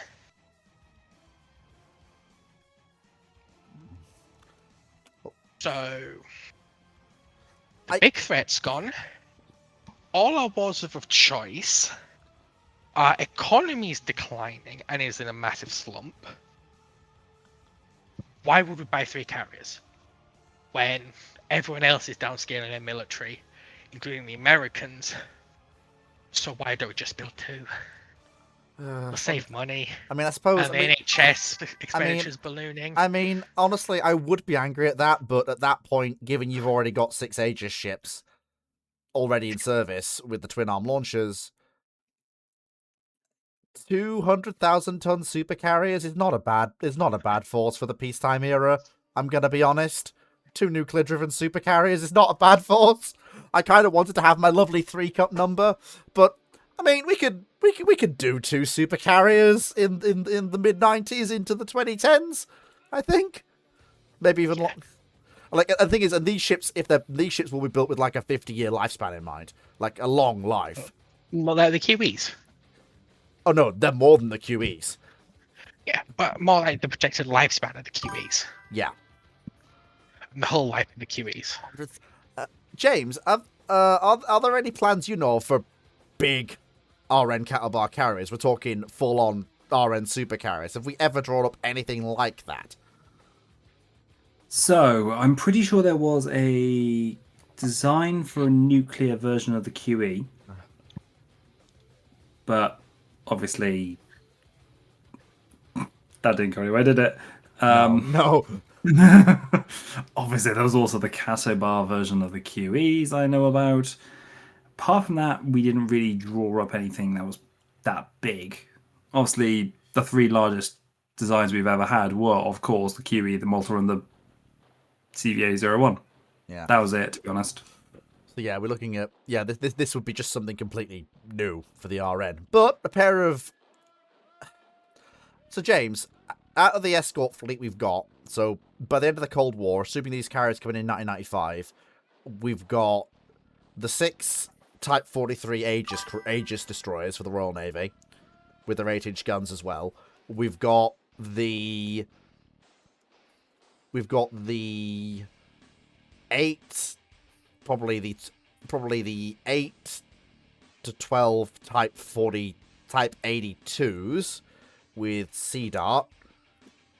We've got probably the last batch of counties with Sea Dart are still knocking around.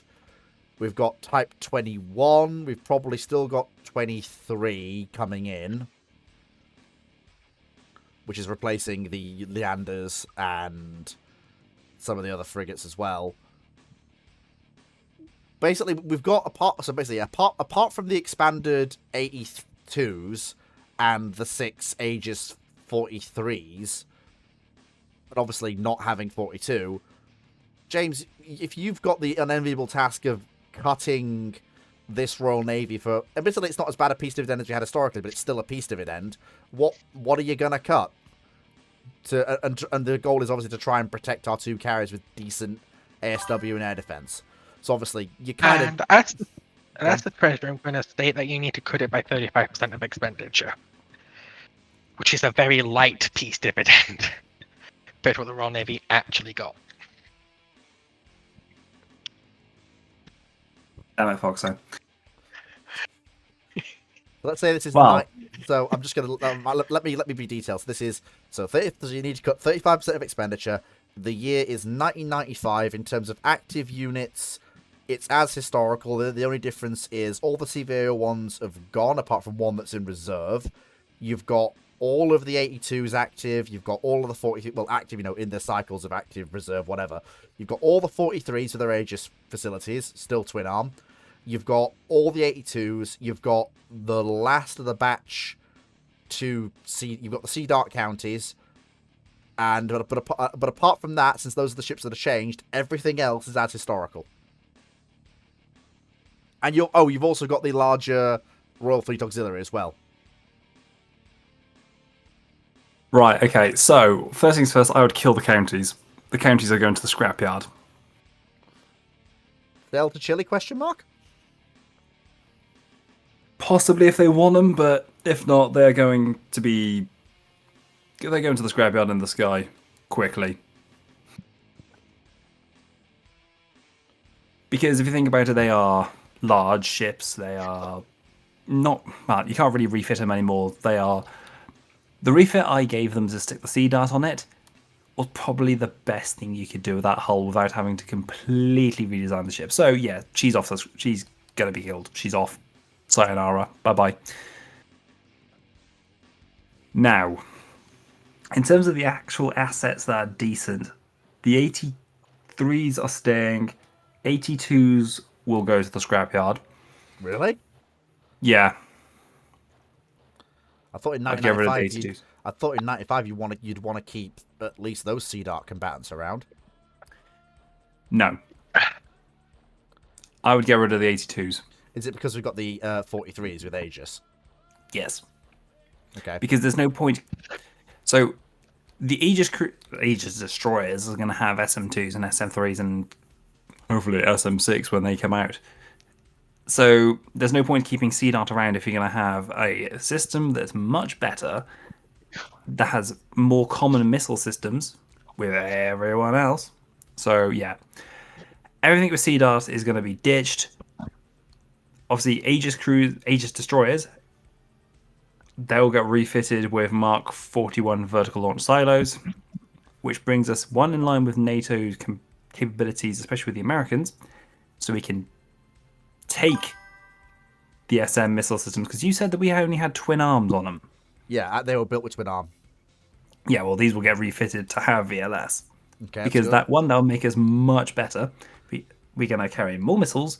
We can fire more stuff at people, and it just makes us a bit more multi-role. So we can have AS-ROC, we can have SM2, SM6. We can get rid of Ikara as well. So those Leanders, they're going to the scrapyard, and then we'll just build out the 23s.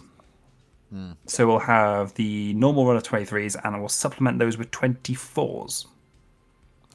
But because they are smaller, lighter frigates, they should be costing a lot less. Type 24s? Yep. Have a look at them. Okay. They're very interesting. Type 24 frigate. Okay.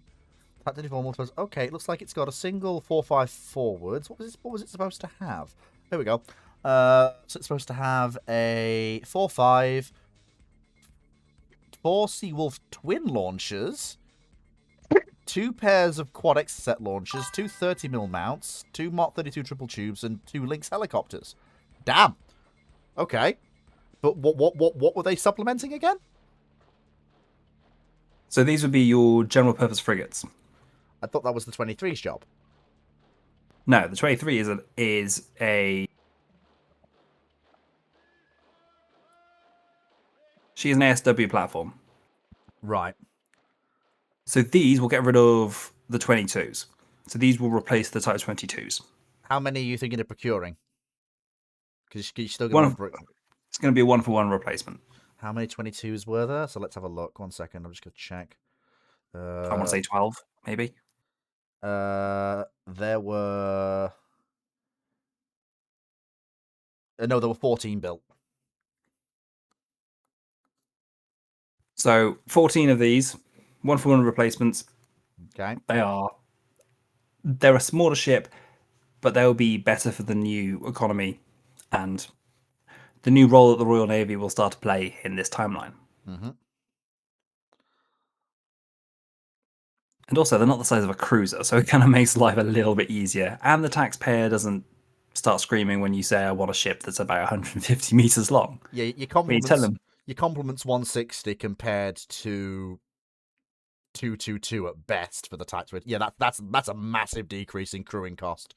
That's huge. Oh, yes.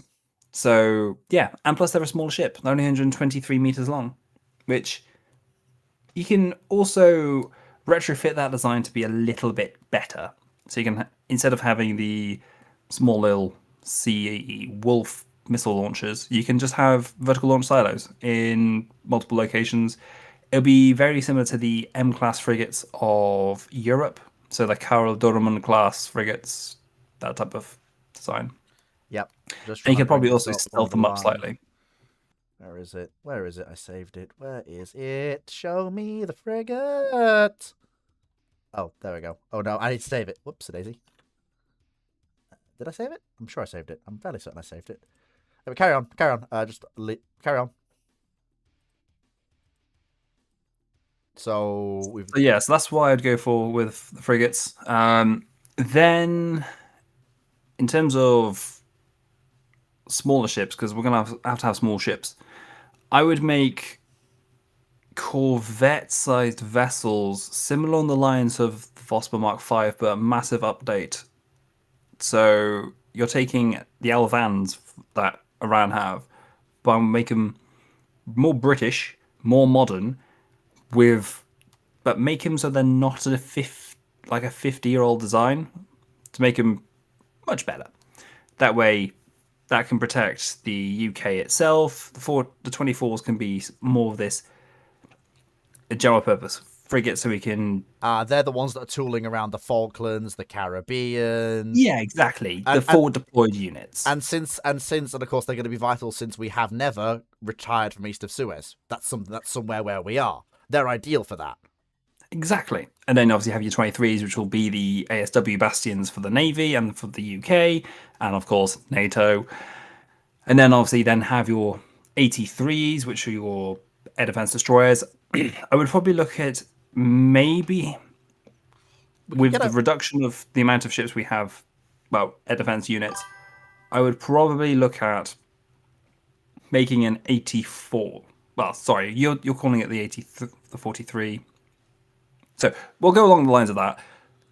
I'll make it for Type 44. So, we lost you for a second there. Yeah, took my finger off the button. Why not Type 4? Would Type 44 be like 45 but aegis? So here is the issue. So the Type 44 in our timeline was a Type 22 Batch 3 designed for air defense with CE Dart. Now, going off naming culture, we obviously had Type 42, which never was built in this timeline, Type 43, which was built. We could have Type 44, we could have Type 45, it really depends. But if we're going for this timeline 45, you're probably looking at the same style hull. If, we join together with all of NATO and try and build a common destroyer that way, like we have with modern day, the idea was commonality with the ship, commonality with the parts, commonality with the weapon systems allows us to have more units for less amount of money. That would have been perfect. I can see us doing the same thing in this timeline, but obviously we'll have Aegis instead of 1045 and the Sea Viper system. So I can see us complementing or building up the 43 numbers to have overall 8 ships, maybe pushing 10 depending on how we want to do it and how cheaply we can get the units, because we can then have a couple of those that aren't in service. So these are your 40, these are your 82 replacements then, basically. Yeah, basically.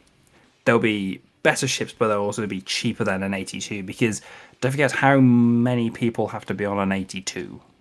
The complement size is ridiculous, which means you have to have a lot more money to spend on the crew. And if you... I think I see where this is going. Well, let me guess. With only 2 carriers, a lot less ships running around, a lot less complement required, you're going to slash the RFA, aren't you? How did you know? No, I'm going to make our overseas units smaller. So I'll probably maximize the amount of Vosper Mark 5-esque designs I could have for those forward deployed areas. That way we can pull larger units that we have out there away and scrap them, because they're just money pits at this point. And then with the RFA, I would get rid of all the older tankers. So for example, in this timeline, if we still have the rovers, kill them, sell them to like Bangladesh or somewhere. They could do with a tanker or 2. Maybe also get rid of the legacy units. So RFA Regent, she can go. The old Tides, they can go. And then we'll have Fort Vic, or I like to call her Fort Dick, and the other one, Fort Grange, I think it is. And then you obviously have you have the Fort ones technically, and then the Fort 2s are the Fort Vics and all that jazz. Have the waves, but not the wave. You want them built domestically. It would cushion the blow at home as well. If we can get them built domestically. So you want a wave that's better, but then a wave that we have right now, but to future-proof it to allow it to actually be able to replenish a carrier at sea, and sort of also future-proof it. So you want her a little bit larger than you would normally design it. So that allows for longer range, more fuel, and more munitions to be carried. We've got the and the thing is, a lot of these programs make a lot more sense when you realise that there has been a lot more consistent building in the Red Fleet timeline of medium to large ships in the UK than there was historically. So the yard space for ships like this will exist. Yeah, exactly. And what else have we got that we can kill? Pretty quickly, Knight's saying, why don't you do a full run of the Fort Victorias? How many Fort Vics were there meant to be? I'll have a look.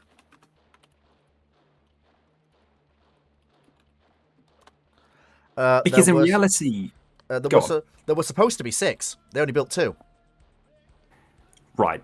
So, from what I know and what I've seen of a Fort Vic, they aren't actually that great.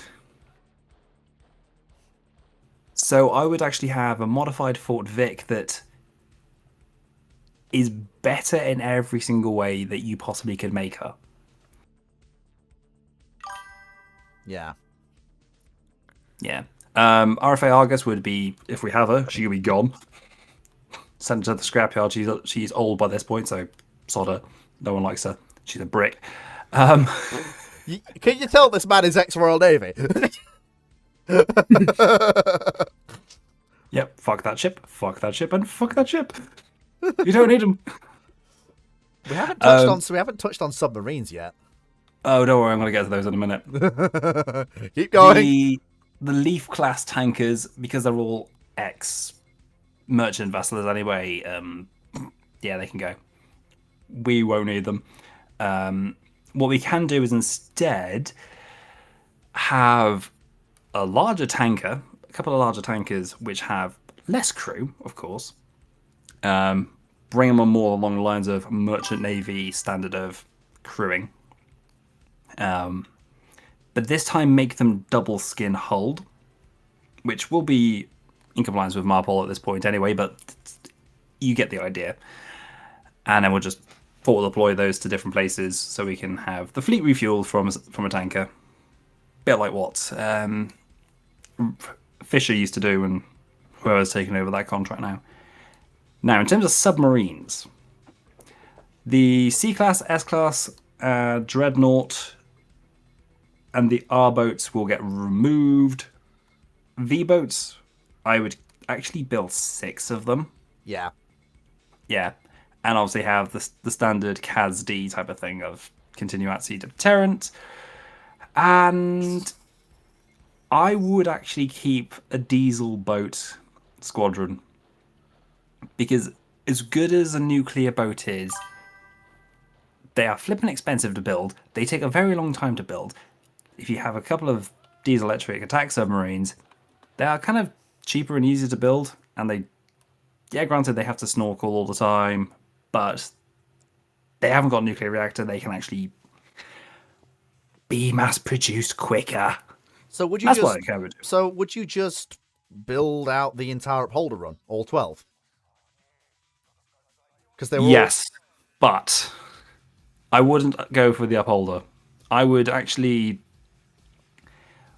not rush the design. Given the upholders are already in service by the time we're talking, the last coming in service in 1993, and they're all paid off in 94. Oh wait, paid off just means fully paid for, doesn't it? It doesn't mean paid off out of the service.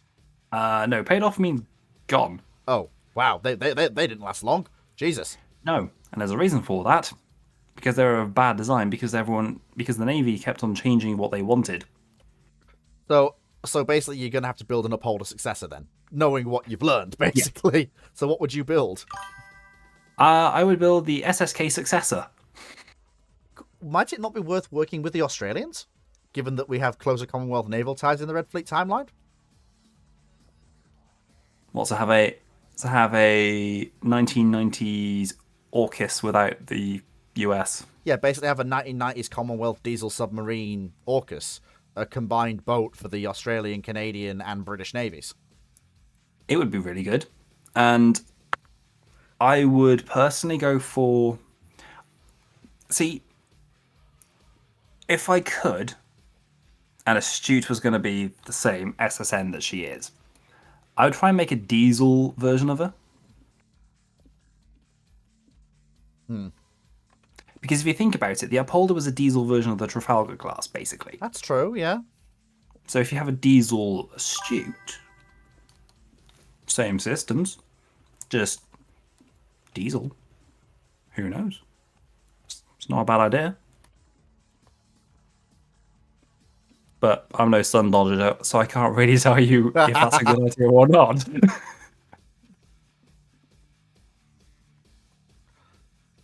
But yeah, I mean that about meets the benchmark, I think, Foxo. Reduced crewing, slight reduction in numbers, rationalization of the RFA.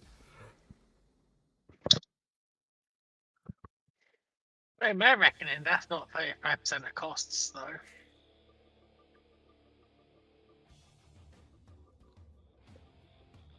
Well, if you think about it, it technically is. Because if you're getting rid of all the units that are expensive, in terms of crewing, in terms of what systems they all have... 82s and counties in particular, I'm seeing there. Oh god, yeah, those things are going to be refit intensive. They're going to be literally shedding money. Like, God forbid, one of them goes to sea and it comes back with 20,000 defects. Imagine the amount of imagine the amount of money you have to put or into that. Just get rid of it. Sell it off to, I don't know, Bangladesh.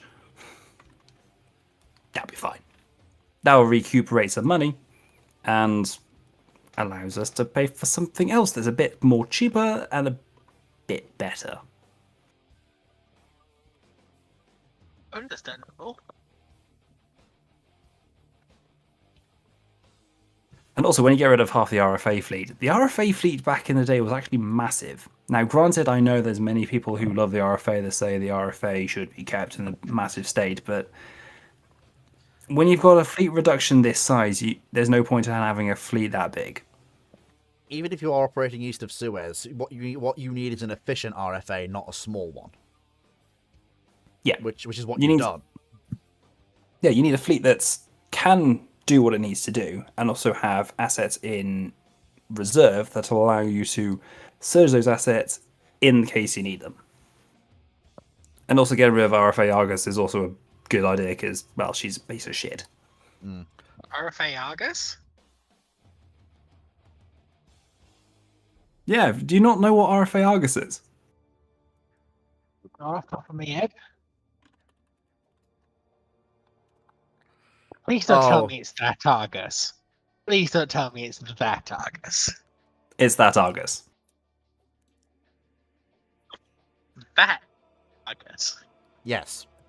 Yes, the Argus that's about to be towed to the scrapyard. I'll just send it to the scrapyard 20 to 30 years earlier. The one that's starting to approach a century old Argus. No. Okay, good. The one that used to be MV contender Bazant. Okay. The one that was technically a roll-free afloat casualty vessel. Oh, that one. Yeah, that one. That one can get yeeted to somewhere else. We'll have something that's a little bit better to be a roll-free afloat vessel. Yes. Hence why I asked for clarification. I wasn't aware that. Yeah, we'll send the Argus aircraft carrier to the scrapyard as well. That thing needs to go by this point. Jokes aside, though, we've actually trimmed down the RN to survive into the. In fact, you might have been a little bit overzealous, but then again, you are doing new construction as well, which is going to be useful. So it probably balances out the budget cuts that you're gaining. You're probably using to good effect to build the 24s, the 23s. I assume with the 43s you do a rolling refit, one in at any one time, no more, to try and not break the bank with VLS refits. Yeah, so one in, one out. Obviously, I don't want to do the Flight 1 Tychos. I kind of just want to, make them better. Yeah, like, just... Yeah. The Flight 1 Tycho rebuilds were something. In fact, the US probably went a little bit OTT on them, but then again, the US could afford to. We can't. Yeah, but don't forget the Flyco Tycho ones also still had the twin arms at some stage. Oh, so, yeah. you know, get rid of the twin arms is the thing you want to do. Because if you're in an air threat environment where you have multiple aircraft incoming at you, you are limited to the amount of time it takes for the missile system to load missile, train missile, fire missile, return, reload, and then that's your first cycle done. Whereas with VLS, you just start pressing buttons and hatches open and off they fly. Now, it is important to bear in mind that while Twin Arm for SM2 was bloody good, like the Tychos, I think, could salvo off their entire 132 magazine per Twin Arm in like 2 minutes, but that's compared to like 20 seconds for VLS. It is a massive difference. Those seconds can make all the difference between your magazines are empty but you live and you're dead. Precisely. So, I mean, that's... What's it? The P700 cares not for your financial restraint. Indeed. I mean, to be fair, that leaves the RN by once all this is done by probably 2008, as the Soviet Union finally implodes. That leaves the RM with 14 very capable overseas ships, 2 carriers. You probably still got the 3 Invincibles. You haven't got their replacements built or building yet. The Invincibles, you know, the LHDs in this timeline. They're still knocking around. Oh, you forgot about Invincibles. You forgot about them. No, of course I didn't. Well, to be fair, Okay. Well, to be fair, they'd still be around. I mean, I was kind of hoping that the Treasury wouldn't remember them. Bugger. Right, okay. Now I want you to play the game on hard mode. 2008 has just happened. Shit. And the world economy has just crashed. Your budget has shrunk by 60%. You must save the carriers and the deterrent. Everything else is secondary. The 2 nuclear carriers must be saved. Everything else is secondary. Okay, so what I would do is I'd put everything into Ferrum Lake, grease them all up, and hope for the best. You're probably running around with an RN that has 1 Type 43 active at once, maybe two or three of the 44s active, and maybe 2 or 3 of the 23s active at any one time. And the only class that's active en masse is the 24s because they're so cheap to run and they're everywhere. And also the modernized Alvanza I'm going to be knocking around. Yeah, but at least one of the carriers has to be in mothball. It has to be. It's got to be not mothballs. Long term refit. It would be, but not. It's going to be Albionified. Yeah, long term rebuild. And then basically once that long term rebuild's done, they swap it around. Blah blah blah bling. Blah blah blah boom. Long term FTRS period. Yeah, I think what it's going to be called. Yeah, but to be fair, with a 100,000-ton supercarrier, you can actually make that long period useful for something. You can maybe you take it down for refueling. If it's at that point in its life. Actually, I've just thought of another great idea. Oh boy. What if we instead, to save money, lend her out to a NATO ally? So we use her as a NATO unit. So everyone pays for her. Wait. Your Federation. Cursed idea. You give/sell one of them to the European Union as the flagship of the European Navy. No, we need our two. No. Then Britain gets de facto control of the European Union. It increases the rate of federalization and economic integration. That point would become so integrated Brexit never happens. And thus by 2030 we have a federalized EU, and then you can have as many carriers as you want. Anyway, the Foreign Office is going to flip itself. Anyway, joking aside, we did. So that's a fairly good Royal Navy. That's a fairly good Royal Navy post thing. Obviously, we'll we've pretty much covered everything I wanted to cover. That little exercise with James was very enjoyable. I'm very glad we did it. It was nice to see how the Red Fleet Timeline Royal Navy would survive the aftermath of the Soviet Union traipsing on. But yeah, that was the Red Fleet Timeline revisited. I'm sure you'll all agree it was a lot more rational. Admittedly, we were lacking a lot of the big gun service combatants. Oh, fuck, I forgot what happens to the start. Shit, there's one more thing we need to cover. What happens to the Stalingrads? Because they were rebuilt in the 60s, and knowing the Soviets, they'll still be knocking around in the 90s. The scrapyard's calling. I don't think the scrapyard is where they're going to go. Well, no. The scrapyard is where the Soviets think they're going to go. But China's calling. I mean, Yeah. it's really not that hard to just pretend that they know what they're doing and strap some S-300s and P-700s on it. Well, no. The Stalingrads in the 60s. That's what the Stalingrads get their historical Red Fleet timeline refit. The rear flight deck and hangar for 5 helixes. The P3s, so the P2s on the wings forward of the hangar. Whether they get another missile fit after that, I'm not sure. But yeah, the Chinese would love that. 6 ships that they could use to lead surface action groups and that are really low tech. They can fucking understand how they work. Like, that's great for the Chinese. Although that is going to make the Japanese shit bricks. Well, it's not really. But... I don't know. By that stage, I'm actually wondering if the Chinese will even think about getting them. Well, or at least retaining them in their configuration. I think you'd see them trotted around as status symbols, at least for a time, until the Chinese have built proper modern destroyers to replace them. Or a cruiser equivalent. So. But there we go. That's the only thing. They probably end up getting them to scrap them. Yeah. Yeah, because if you think about it, the Stalingrads would take a very specific set of skills for their power plants. Yep, steam turbines. Yeah. The Chinese know how steam turbines. You're asking. Yeah, but it's 1940 steam turbines.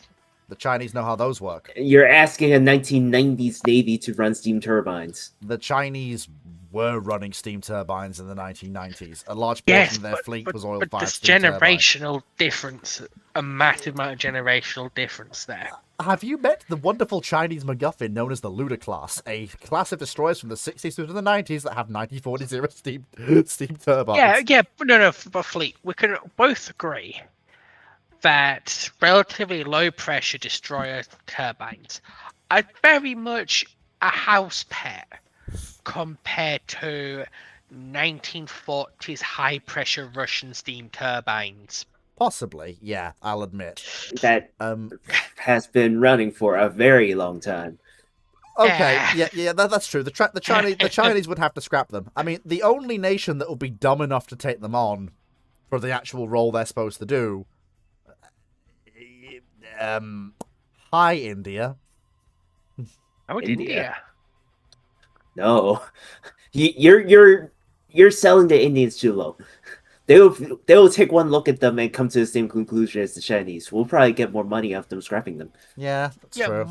You want someone who's willing to actually utilize the Stalingrads as they were designed? Give them to the North Koreans. Yeah, the Norks would give it a try. But yeah, that's basically, is there anything that anyone feels we haven't covered? Is there any rational part of the where are my North Korean carriers? A, North Korea.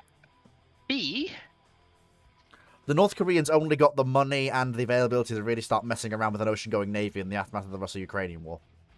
And B, does Europe create a stealth fighter? Ooh, 90s Soviets not completely collapsed yet. Yeah, BAE has the low. They might end up with radar something in the 2000s. Airframe designs.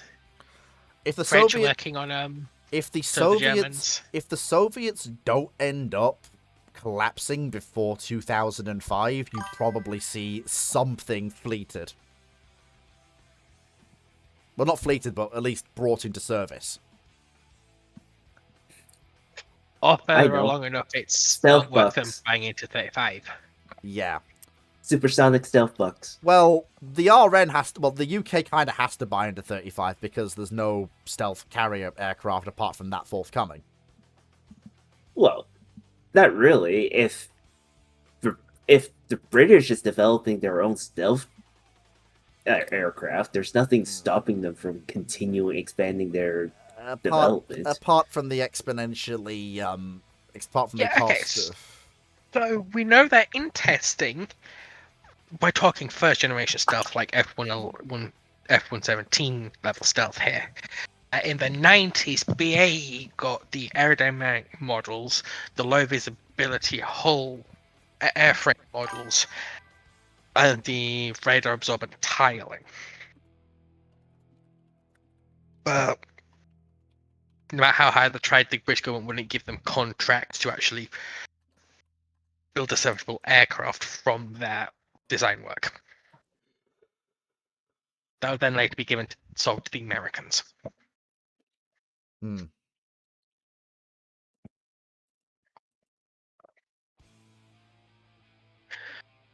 And I believe the French had the same. Bone Mill Boy, none of that Stalingrad steel would be pre-nuclear. They were all built post 1949. Right. It's not that. That's not the issue. Pre-nuclear steel is so important because salt water is a brilliant radioactive radiation shield. If it's a surface vessel and nukes are detonating in the atmosphere, the steel gets irradiated to some degree anyway.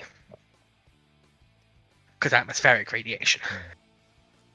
Especially if they're being used as observer ships, which they probably will be. Yes. Just saying. So, if you're crazy enough, convert a Stalingrad to a carrier. Unfortunately, Fleet doesn't like my idea of killing the Stalingrads and the Richelieus and Vanguard into a nuclear deterrent ship. Because I did manage to dig up a couple of designs for the Jean Bart, but with Polaris missiles installed. No. Nuclear equipped service capital ships are a bad idea. But it won't be nuclear armed Stalingrad. No, Bone Mill Boy, the Stalingrads are the post-war battle cruisers. You're thinking the Kronstadts. The Kronstadts are pre-war. The Stalingrads are the post-war battle cruiser. The Kronstadts are the pre-war. But I think that's everything. If people want to figure out in detail what happened pre-1965, please go and watch last week's episode. We cover that in detail. So pre-1965 for this revised Red Fleet timeline, please go and watch the previous week's Fleet's Focus discussions. So obviously the schedule is on Discord and on Patreon and on YouTube. Don't know YouTube, sorry. Discord, Patreon, and X, Twitter, whatever you want to call it. But just for those who don't have any of those platforms apart from YouTube. So tomorrow will be Rule the Waves 3 France. Wednesday will be Empire at War Wednesdays. Thursday will be Catch Up Ramblings. Friday will be Random Ramblings. Saturday will be Transylvania 2. And the same thing on Sunday. So very busy week this week. Like I say, I am having a bit of a month this month. So I know I don't normally do this, but if you could like, comment, subscribe, if you can, give a little bit to support Fleet and keep Fleet going. The Patreon is linked in the stream description on YouTube. Even if it's just for 1 month this month, anything you can give, Fleet would be very appreciative, as I am staring down the face of bankruptcy. And I'd rather not go cap in hand to family members if I can avoid it. So, any help anybody can give would be appreciated. And also, if you want to have a guaranteed question every Monday, that's one of the other reasons to be part of the Patreon. At the $9 tier. Thank you, James, Foxo, Moe, and Guy for being here. It's a pleasure, as always, to have you. My brain has failed. But that's not surprising. Brain failure with Fleet is not uncommon. Hope all the audio. Before we finish, do any of the panel members have anything else they want to add before we finish? Just want to say thank you very much, and it was a good discussion for tonight. Thank you for coming. It's lovely to. Also, again, congratulations on the success of the Zunwalt video, by the way. It seems to be doing okay. Thanks, mate. Much appreciated. I'm not quite happy with it, but it is what it is. Yeah, it's YouTube being what it is, I'm afraid.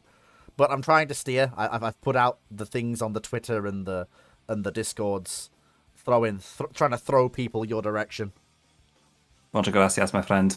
The next video I've got coming out, I think, will be a bit interesting one, but I'm not going to plug that.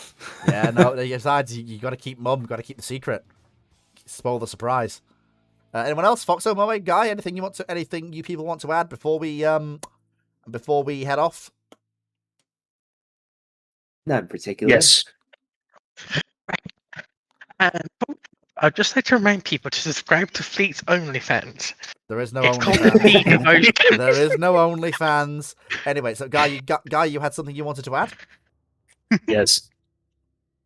Yogurts.